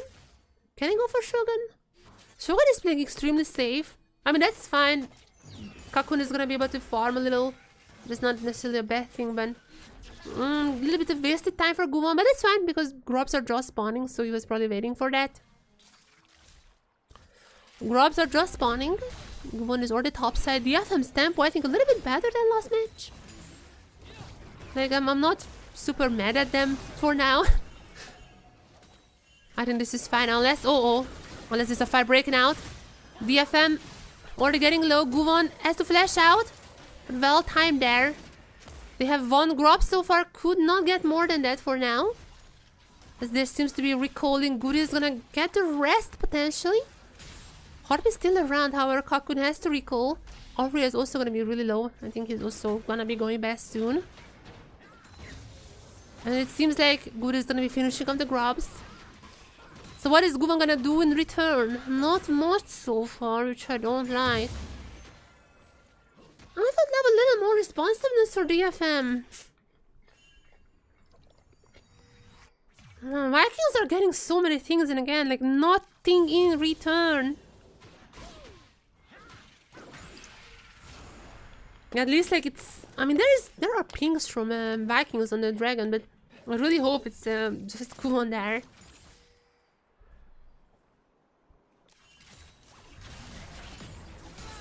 Okay, Harp is helping out Arya a little bit here, but Arya definitely has to recall. He has half health and no mana. It's enough. It's only a matter of time. We have Ray Farky, level 6 available on both of them. I mean, this only matters for Cassante, but yep, gonna be using it. Flashing out, but a flash out for Ray Farky. And that's it for now. Oh wait, this is not... Ray Farky, no, actually, I just praised you. Okay, at least gonna be surviving, but I literally just praised you. Last match, he had the same issues. Always gonna go for these waves. I mean, he's falling behind, but like, that's not how you recoup your losses. DFM's laning is still not good, especially Cocoons. Only question is how much can Guvon do? It's very hard to play jungle. I don't want to flame Guvon. It's very hard to flame jungle. Then you have every single lane losing. I guess like Arya is somewhat equal and Ray Farky is not anymore, but he was equal like a few minutes ago. But yeah, it's just really hard to play jungle like this. Unfortunately, Guvon I don't think can really shine in these situations.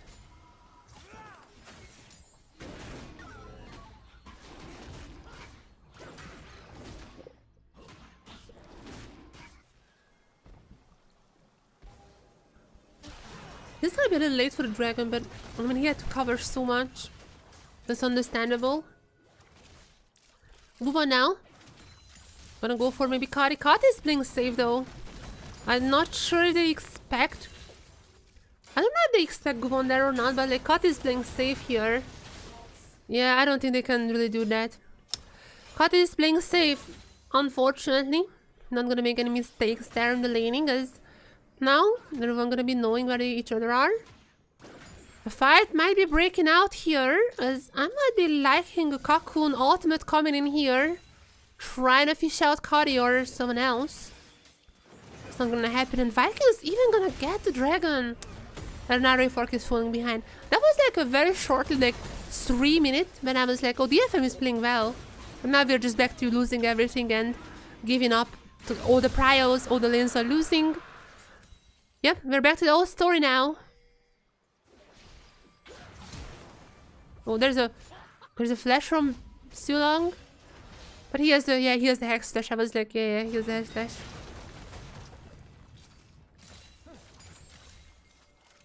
Man.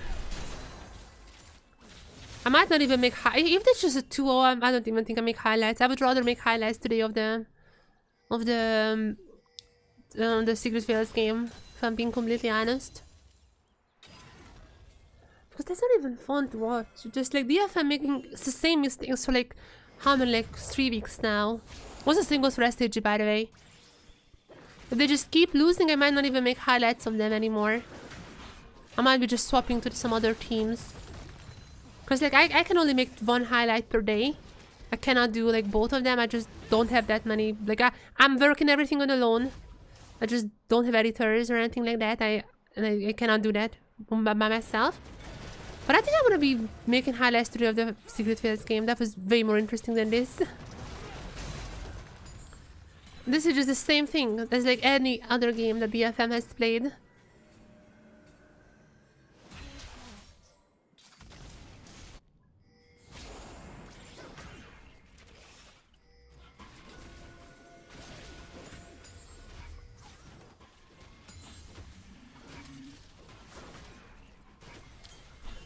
And Vikings gonna get 5 grubs. It seems like there's nothing that they can do.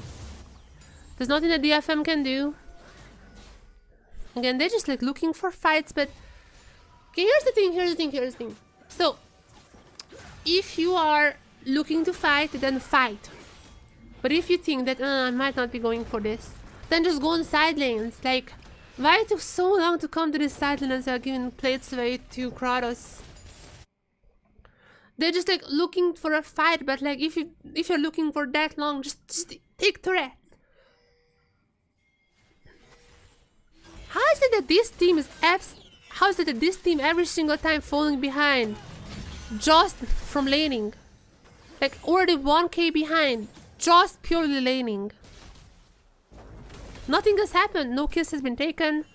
There was like one small fight, but again, like no kills. As now this is gonna be probably the first, but coming into Kari or Kratos. Kratos is gonna be tanking a turret, which is the better target to do as wait. What? Okay, this is gonna be Kari. Wait, Kari! Oh, that was not a good dive from Vikings, but wait. Kakun got whoa. What happened? So Arya died, Kakun has got what happened here? Okay, wait, what? I'm actually, is it good for us or not? I cannot tell. Kakun got a double. I mean, that's not necessarily the target I would want the kills on, but so Arya got solo killed and what is that? I need to read this. I need to read this here. There were like 3 fights happening at the same time. Are we gonna get replays? Okay, so what are we gonna watch first? So first of all, what happened on the top side? Just a simple gang? No, but it's fine. Oh, Harp, nice engage actually. Getting alive, getting out alive as well as almost got taken down as still alive. 2 kills from Kakun, that's nice. And what happened to Arya was just like, Guri just 1v1ing God. Oh, gonna be ulting the. What? Why? He had flash on. Or I'm not sure if he had flash on that fight, but like he has flash now. Might have just come up now. That was weird. Okay, no clans on the Varus. That's a nice arrow from Kakun. Maybe I was too harsh on him. He's gonna get the 3rd kill. Actually gonna get the 3 kills. First 3 to DFM. Might have been too harsh on you. There's Rayfark. Okay, Rayfark is still incredibly behind. Oh my goodness. Insanely behind. Oh, Jesus Christ. That's like 40. How do you have a 40 CS loss as a ranged top laner? What? I mean, they were like swapping around and everything, but for the most part, his lane was next. He was against Cassandre for the most part. How are you so behind? What? Oh my goodness, that is insane. You know what? Same as I said for SAG. I have a new strategy. Coach put me in. You guys need Karma top. I heard it's popping off these days. Karma top. I mean, Harp has been playing well, but you know, if some of the members are underperforming, Yumi is also available as. Okay, don't put Harp or Yumi though. Not Harp. I thought that again maybe should try out the Yumi. Not Harp. This guy needs to be engages. I love you so much, Harp. One engage once again from Harp. Absolutely, so far setting up these fights. BFM gonna get a Drake. That's really good. That's Kratos. A little bit of out of position, but not gonna be getting caught. Harp just jumping around. I'll have to watch this guy. With that being said, Vikings still have a massive gold lead. Gonna be picking up another turret now. Obviously, the top lane is. There's a little bit of you know, a little bit of top gap happening meanwhile as well. That is crazy, by the way, how much of a top gap there is. That is insane. Like, how is it even possible to lose this hard?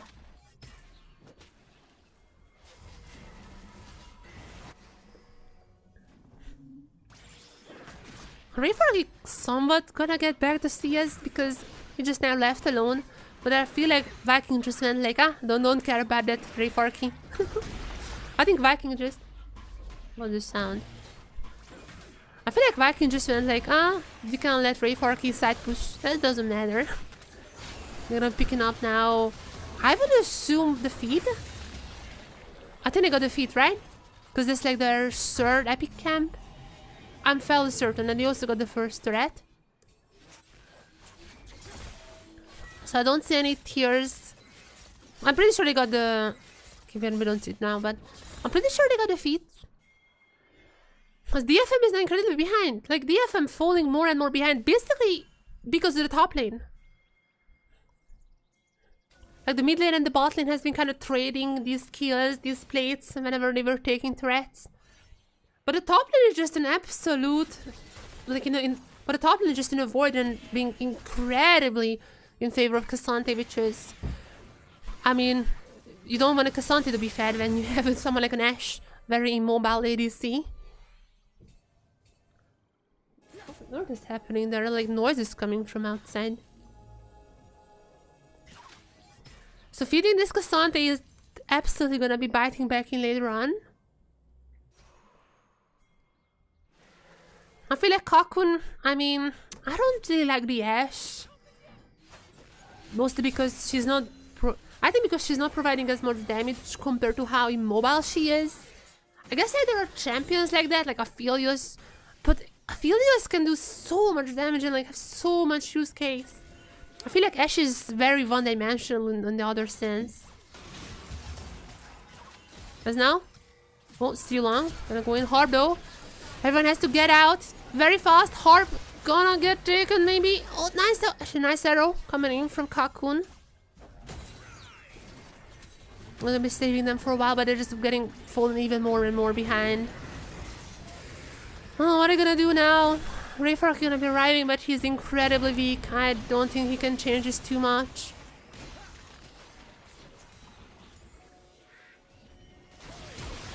Okay, Harp. Harp is gonna be baiting them a little here. Wait, this is gonna be actually working out. I see there's so many ultimates on the side of DFM for that with Harp. Harp going for the re-engage. Rayfork is gonna be really late on this flank. And yeah, they just lose. Arya is... Oh, actually Arya might be turning things around. Gonna go for the flank maybe, but no. I don't know. I mean, I guess like Vikings were kind of trolling. That is not a great fight for them, but I mean, they're still gonna be winning. Like, still gonna be winning this trade. That's what I mean. Rayfork got a few kills, I guess, but... That is such a bad performance from the DFM, honestly.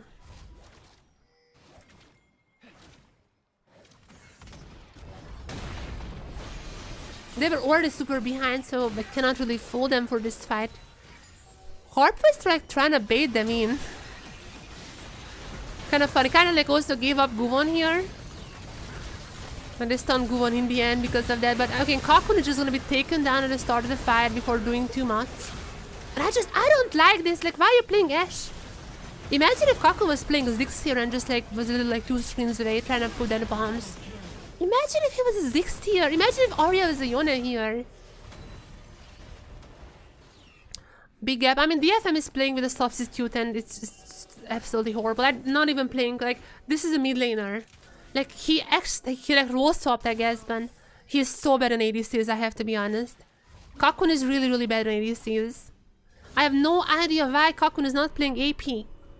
This guy used to be a mid laner. He role swapped, but like never played professionally ADC. He played professionally mid lane for his whole life. Like, why are you not playing mid laners with him?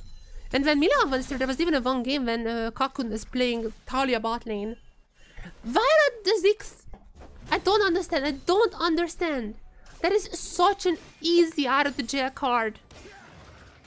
Ziggs is still OP, by the way. Still incredibly OP. Especially in the lane swaps.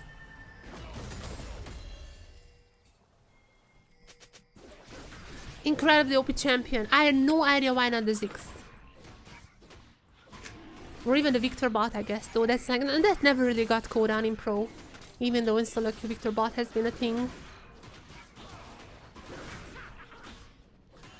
And there it is, Vikings gonna get another dragon. And it's just really annoying, like the same thing. What should I say? Every single game for 4 games in a row, just the 5th one now. Every single time. The same issue. Actually, not for DFM. DFM had good drafts. Okay, I don't want to be too hard on DFM. DFM definitely had good drafts. It's unfortunate they have to play with Kaku now. That's, I mean, that's not their fault technically, but like... They didn't sign a sub, then they signed Kaku like before their first game. And just... The way they handle things, I just hate it, you know. They just, why cannot they be like any other team, you know, normal subs, announcing before the split. They're doing everything behind the scenes, like they just announce everything like literally one before their games. Can I get Atakan? DFM is incredibly behind, but we've seen some Atakan comebacks, so maybe there it is. Everybody's gonna be missing. Gooding gonna be caught up here by Arya. I mean, that's not too bad, but again, this fight is not strong enough as there comes the Cassante. This Cassante was fed for 20 minutes. And let's see if they can get it out. Oh, okay, actually, wait, Vikings making a mistake here. Vikings making a huge mistake here. Why are they splitting the fight? Why is Vikings splitting the fight? It's not how you fight. I guess these are just trolling. I guess teams are just trolling at the account today. What is happening here? Okay, Ray Farky is gonna get a little low here, but that's fine. That's quite strong in this. Lord is still gonna be strong here. I guess teams are just trolling at Atakan today. What's happening? CFO had done the same thing. They're just trolling at Atakan. What is with this objective that everyone just decides to troll around them? DFM is still gonna be behind, like it's not a massive victory, but like for them at this point, I think it's like a huge victory. Why were they splitting the fight here? Okay, watch now. Why is Siolan going for the other end? They were splitting the fight here. I mean, I guess like he was trying to go for the flank, but like there was absolutely no way in hell that he can get there in time. Why were they splitting it? If they were just together, they absolutely win this. And they were out of ultimates as well, I guess. Yeah, Wukong was taken down too early. After that, they couldn't really have any other firepower. But now we're back to the Atakan. DFM needs a few more of these fights to actually get back into this game. It's Harp is being called out here, but I mean, that's Huracan. Pretty slippery. Is it just gonna be the same thing as for last game, as for the last match? Is it gonna be the same thing as for the last match? Or are we just gonna be seeing like a 10-minute Atakan dance? I mean, it seems to be the case. I guess like that's working out for Arya. Like the player is gonna be pretty happy if it's just, you know, a poke battle. I don't think he would be too mad about that, but I mean, the whole Harp is just keeping the Atakan in aggro. What is happening here? When the Baron is gonna be spawning meanwhile. But meanwhile, oh, Rayfark is gonna get called out here. Well, that's the difference between CFO and DFM. Okay, Harp meanwhile. Harp is gonna be saving Rayfark. Wait, oh my god, Harp is gonna be saving Rayfark. I mean, they're just still gonna make Vikings pick up the Atakan, but like, Harp is doing insane work for this team. Harp is doing insane work for this team. Oh, they cannot even do Atakan, it seems like. Harp actually just 1v9ing this. Holy. Alright, SAG. I have a trade deal. Can we swap Gan and Harp? I'm sorry, but can we swap Gan and Harp? I mean, the SAG would be really happy with this deal. I don't think DFM would be necessarily in favor of that though. This guy is constantly saving all the members. I mean, he set up Cocoon in the very early stages of the game. Saving now Rayfark, who got called out. He has had an incredible performance on this recon so far. But obviously it's still behind. But this team is obviously still super behind. 2k gold. As now they are gonna be the ones starting at a con, and I don't know about this. It's probably just a bait to get Vikings to get away from the lane, not keep pushing that in. And that seems to be exactly the case. But it's not gonna be, they're not gonna be falling for that. They're just gonna go for the sole point in here, and again, there is nothing to contest it. Like, what is DFM gonna be doing while Vikings just taking the third dragon? The answer is nothing. Just resetting. They're not gonna do anything here. Oh wait, are they just gonna go for... Oh, never mind. Wait, I might have been wrong. Just gonna go for Otacon, but like... Where are they? Wait, they're teleporting in topside as... They're gonna wait for Vikings to arrive? Wait, what? And Kratos is still there. Are they aware? I mean, they are now. What are... Okay, this is horrible from DFM. They were waiting for nothing, basically. I mean, they could have just immediately started Otacon, and that would have been just a little bit better case. I mean, they still might be winning this fight, I don't know, but they're definitely setting themselves up in harder challenges here. As Guvan, they need to steal this. Guvan is gonna be taken down, and no, still here. Kuri is gonna be getting it. Actually, it's gonna be even Shogun, but this is cheating. Man, I just feel bad for Harp. Just like how I feel bad for Marble in SAG, I feel bad for Harp in here. This guy is doing so much, but the team is not there behind him.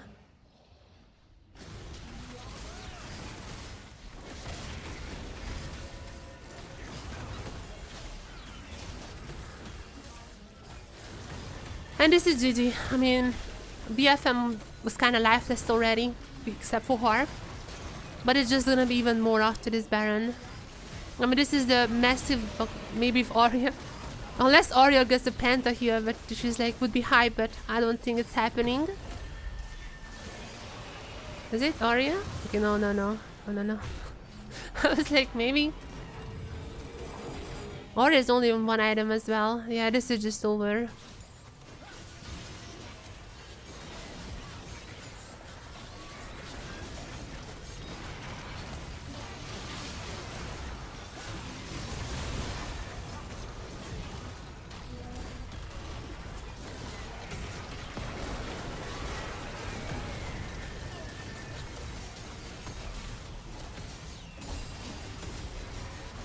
I don't have anything to say. That's just a bad fight. I mean, they just lost this game, but...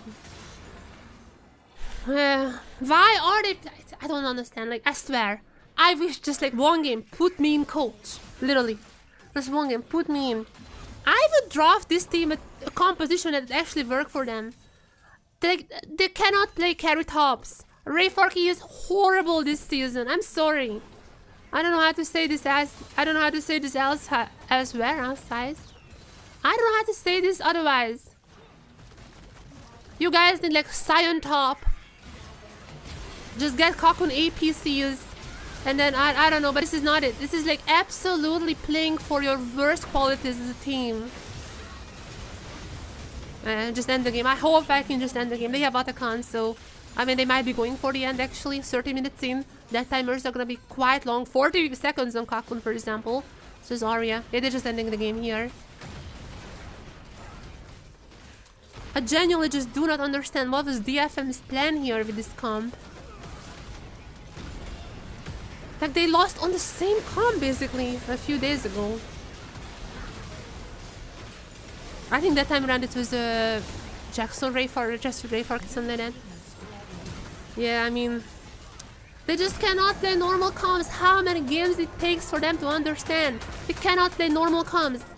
Again, and the worst part is that I swear, if they pick, I swear, if they pick Yone mid and Ziggs bot, they win. I'm not even kidding. If they pick Yone mid and if they pick Ziggs bot, they win. I'm not even kidding right here. It's like, look, I don't know, man. It's like I can speak Chinese. That's why I'm not translating Chinese. If I were to translate Chinese, I would be horrible at it. That's why I'm not translating Chinese. But why are these teams then? So why are these teams then doing stuff that they're not good at? Over and over again. Cannot they just like pick comps that like working for this team? You have a mid laner in the bot lane, which is, again, like, I understand it's an emergency sub. It's very sad that Milan can once again not play. Very sad. But if this is the situation that's happening, then why are you like trying to force it? Like just don't force it. Just don't force it, man. I don't know. It's just so hard as like a viewer. When I know better than the coach. I mean, probably the coaches just don't care. Not don't care, but like probably the coaches like played scrims with the Ziggs, I would assume, and they just didn't perform well. And my assumption is that they 100% tried AP mids versus like AP bots. They tried it like one game as well when they lost. And I feel like after they lost, they were like, okay, no, never again. That is my assumption. But like, that was much better than this. The Talia game was much better than this. Kakun mid van. No. I don't want Kakun mid. I think Arya is a much better mid laner, obviously. I just want Kakun to have AP champions. I don't know why it's like so weird to pick AP bot laners. That's a thing. Like, AP bot laner is a thing. Oh, the Ziggs is still playable. I swear. I really hope there is like one game when Kakun picks Ziggs and he just gets a pentakill so I could be like, I told you. The Ziggs bot lane is still super strong, especially in the lane swaps. Especially like, he would be so incredibly strong right now. But even like an Ezreal, by the way, Ezreal is like, mid laners know how to play Ezreal. Even Ezreal, even Corki, obviously. I think the Corki was banned, by the way, but you know, Ezreal probably wasn't. There are so many options for good AP bot laners, and they're just forcing the Ashe, the champion who is useless. By the way, I just hate Ashe in general, but here it was even worse than that. Oh man. Or I have another idea. Put Harp. Harp has played a lot of Ashe, Caitlyn, those like carrier type of supports. Just make Harp play the ADC. just this Caitlyn ADC with Harp, and have a Kakun play like, I don't know, Lulu or something like that. Let's modify the. Okay, I was getting kind of dark here. I think I saw it, guys. Harp needs to play the Caitlyn ADC. Actually, that's the way to go. No, I swear. Chat, if next game Kakun is gonna be playing like Kaisa or someone, I'm gonna be losing it. The Ezreal is like fine. Like if you like really want an AD champion, I feel like the Ezreal is gonna be fine. Like mid laners, Ezreal has been in every single role. So I would assume mid laners to know how to play Ezreal. So that's a fine thing. I'm fine with that. But I just wish. But can we just stop with the Ashe and the Kai'Sa and all that? Can we stop, please?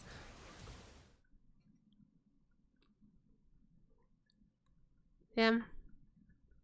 Maybe it's also time for the Mel for Arya. Kind of forgot that we are on 15.3. But yeah, Mel is enabled. Oh, you know what? Oh my god. Wait. Whoa. Hold on. Harp, Mel, and Aura is like Yona or someone. Oh my god, that might be the... Okay, that might be the draft. That might be the draft for game 2. That might be the draft for game 2.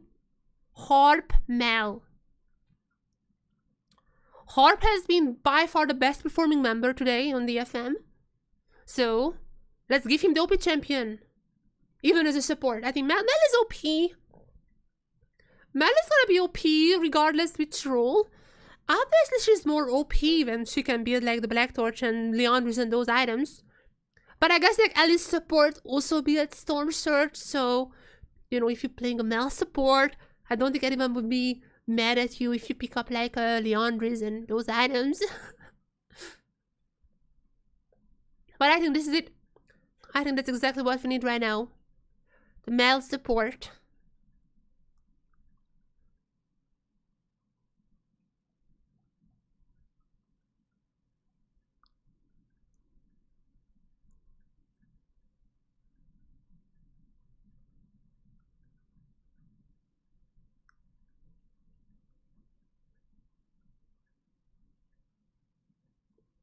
Cocoon Mel? No, please. I don't even think he plays like any Mel. Let's see, wait, let me check. I don't have his account, so I don't know what it is. I'm not even sure if he plays in Korea. Yeah, he plays in Korea, but I don't have his account.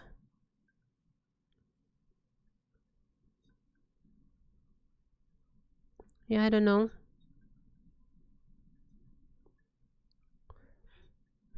Please no.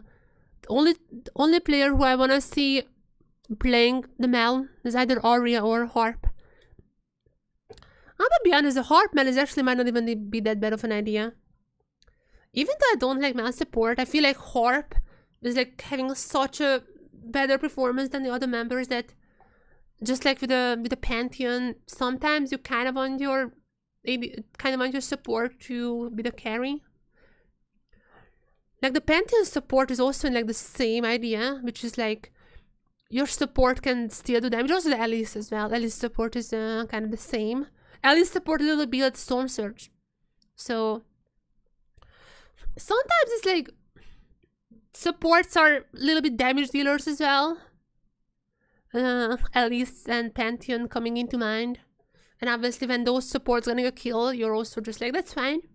You don't necessarily wanna just like, you know, when you're playing those supports, you don't wanna give away all kills. You want some kills for yourself, and that's all fine. So I really just feel like that this might be what we should be going for right now. I don't like the mouse support, but this is the case when I think the mouse support might be good. Harp had a fantastic positioning. I think in these fights, Harp is by far the best performing player, but I think just in general, he has been amazing in just seeing the whole map, you know, tracking the enemy as well. He has been really good. And I think I would be trusting him, but also I would be trusting Ori as well. I mean, Ori had a good performance, I think, in this game. It's just not much you can do when the enemy Cassante is like 2k ahead out of the lane. There's not much you can do in this scenario, but I mean, you know, I would be still happy with the Ori Mel. I think it's the Mel angle. DFM hopefully gonna be picking blue side now. And all I wanna see is a B1 first pick Mel. That's what I'm waiting for. That's what I want. Let's see if you're gonna be getting that.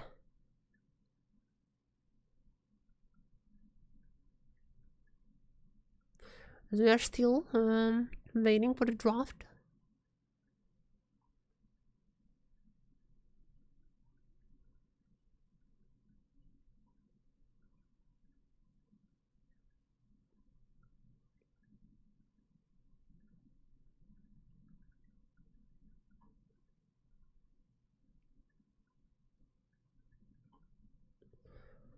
So yeah, hopefully we're gonna get into draft soon.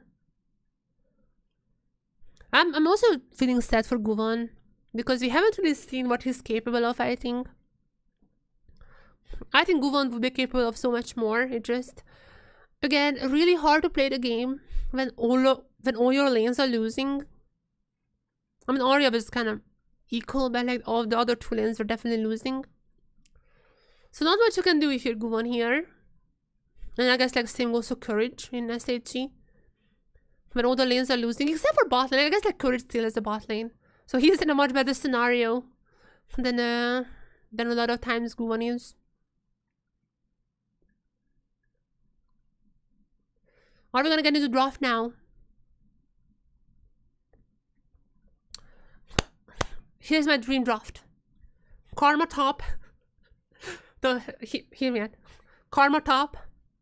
Lilia mid. Yona mid. What's your no, Lilia jungle. Wait, no, that's not working. It's okay. No. Roll back. Remake. My dream draft would be Sion top. I mean, you cannot really screw that up. Sion top. Lilia jungle. Yona mid. And have like Ziggs Mel bot lane. Is that too much AP? If that's too much AP, then you may also have just go for the Viego. Viego got nerfed, so maybe like a Wukong, I guess. If you want even more damage, then you can go for like, who, I don't know, who is like a super strong AD jungler? I don't even know. I guess like Viego could still be used depending on the enemy. But that's what I would do in general. You need tank top. Just give the easiest champion to Rayfark that he just needs to tank and nothing else. Give Cocoon an AP bot laner. Give Harp the Mel. Or maybe Ori as well, but I think Harp Mel would be working here. Just because his positioning has been amazing throughout this last game. And give Arya some AD champions. Yes, that's what I want. Let's bring out the Yone. Yes, let's bring out the Yone. Let's bring out the Yasuo. You know what?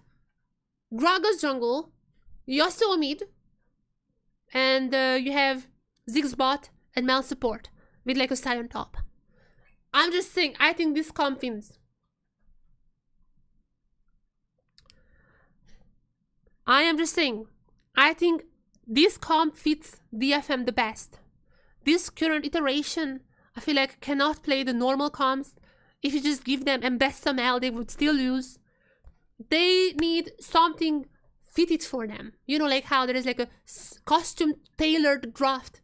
That's what they need. And this is this draft. Sion, Gragas, Yasuo, Ziggs, Mel. That's what I want to see. Draft already happening. What is? We're gonna be seeing the same bands actually. Yeah, we're seeing the same bands as game 1 even though we swapped sides. Sure. First pick is gonna be the Mel. Is it gonna be the Mel? Or are you gonna be first picking the Sion? Are you gonna be first picking the Sion? Is it gonna be the Mel? Rumble. Ah. Rayfark had a really bad Rumble, I think. From what I remember, Rayfark had a really bad Rumble game last time around. Rayfark's Rumble have been really bad, I think, from what I remember. So, I don't like this, especially against an Ambassa. Oh no. Don't tell me. Misfortune? Misfortune is fine-ish. This is a Mel angle, please, please. This is such an insane Mel angle. Oh my god, this is an insane Mel angle.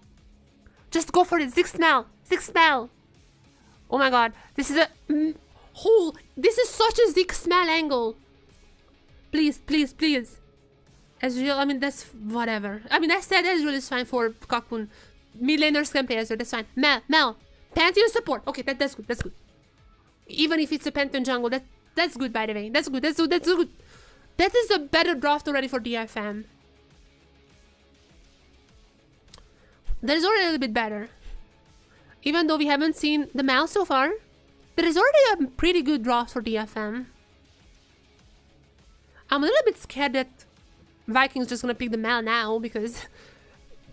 Oh, this Skarner. Skarner got nerfed, so I'm not sure how strong he is right now. But just so you know, Skarner got nerfed. We are on 15.3.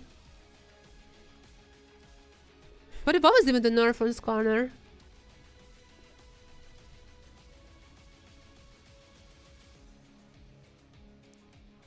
Yeah, oh. The stun duration on the E has been quite nerfed. From 1.5 to 1 second. And he also got a little bit of a nerf on the armor. I don't know.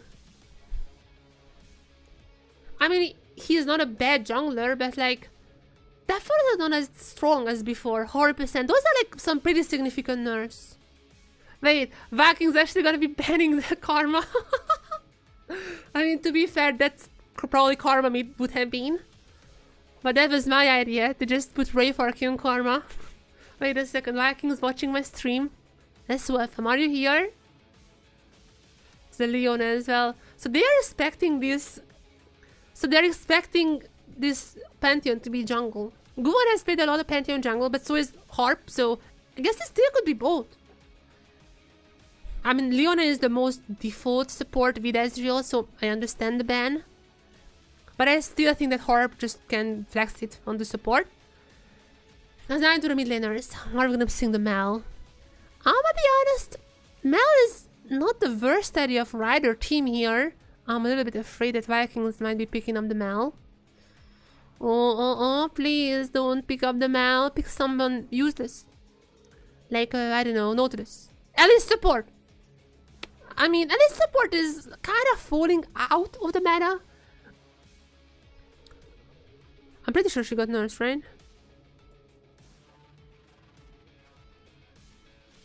Okay, this is a good angle. Well, Alice haven't got a nurse, so never mind. This is a good Mel angle. I'm just saying. Oh, I'm gonna pick the Arya. Gonna pick the Arya. I mean, Arya is really good. No questions about that. Who's gonna be the support, I guess? Or who's gonna be the support or jungle, I guess? It's gonna be an All-Star. Hope it's not the All-Star. Hope it's someone more fun. The Bard would be funny. I think the Bard is actually pretty strong here. Or just the Braum. I mean, the Braum is gonna be good against the Misfortune, obviously. It's not a bad pick, but... Oh boy, the Mel is actually super strong here for Vikings. I think I'm gonna pick up the Mel, for real. Like, I genuinely think this is a Mel angle. Mel is incredibly strong against Nari. Mel is incredibly strong against Nari. Wait, what? Wait, Lissandra? Wait, what? They gotta be lacking damage. Wait, wait, what? Just... I don't understand the Lissandra. I mean, I guess you can just go on Ori or Ezreal, but like... What? I guess DFM can win. Vikings are doing their best to give the win to DFM. What? Why is the Lissandra? That is... What? The L and the M are quite close on the keyboard. Didn't they want to type in the Mel? Like Mel and like in the EL it's just turning into the LI. What? This is... What? Vitals, I mean... I guess like their whole plan is to just pick on Cocoon. Like the Lissandra is gonna be focusing on Cocoon, I would assume. The Lissandra's whole job is just gonna be to not let the Ezreal play the game. But like that's still like weird, isn't it? Chat, am I crazy or is there like a better option? Like, can someone explain? I'm just a silver player. Can someone explain to me why the Lissandra here? That just seems so weird. I don't understand the Lissandra. That is... I've never seen Cody playing the Lissandra either. It's not like his main or something. I don't know. Game 2. I mean, I just hope this is actually bad Lissandra and there is no other reasons for that. I guess like the reason they pick the Lissandra, if I like really wanna find the reason, is you are basically just...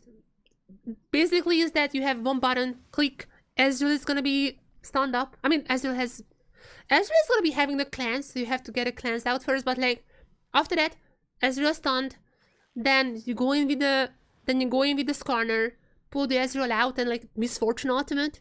I guess like that is the reason, but it just there are so many better mid laners to have the same effect. Like I guess like the Galio, I'm not sure the Galio was banned or not, but there's the Galio if you want like a really strong Misfortune comp. There are so many options. Why the Lissandra? Well, I just make the game a little bit louder.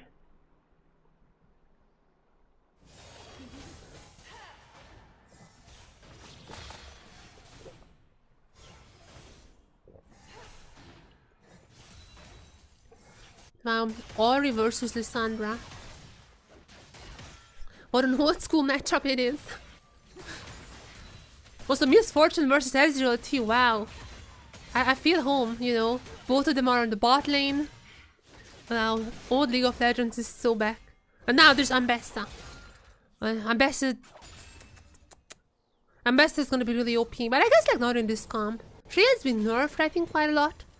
She's not as strong as she used to be. She has a lot of dashes, but like her damage is not as high actually. I think the Cassandra is more OP than a Master right now.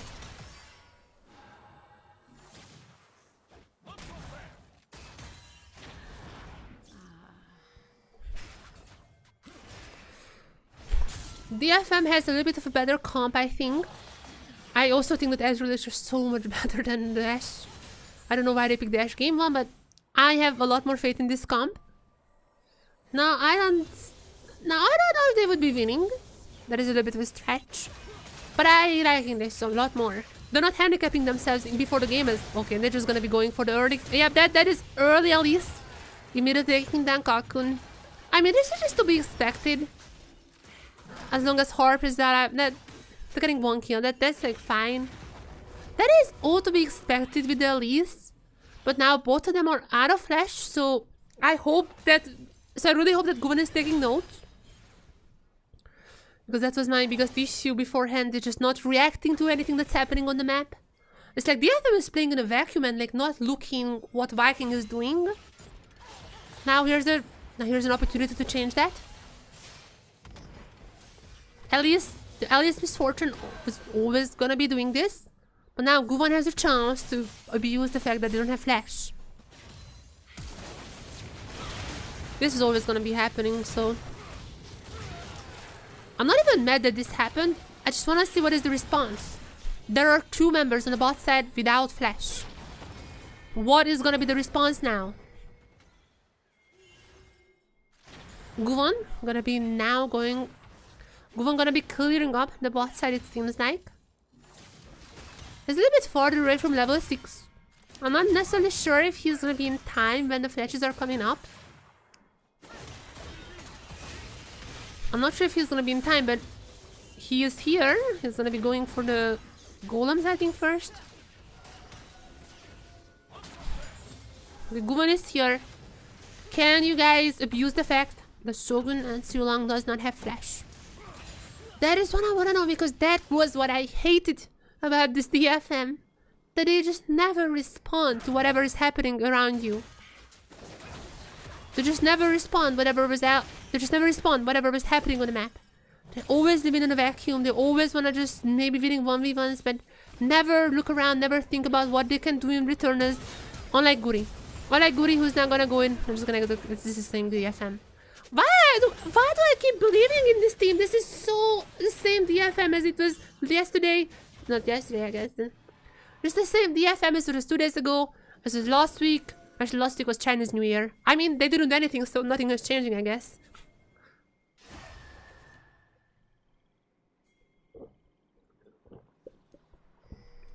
But this is the same team that has always been. There were like a few games that Milan was actually playing. There's been a few games that Milan actually has played, I think, quite well, but the team was never able to really gel together.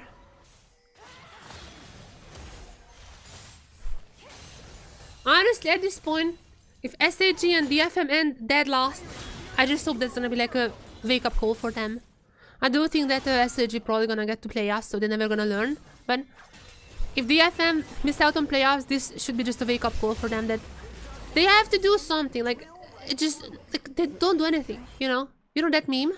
The Malphite one, except in this case, they actually just don't do anything. Wait, do you guys even know the Malphite don't do anything meme? Okay, I might be exposing my age here. Do you guys know the Malphite doesn't do anything? Oh my god, I hope so. And again, another gang for Ray Farkey, and once again, Ultimate being used by Kratos, and not a single thing has been done by DFM. Vikings can do whatever they want. Oh, I guess like, they're gonna be killing Siulang? Okay, I might be wrong on this one actually. I haven't even seen them. They're gonna get 1 kill in return, as they're gonna get 2 grubs maybe? Arya on the top side, but he's alone. I'm not sure what. Why? Carp is gonna be arriving now. Guvan is gonna be abandoning the grubs here. But again, like, they're fighting, but not really fighting, but that's why, because of that, they're not really gonna be doing objectives. They're so undecisive. Gonna be flashing in for so much use to get down the support. Oh my god. I'm not even gonna get more grubs here. Okay, gonna get 2 now. But I have to leave. Wait, how is DFM having so much of a lead? Is it Arya? Okay, Arya at least like playing well. But then all the others. How is Rayfar keep once again behind? What? Oh, there's 2 kills from Bessa. Yeah, oh, that was 2 gangs. Never mind. I forgot about the gangs. I mean, they just focused down. That was not Rayfar's fault. They just... Why is Guo not doing anything else in return?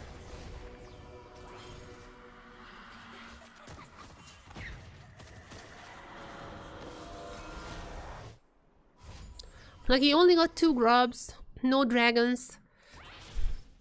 DFM's tempo is not the best, to say the least. At least no turrets taken, so there is that. I still think that DFM is playing quite poorly, but at least like it's a little bit better than game 1. Like, I still think they're gonna be losing, but it's like a little bit better than game 1, alright?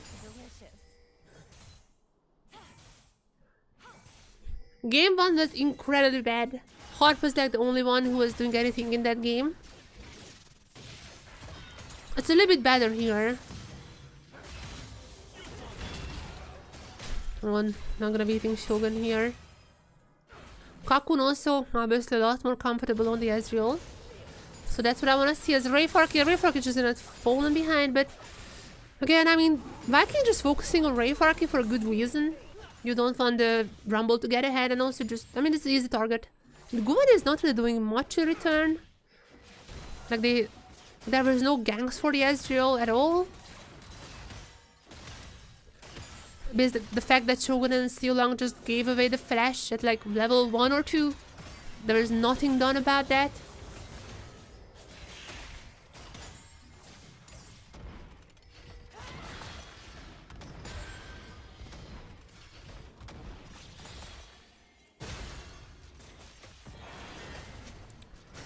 Vikings starting on the dragon.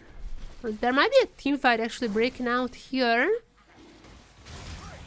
So be quite low. They might have to abandon this.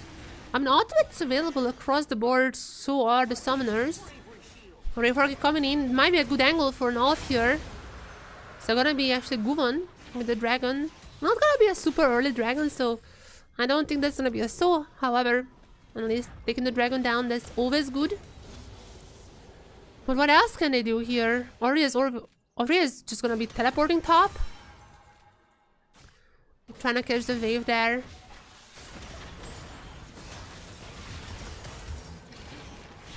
Rayfark is doing a lot of damage to Seolong. Harp is now also here, but he's gonna be found out on a ward. Gonna be well aware that this is happening, and I think that's it. DFM has not really gotten out. I mean, they're not falling behind in gold. They're getting some objectives, and Kakun also doing somewhat well on the Ezreal. I mean, basically equal despite being that. I mean, basically equal despite being less with a kill. So I guess this is good. DFM about the same goal, like 5k difference, despite like, being 1 to 3. That's fine. Like, this is a much better game, but like, when you're much better, it's just not losing hard. That's an issue.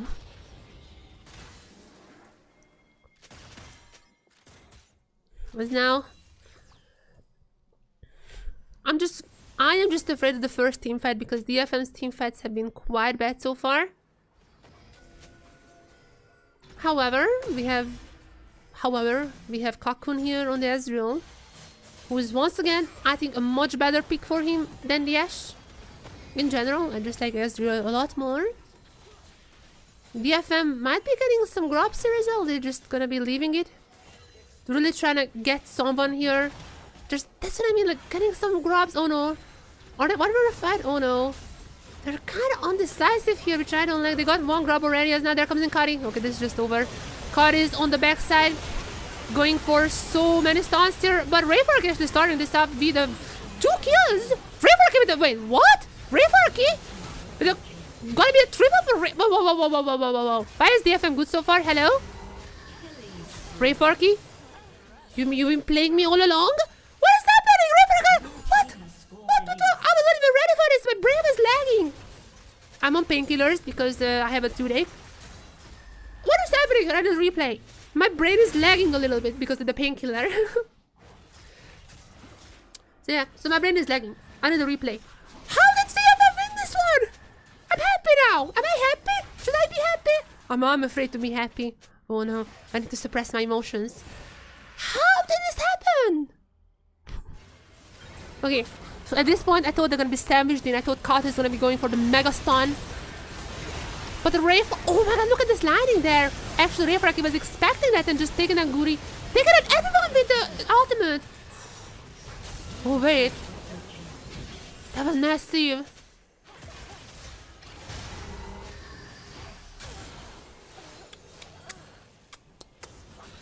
Because I have an infection in my mouth. So if I don't have painkillers, it literally hurts so much that I can't even think. So game 1, I was like, I'm just gonna be streaming. And I literally could not even talk about the game because it was hurting so much. So I was like, nah. My brain might be lagging a little, but I need a painkiller. And I just took one, and that's a little bit better. I might need another one because I just feel like the effect is going out. I slowly feel like the effect is getting less and less.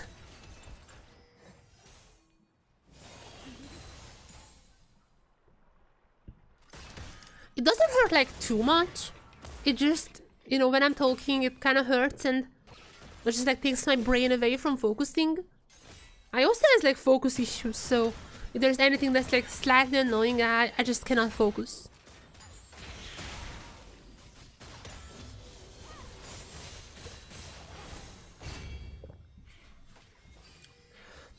Massive victories for DFM.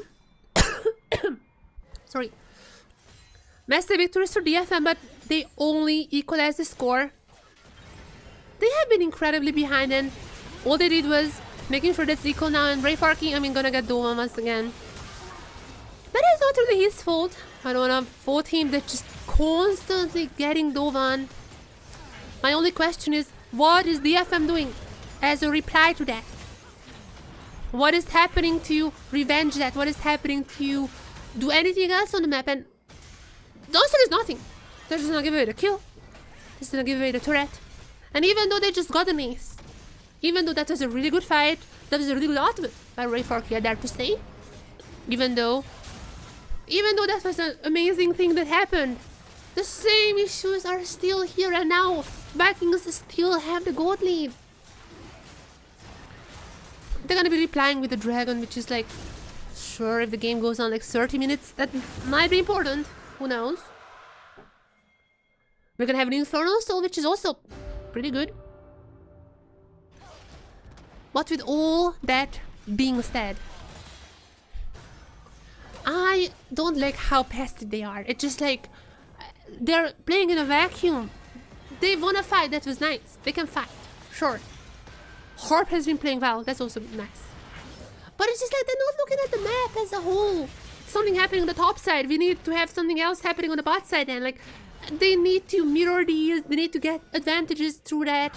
Just at least mitigate the damage. You know what I mean? It's not that like hard to know. That's like the basics of pro games. But I guess as long as there are team fights, they can still win because their team fighting is good. But as long as there are, okay, let's see. Last time around, this was here when they won a team fight, and even though DFM is losing once again in the macro, their team fighting has been good. So if there's a team fight breaking out, I have my hopes up. This time around, I'm hoping. Hopefully, it's not gonna be fighting. Hopefully, it's not gonna be fighting back in me, as there is ultimate. Oh, that's the ultimate. Skarner and Misfortune, but nice shield coming in from Harp. Also nice ultimate coming in from Ray Forky. And even if Harp is down, can DFM still win this fight? No, that's... You know what? I'm never gonna be hoping anything in my life ever again. Well.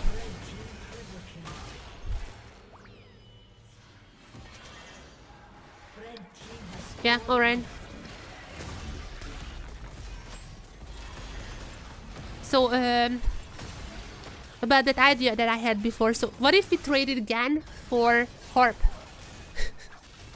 I think it wouldn't have DFM, but I mean, it's whatever for this team. I just want the best for Harp.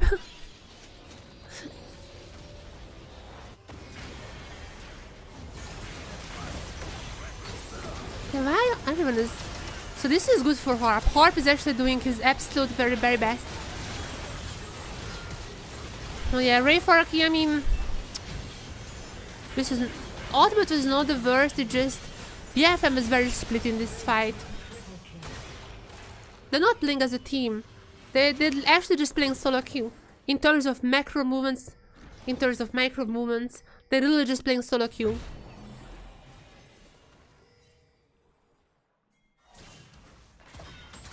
And that's why I say that, like, they need solo queue champions as well. Why are we playing freaking Braum Ezreal? Just go for someone like...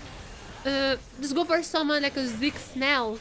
Like, if you're playing like solo queue, then pick champions like solo queue.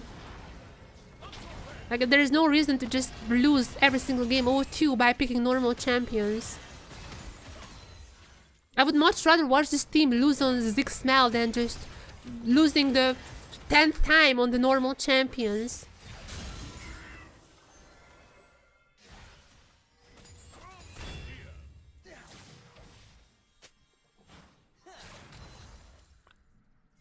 Oh yeah.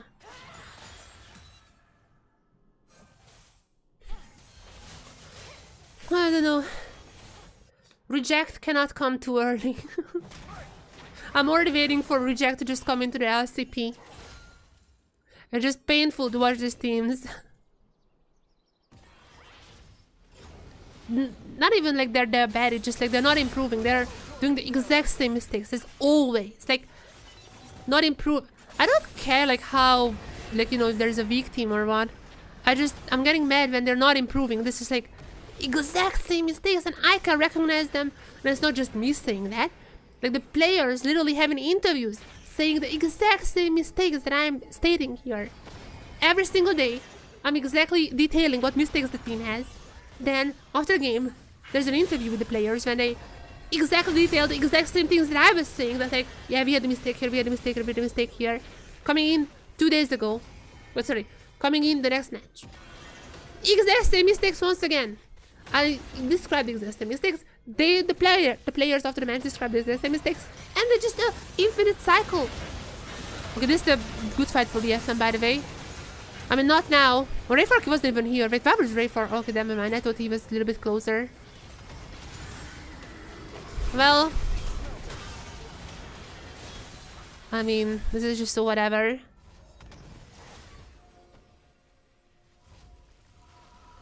This is not it. SAG also just signed a new player, by the way. They can sign new players during the split, right? I don't know, like, which is like the window. Probably before playoffs they can. I would think that they are logged in for playoffs.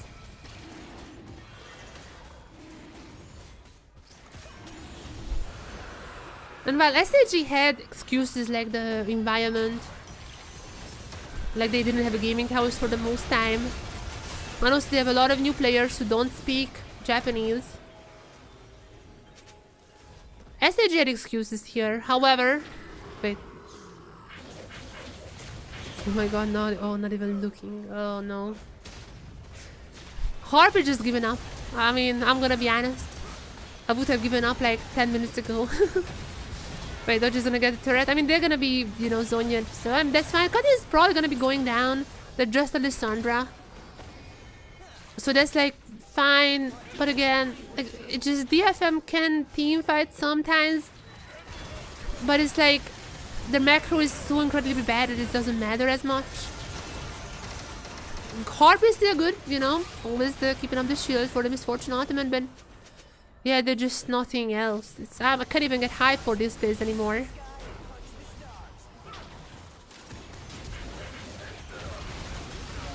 Oh wait, oh wait, with the Storm Surge, okay. If anything, chat, Storm Surge is OP.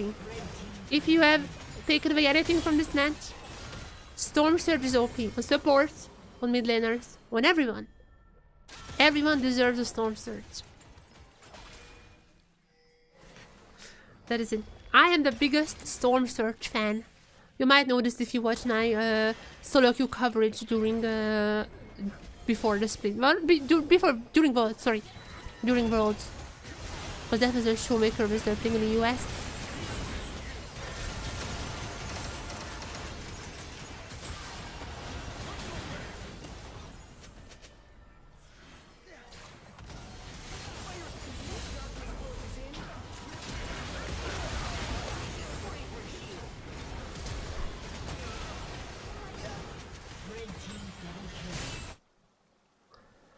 Yeah, I mean, I'm gonna be honest. I'm already having, I'm already planning what I'm doing after this match. I don't even, I'm probably gonna make a highlight. Should I make a highlight of this? I'm gonna be honest, I don't think I'm gonna make a highlight for this match. I don't even really have time. And also, I would just rather have the Mal match. This is just the exact same issue as the DFM has always had. They're gonna get too long. But that's just voracious, so whatever.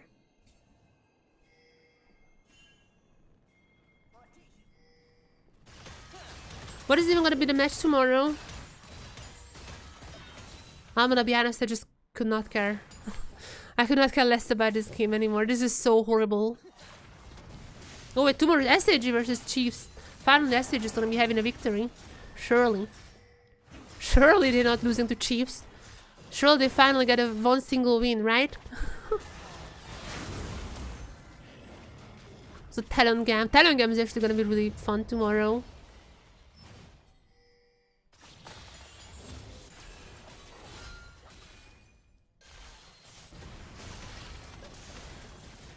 Alright, Vikings. Can you finish this up faster? I have things to do after this match. I wish they had like a voracious counter. I don't know how long the voracious is gonna be lasting, as Rayfarky for a while now has been using the ultimate to just clear up the minions. But it doesn't matter because they're still gonna be pushing it anyways. They can't even take down so long anymore.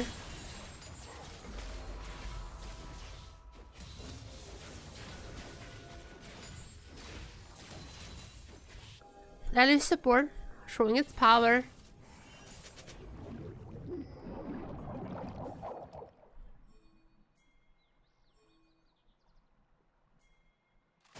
I swear.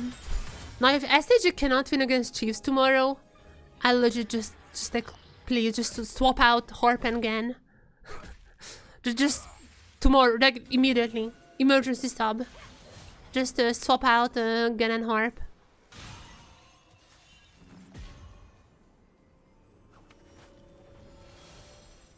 Arya's, by the way, I mean, I have been flaming a lot of these players, but like, I'm gonna be honest, Arya has also had like a pretty bad split. Didn't he? I feel like Arya is like not the same Arya as he used to be. I mean, he's just like super quiet, you know. It's nothing like actual quiet, but just Arya hasn't really been doing much. As in like, he used to have so many outplays, he was styling on everyone, and for a while he's just like going equal in lane. Having like few kills here and there, but like he doesn't really have this massive outplays anymore. I don't know if this is just me, but like ever since he went to Katie, he's kind of like you know, just normal ADC, normal mid laner. Sure, okay, DFM just gonna be winning this next team fight. Alright, DFM just gonna be winning suddenly. Cuddy flashing in to just get. I hate this team so much, man. How? Why? Don't. I'm not gonna believe. I refuse to believe. I'm literally not gonna believe it. No. I'm not. I'm not gonna believe. I'm absolutely not gonna believe. It's an illusion. I think this whole scenario that happened here was made by AI. This is not real. Oh, they're just gonna get cleaned up here. Look, Kratos is gonna get a pentakill here. I don't believe this team. No. Whatever is happening here is fake. It is fake news. It is AI. It was made by aliens. No. The Summoner's Rift is flat. There's no way. They just got to kill. Okay, actually, Guvon kind of popped off here. Not gonna lie. Why did... Okay, Vikings trolled. Why did they just went in one by one? Why on earth did Vikings went in one by one? What is that? Do not give me hope. You do not give me hope. Vikings, you hear me? Do not give me hope. Like, if you dare to give me hope, Vikings, I'm gonna be really mad. Do not give me hope. There is no hope for this team. I swear, man. This team is just like, look, crumbs. Like, yeah, DFM, you might be winning almost. And just look, just watch DFM getting aced right here. Just watch. I swear, I've seen this team so... No, I'm not believing. No, I'm not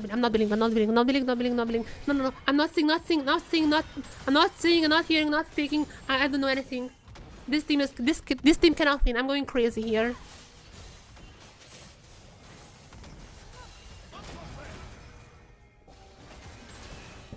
This team cannot win. Impossible. No, I'm not having hope. They have like how many? Okay, they have a 3,000 for goal deficit. That's much better than like a 6,000 they had before. Still they cannot win. They're gonna clean. They're gonna get aced right here, right now, right here. Even if they're gonna go for another direct, which I think what they should do. Even if I agree with their actions here, they're gonna get aced right here. Okay, actually, I haven't even thought of the main reason they were losing before. Is because I was rooting for them. I forgot I usually jinx teams. So if I just keep saying that they're gonna be losing, they're gonna be winning. But if I keep saying that they're gonna be losing because I think they're gonna be winning, are they gonna be winning or are they gonna be losing? I think they're gonna be losing. I think this team is gonna be losing. I'm sorry for the DFM fans. I think this team is gonna be losing. I need more caffeine.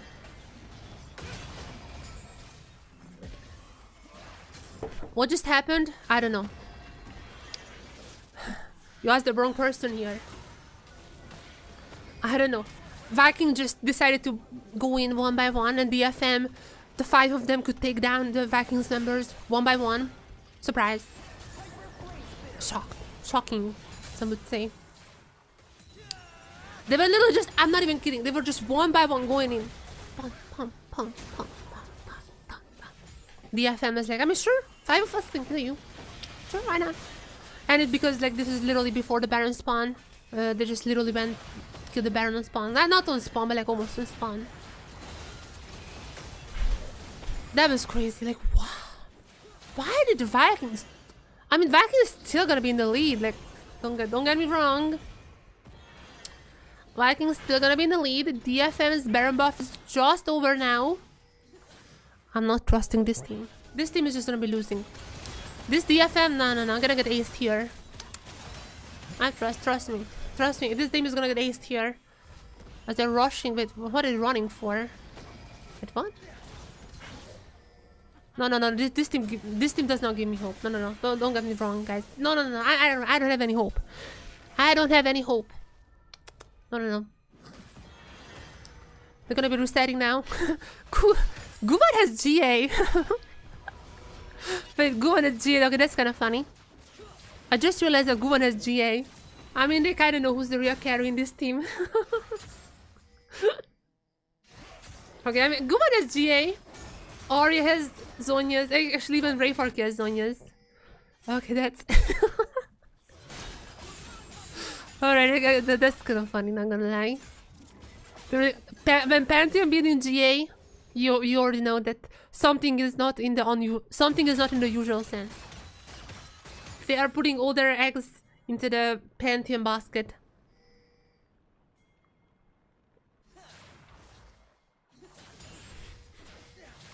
If you're gonna get back-to-back 6 games total, back-to-back 2-1s, 6 games in total, I'm gonna go crazy because today is the only day in this whole week. Today is the only day when I have a reservation, and I'm literally gonna be like 1 minute, like exactly on time for my reservation. Today is the only day that I had any reservation, and just like we had 2-0s every single game this week. We have been 2-0s. Today, if you're gonna get back-to-back 2-1s, I'm gonna go crazy. But I'm not gonna say anything because I don't wanna jinx anyone. Now the DFM is gonna get cleared up here. They're gonna get aced right now. Just watch, Guri's gonna get 2 of them aced ace potential here. They're just gonna get aced here. No, no, no. I mean, they're gonna be using some Zonias here. Alright, good is down. Alright, Steel Long is down. Double kill for a Cocoon. No, I don't have hope in them. No, no, no, no, no hope, no hope. They're still having the go deficit. No, no, no. No, I refuse to believe. No, I don't believe you. I don't believe you. I refuse to believe. I don't see it. No, nothing happening. No. What an infernal point. Too bad they're gonna be losing anyways. Anyway, right, guys.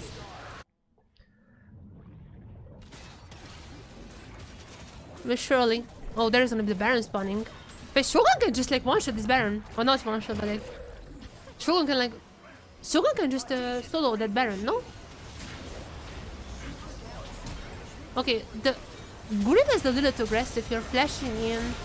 That left way enough time for DFM to react. Guri kinda throw this one. I mean, the idea wasn't that to go for that ultimate there, but... Yeah, unfortunately, that was... I mean, unfortunately for Guri, that was a little bit too delayed. I don't believe in this team. Oh my god. If I was a DFM fan, I would be. Ooh. Good thing I'm not, because I'm not believing in this team.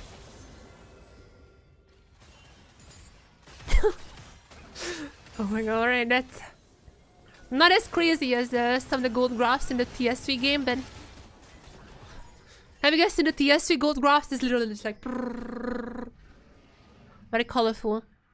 This is not like that, but you know, it's getting there.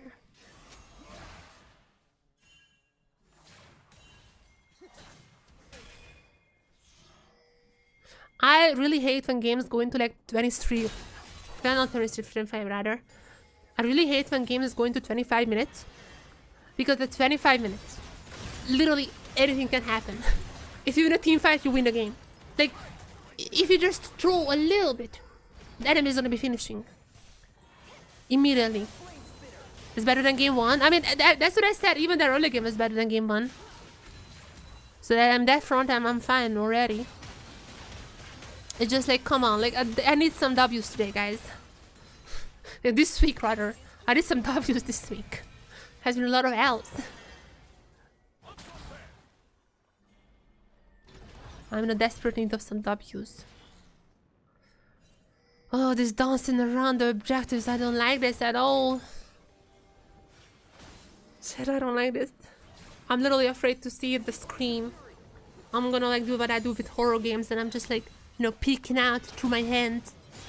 I'm afraid to see what's happening there. Oh, Arya. No. Harp. There's Rayfark as well. Yes. Rayfark, double. Yes.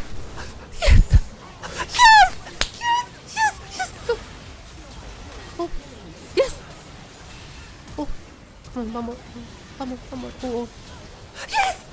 Oh, no, finish the game. No, do not there. Yes, just finish the game. Yes. I was lying. I was having faith in them all along. Faith, not hope. I had faith in them all along. Faith, not faith. Is it December? No, never mind. I never doubted them. Check, I was lying. I never doubted them. Holy shit!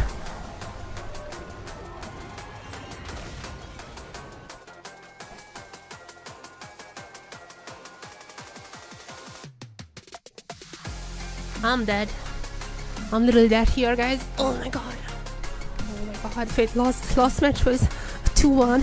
CFO won game 1 and then TSV. And then an incredible comeback, incredible upset. They won game 2 and game 3. So now Vikings have won game 1, the DFM won game 2, and we're going into game 3. I got it. I got it.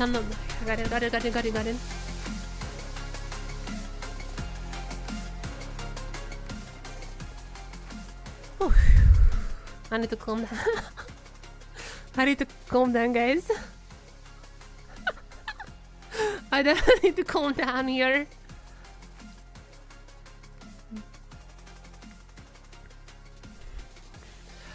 This little blip. This game MVP is Harp. That guy has been so insane. And Guvan as well. Guvan and Harp. Gun and Harp, both of them.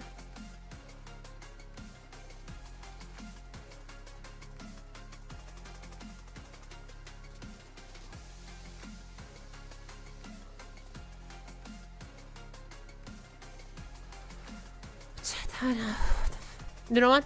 Game 3. Hear me out. Please, Pez. Do I have Pez on Twitter? I'm gonna hit up a DM to Pez.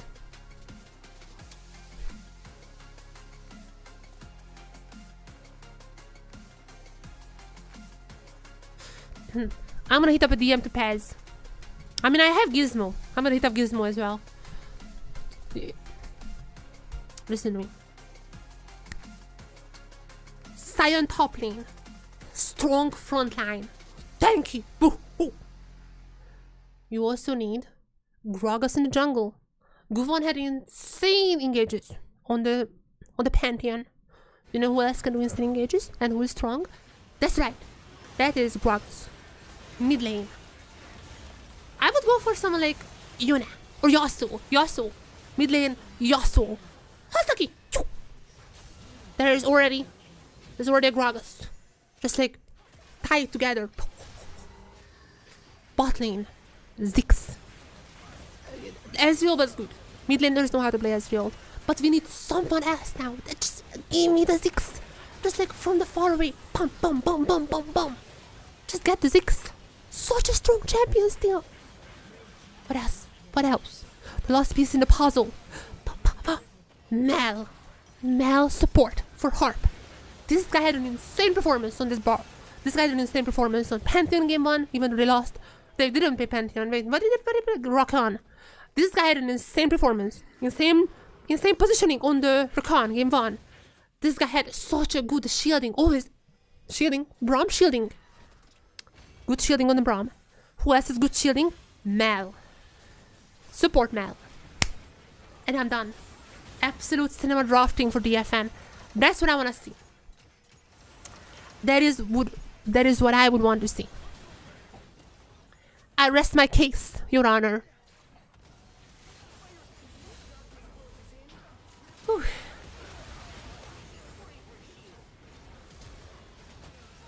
Now, the worst part is that I literally just... Today was like the only day in this week but I actually have something to do after.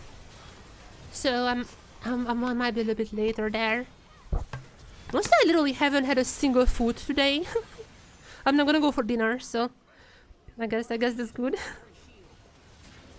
But I haven't had like a single piece of food today. I'm literally living off caffeine. I don't want to order anything now, and also I don't really have time to make anything at the moment. Anyways, I'm just living off caffeine at this point.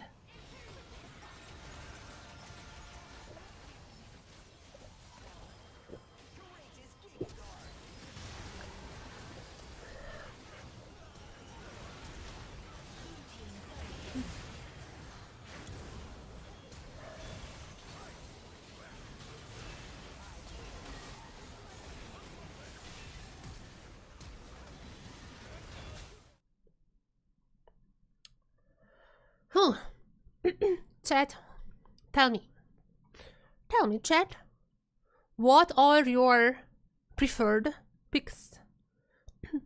you know how those like call to action in any stream. But I wanna hear from you guys. What picks do you wanna see? What picks do you wanna see in this game 3? Oh my god, my cat is vomiting. Which is normal, by the way. In case you don't have a cat, cats vomiting is normal. They just like vomit up hairballs. Okay, this is a kind of disgusting sound, but this is normal for cats. This is normal for cats. Cats often vomit up stuff. Hairballs. But I need to clean this up. So I'll be right back.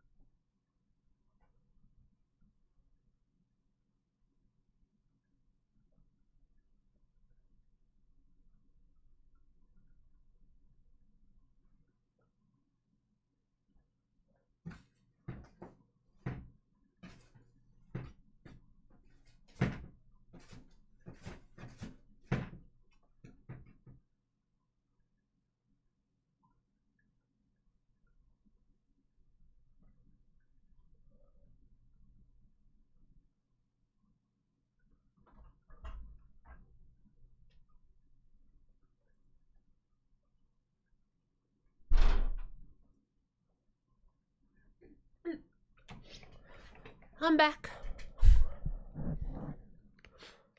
I cleaned up after my cat. Okay, now it's time for some new games.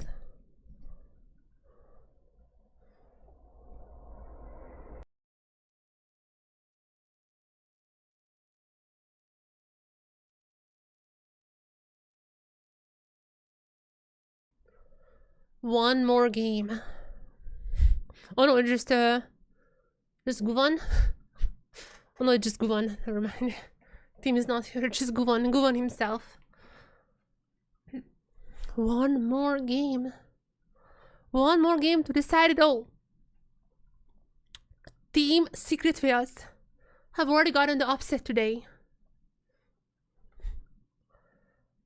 Can DFM finish the job for team upset?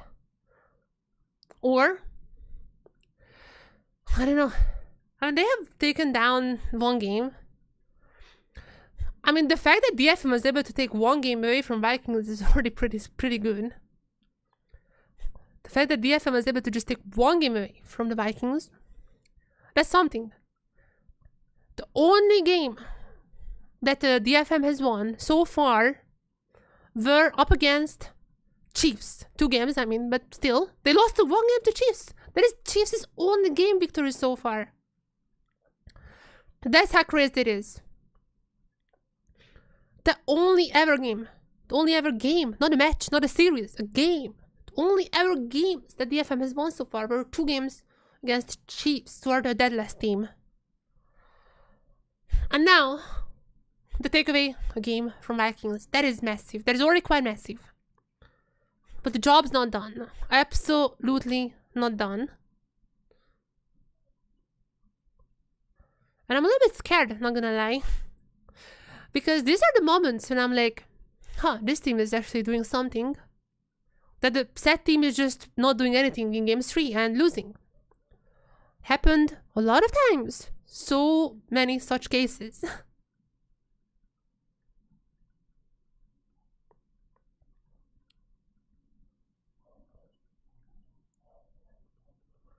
So my question is gonna be, can they actually do this?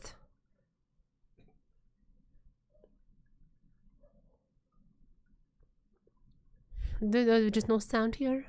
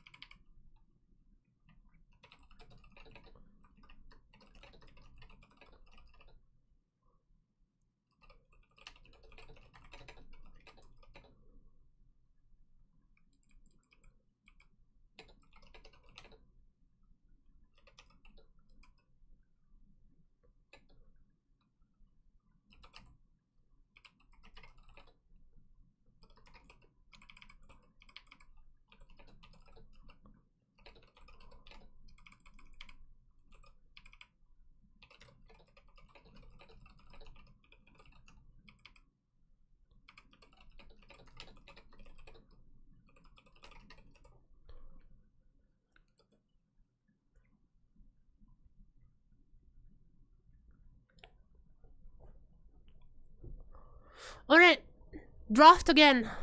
Come on, guys. Obviously, Vikings gonna be choosing the blue side. No surprises there. Now, are we gonna be seeing the Mel? I kept talking about Mel so much. But are we gonna be actually seeing her? We've already seen Mel in the hands of Honkyu, who didn't have the best Mel performance. I'm gonna be honest. He was not the best on Mel, but that was like, I mean, he was sick. Also, that was kind of a weird comp that CFO has played. So, a lot of things are not working out on that side, but Mel is still up now for an all match for DFM or for Vikings.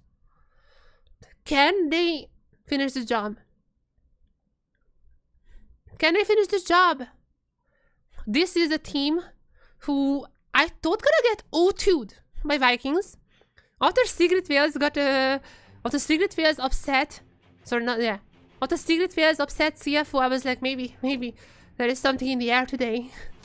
Maybe it's possible, but there's still a game. I don't wanna say anything. I'm not gonna say anything positive. I am just gonna be enjoying, or not enjoying, possibly what's coming next. As we are in draft now. I hear the draft music. We should be there soon. As we are in draft now. Exact same bands. It's kind of funny. It's gonna be... Okay, Vikings have swapped the Aurora for the... Vikings have swapped the Aurora for the Sejuani, but DFM keeping the exact same bands throughout this whole series. What are we gonna see now? Is it gonna be the Mal? Is it gonna be... I don't even know. So many times banned. But Aurora! Vikings not banning the Aurora on blue.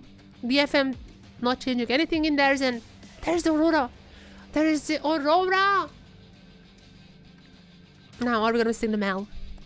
I feel like even though Aurora Ultimate is still gonna be pretty strong, actually I'm not even sure how that works, but I would assume just Mal gets to the other side, and but I would assume Mal just gets trapped the same way. Kitty locks. Kitty locks. Lock in the locks, lock in the locks, lock in the locks.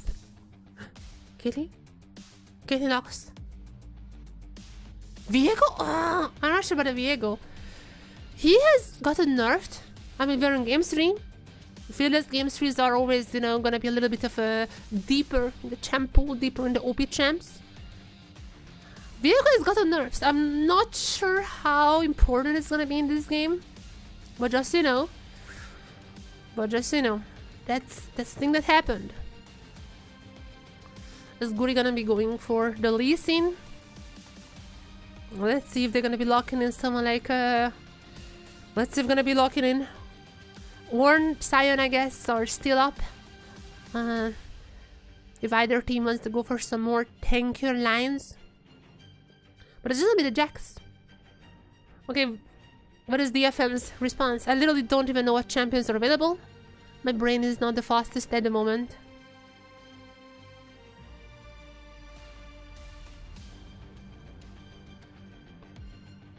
I think this is a Mal angle, isn't it? Like least and everything. Aurora also, Aurora Q, I guess it's a projectile, but it's gonna be the Aria Azir. I'm not sure how much I like in the Azir. Like, I guess like we've seen some good Azirs, but like, I don't like the Azir right now that much. I mean, Aria was like a playmaker, I guess. He definitely had a good plays. I mean, there's a playmaker. I mean, Azir is a playmaker, and Aria, I think, had like better games, worse games throughout the series. I don't know if I would want to give it an Azir in game 3. Azir has always the chance, at least, to, you know, going for the plays, going for just going for the shuffles. There's always that chance, but I don't know about this. And Sion is gonna get banned, which was one of my opinions, which is one of my options for Rayharking. Because Jinx is now getting banned as well. Okay, we're really getting deep into the champ pool right now. Is Lox is banned? Oh no! The Lox is banned! Oh no, what is Harp gonna be playing now? I don't know, Pike maybe? Gragas! Oh my god! I love the Gragas. I'm not sure how well Rayfark is gonna be playing the Gragas, but I love the Gragas. I think Gragas is an incredible top laner. Also Gragas and Azir, they're gonna be so good at setting up things as... Wait, what? They're gonna be playing the Lucid Nami? Oh my god, guys, we are so oh my god. You know, when people are telling me that they like Fearless because of the unique champions, when people think that players will be playing the Castadines, no. If players are out of the champion pool, they're not gonna be playing the new stuff. They're gonna be playing the Lucian Nami, going back to the Lucian Nami. I swear. I can't. Oh, okay. At least there's a Karma. Karmas are gonna be really good here as well. Like Happiness, Kakun. I guess like in general, I kind of said Karma top would have been better as like a joke, but I think Karma is gonna be strong here nonetheless. Okay. We have our teams here. I mean, interesting teams. I'm not sure about the Lucian Nami. I hope this is gonna be really bad. I'm gonna be honest. I hope this is gonna be really bad for Vikings, but I mean, we have the Caitlyn Karma. I guess like it's fine. Karma is a pretty strong support right now. Supports don't really like playing the Enchanters, but Enchanters are not in a bad spot by any means. I mean, I would always like some Ardent buffs. Personally, I love Ardent, but that's another topic. I think the supports in general are just in a good spot right now. Or Enchanters, rather.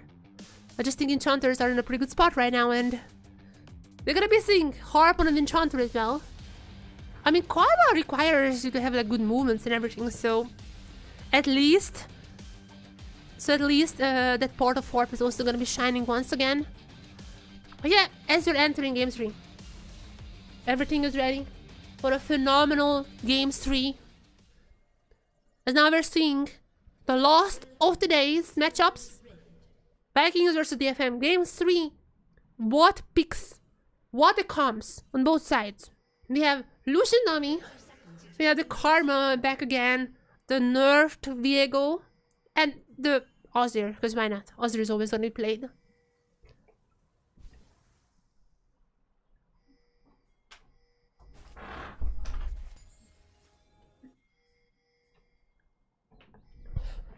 Right.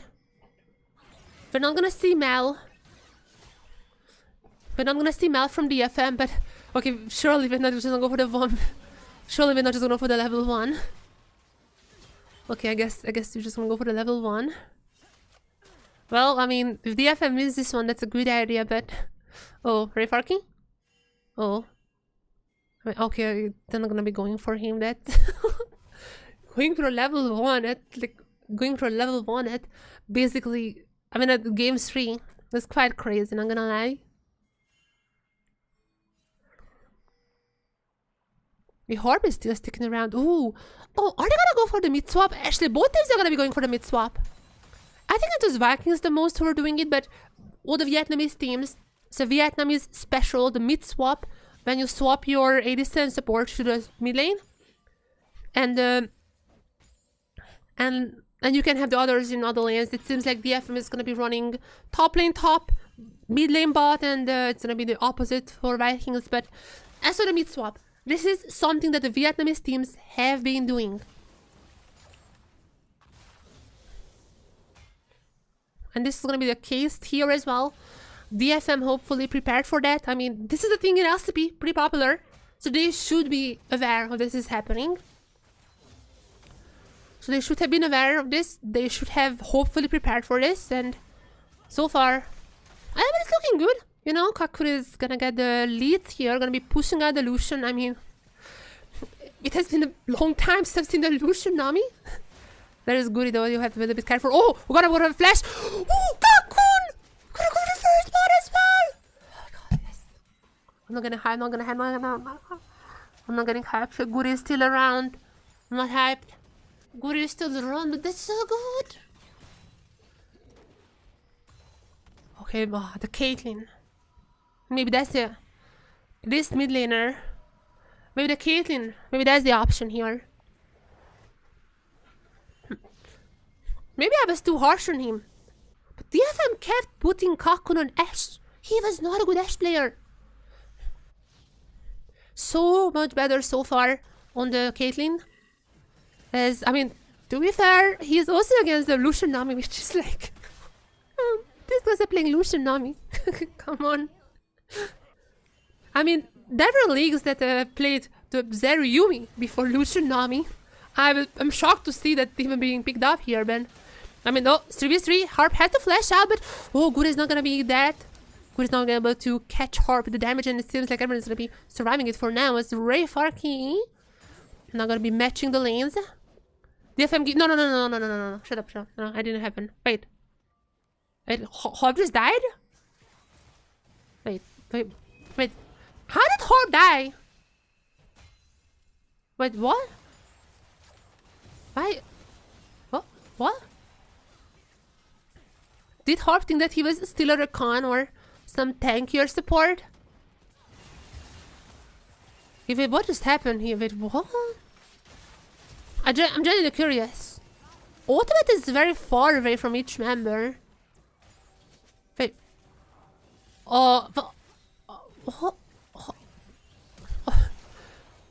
Okay, he's getting tired, it seems like. What was that? What? He's getting tired, guys. What? And Harp just had a little fun. But why is Rayfork once again losing lane?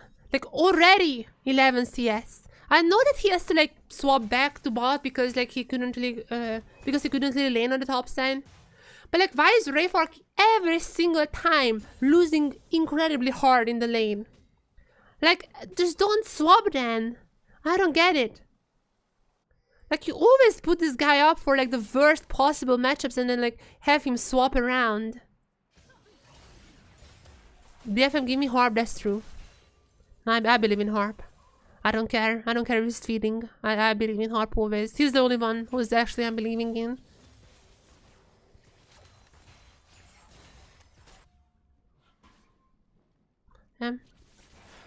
Because of the mid swap, there is gonna be an interesting scenario when junglers just don't really have to choose between the Grubs and the Dragon. Because there's gonna be the bot laner and the support around. So Guvon can just go for the Dragon.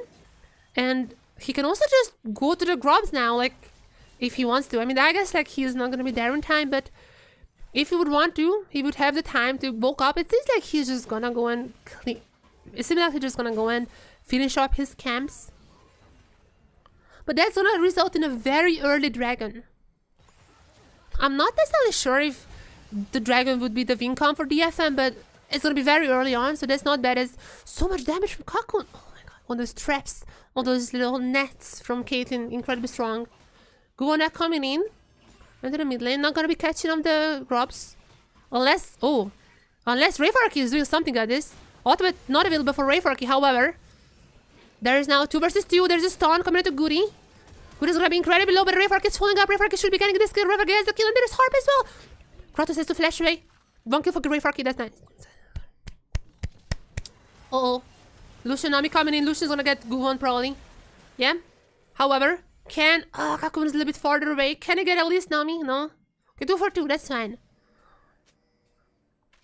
Lucian is gonna be somewhat fed though. Like how are these guys feeding the Lucian?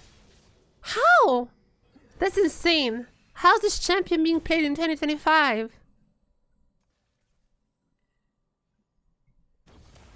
They're gonna kind of bailing out Rayfork here. He has had really bad lanings throughout the whole season, and I guess like this skill is gonna be somewhat equalizing that, you know, the CS that he's being missing out on. But nonetheless, Guvon was not seeing them. Yeah. Only if Kaku was like a few inches back on. That's fine.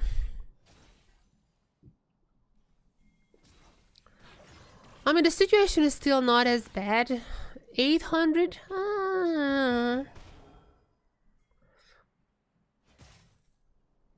Still not too bad. It's game 3, so everyone is gonna be kind of tired. The champions are heavily banned out. So, I mean, you see, you sometimes have to go for the Lucian army. It seems to be the case here. There's a stun coming in rooted. There's a lot of damage on the Lucian. A lot of damage coming in from Kakun. Ultimate.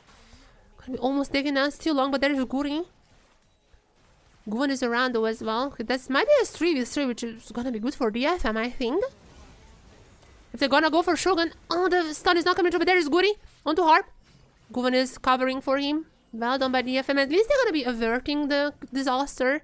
That Guri having a double here. They're gonna be behind in gold. DFM is always gonna be behind in gold. The laning is not good. There's no way around this.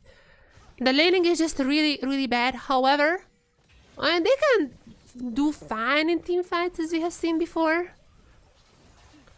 They just have to constantly fight, I guess, because their macro and their laning is not good. So just fight. Team fight is the only way you guys can win.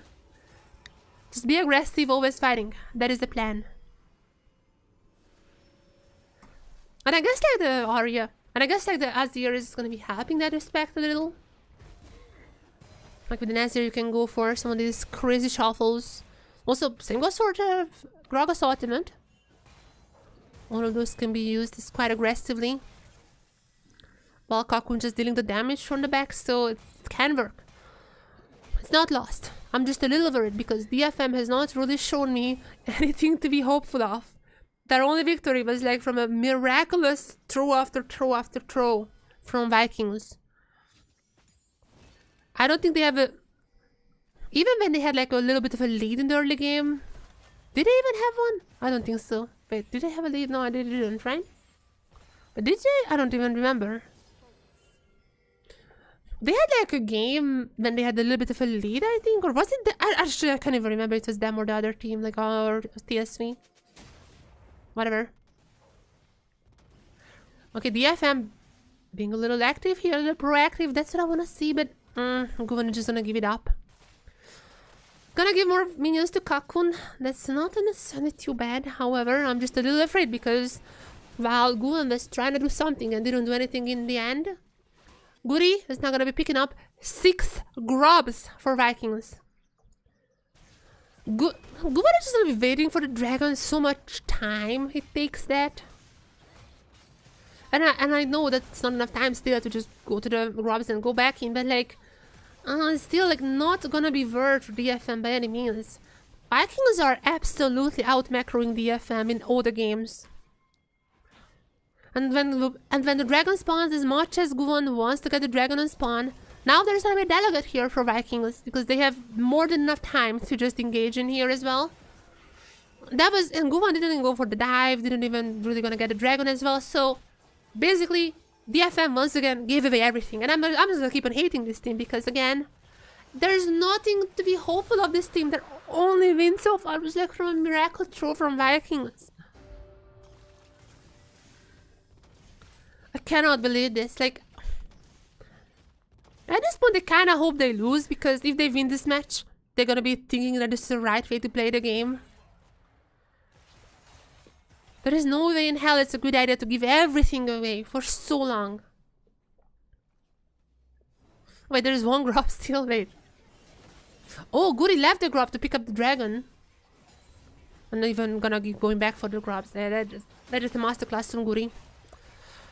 I'm gonna be honest, as much as Guvan had a good game too, if DFM were to win this game, I don't think they're gonna be, but if they were to win this game, my MVP would definitely be Harp. Guvan has absolutely horrible map read, I'm not gonna lie. Like, this guy is just farming, you know, doing the pets, but never really responding on anything.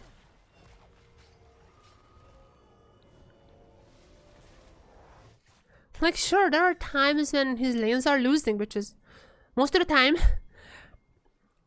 So there's not much he can do in those occasions. But, I mean, this is not one of those cases. His lanes are actually surprisingly doing fine. There was like one opportunity to go for a dive. He didn't go for that as well. Because it'll be caught out in the jungle here. It's just wasting so much time. Like, when was the last time Guvan has generated any gold for the team? When was the last time Guvan has generated any gold for the team? Hopefully the answer is gonna be now. The shutdown 4, Ray Forky Bud, ultimate being used as well. Guvan, they're gonna be cleaned up here. Arya also late to the party. And that's gonna be 2 kills for Vikings. But the DFM only gets 1. As much again, this team is still as dysfunctional as it always has been. Game 2 was an AI generated game that's not real. Vikings just felt like, I don't know, maybe Viking sponsors were like, hey, you guys, don't win so fast. Like, come on, you need to give a little more exposure for our brand. Maybe they were, or maybe they have seen that every single game was 2-0, so they were like, okay, let's make it a little more interesting. But it's like, DFM has not learned anything. They are like the exact same team with the exact same issues, and they're just playing like solo queue. I mean, I guess like solo queue teams can win against pro teams sometimes. I mean, if you guys have been watching my solo queue streams, There has been boot camps when a lot of the times these full pro teams, if they get together in the same team, they still lose due to lucky players. So that can happen. That sometimes can happen.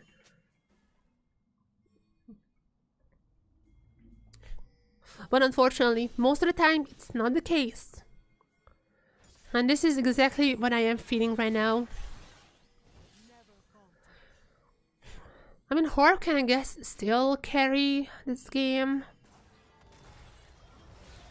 Look at DFM. Okay, right now, take a look at the minimap. What is DFM doing? They're just farming. They're just gonna be farming. No objectives on the map, they're gonna be farming. While Vikings taking the top turret as Guvan are gonna be arriving now. Kakun is already out of the fight as Guvan also cannot go for the resets. And DFM just not get cleaned up. I just want you to take a look at the minimap right now. Oh, wait, Arya is gonna be saving the day. Wait a second, never mind. Well, I guess Arya has arrived. Alright, guys. Sure, I'm not gonna give me hope though. Absolutely not gonna give me hope. This team is extremely dysfunctional. They're just moving around, like, I don't know. They're moving like, oh, there's a fight happening here, let's move there. And the minions here, let's move there. They have like they have an extreme tunnel vision on these tasks. Like, not just like, hey, let's move in this direction because there might be a fight here, or there might be a grab fight sometime soon. I don't. They're not thinking about the big picture at all. Look, Arya is like, oh, there's a fight at top. Let's go to top. He's gonna get here a little bit late. I mean, I'm gonna get 2 in return. That's not bad, but yeah, DFM just not having any like idea how to play this game.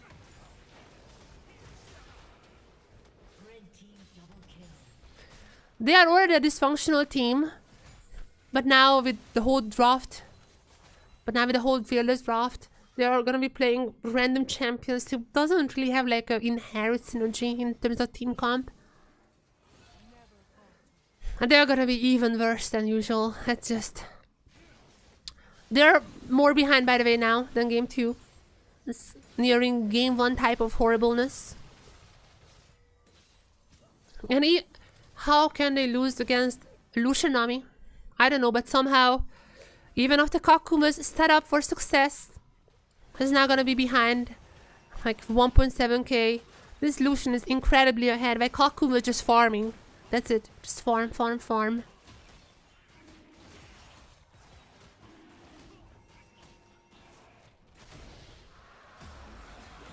It should have been a Ziggs. Keep telling us, Guvan. Also, the nerfed Diego is not it. Kakun again, gonna be taken down. It's...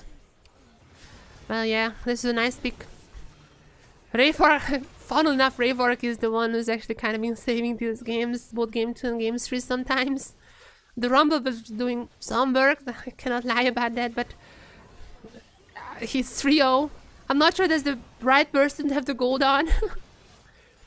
He's gonna go for the tankier Gragas build as well, not like the full AP one. Guys, I'm not necessarily sure about this. But I guess this is what's gonna be happening here. We're gonna be seeing the fat Gragas, literally. Quite literally.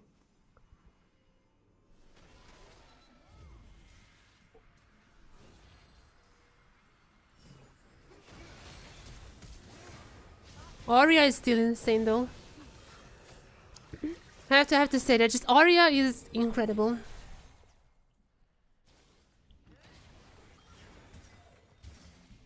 Maybe it was the way. I was thinking that he was playing bad, and he was on the way. Maybe it's just that he didn't have the same amount of play potential on the way. I was kind of harsh with Arya. I guess it really wasn't him, it was the way. On this Azir, he actually having a good performance. Is now ultimate available just on cooldown. Oh my god, that's his own cooldown ultimate. Are gonna be going for that? He's gonna be going down. But meanwhile, gonna be picking up 2 kills on the DFM side. It's 2 for 1, sorry. But it's 2 for, okay, that's gonna be 2 for 2 very soon as 2 for maybe even more. No, they're just, they're not strong. They're very weak right now. Oriab is going for the absolute magic engage. And DFM, and all DFM could go, and all DFM could get was an equal trade.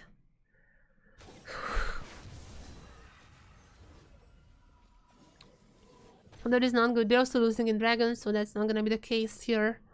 I guess they can get Atakan. Any team can get Atakan. That objective is like,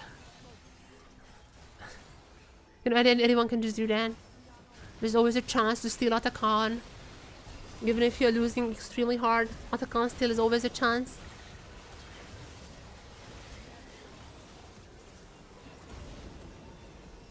Wait.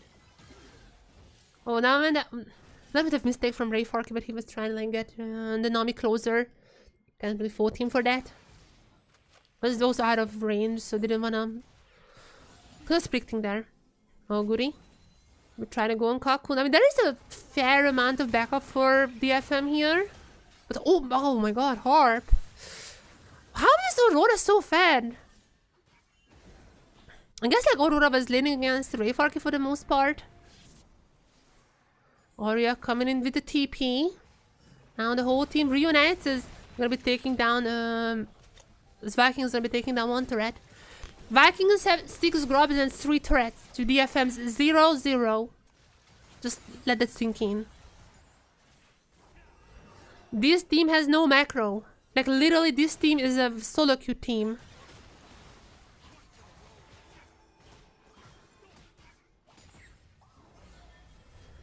Like, what front are they winning in? I guess, I don't know. What is their way back to the game? Like, in game 2, at least, like, Ezreal poke, I guess, as well as Pantheon is getting stronger, but, like, what is it here? Oh, there's gonna be a bot side Atakan. I kind of didn't even realize. I kind of didn't even realize it's gonna be bot side. It's just so rare in pro somehow. DFM is gonna be running around this. Cocoon, what were you doing there? Oh, never mind. Why did I hide this guy up for 1 second? I shouldn't have done this. Just because you have a few good plays, I should not do this.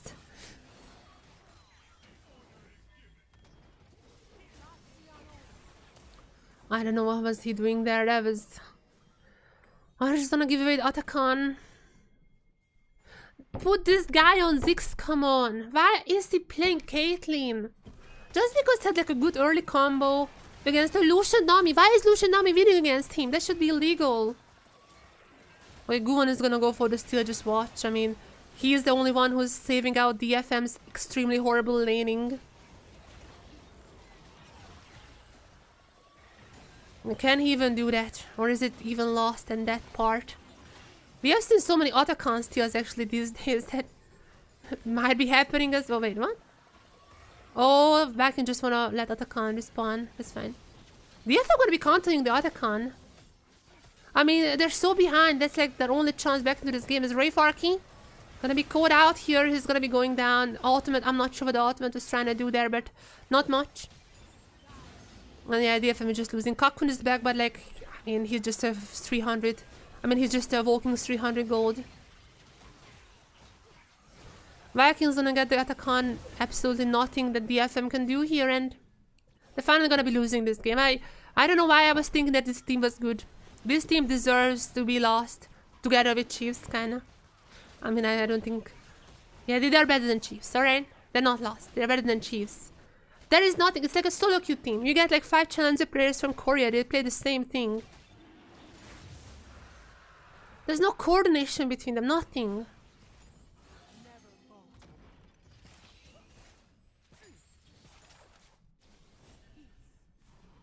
They're gonna give up everything. Their only kills are just like Arya popping off. You know, somehow the Caitlyn getting a kill against the Lucian. I'm surprised. All their kills are just like, you know, things that are obvious that they're gonna be getting, but they're not gonna get the most gold out of that because they don't have macro.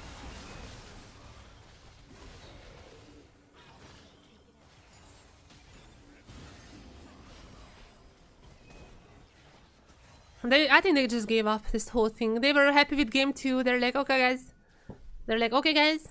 We could take 1 game away from a team. And they're playing the same boring, giving up everything style once again. There was like one moment where they got a little more aggressive and they won that game. What are they doing? Let's not do that ever again.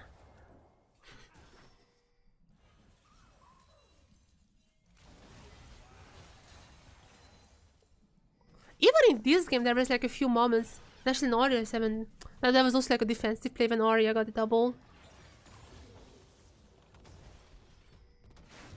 There is nothing that this team is doing, like grouping up. They're trying not to look too bad, getting the minions, but like they're just gonna be pushed in over and over again.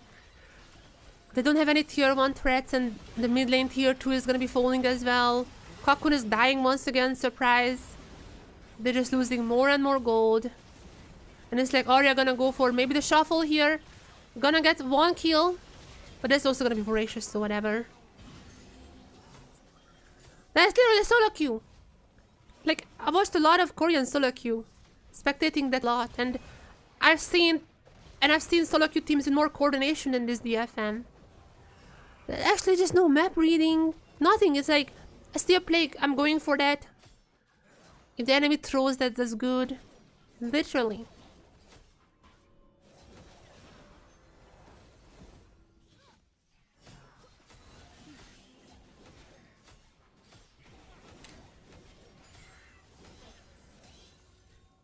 That is... And Secret Fest have just beaten, by the way, CFO. So I can't even say that... so as for SAG, I can't even say that SAG would be beating Secret Fest. Like, they probably won't. They're probably gonna lose to them as well.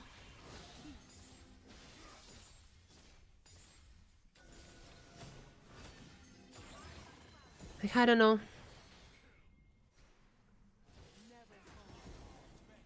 Is it actually just communication? Like, I don't know. I mean, it might be just communication, but I don't understand. And like if you're having like, sure, you're signing Korean players. I mean, yeah, of course there are more Korean players than ladder, but like, if you're gonna be ending lost because of communication issues, isn't it better to sign like a verse Japanese player who speaks Japanese at least, or like, you know, like a Korean player who speaks Japanese, but like someone who speaks Japanese, and maybe not end, like, even if you're ending lost, at least like you have better communication. Like, what can you lose with that? I don't even know. I never heard Guvon speaking Japanese. I don't even know if that communication is their issue. Just like every single interview for both SAG and DFM, and they're like, why did you guys lose? They're like, communication. It's always like communication. Every single time when they're losing, it's always communication. And it's like, if you're gonna go winless anyways, like, you could have done the same thing without communication issues. If you just find someone who speaks Japanese. Harp, it's just dead. Yeah. Maybe Enchanter was a bad idea for Harp. This guy needs the carries. Because no one else can carry in this team. Except for Aura. Aura has some moments, I guess. I mean, Aria is doing his best, but like, this team is so dead. They need an, I don't know, they need, both DFM and STJ needs a rebuild. Like, come on. You cannot just say always communication issues. Like, this is just a solo queue team. Like, if you have communication issues, just find 5 solo queue players, and they're also gonna be having solo queue. Like, they're also gonna be having communication issues. It doesn't matter. Every single time. It's not a real team. No.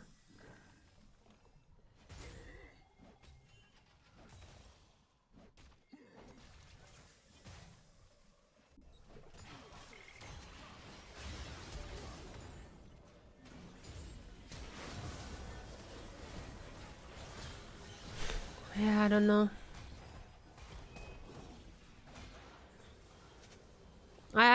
don't even know. Like, after split 1, I honestly would love to see if Harp going to SAG. But not, like, nor SAG nor DFM are working.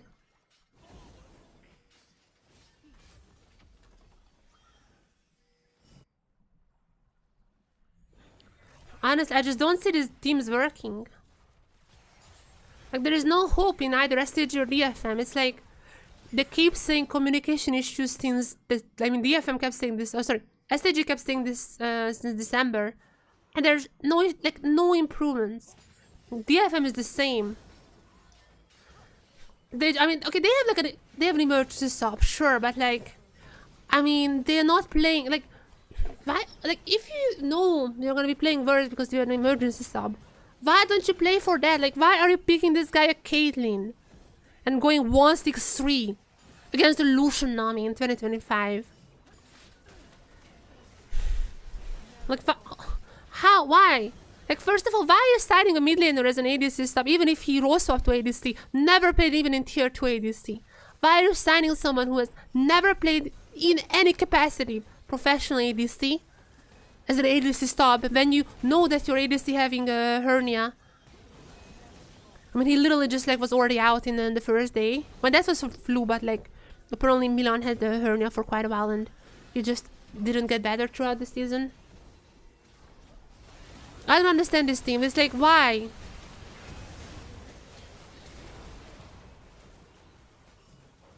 They have no thought put into the draft. They had like one day. I don't know what happened that day, but like there was like one single day when DFM picked like the Vladimir, etc. They were really good on that day. Ever since then, they have no thought put into draft. They have no thought put into the game plan. They play like a solo queue team and they just, I mean, they 100% deserve this loss. They played horribly. Harp is the only one on this team who deserves any praise. But they also put Harp on Karma in the end. Well, I'm gonna go now. I don't even care about this, so I'm gonna be honest. I'm a little bit mad. They had one game when they played aggressive and they turned around like a 5k gold lead. What is the response? What is the response? The response is, hey, let's play passive again. Whatever. I'm gonna go now. See you guys tomorrow for SAG versus Chiefs. SAG might be losing to Chiefs as well. After this, I'm not trusting anyone. Talon versus Gamdo should be fun. See you guys tomorrow. Bye.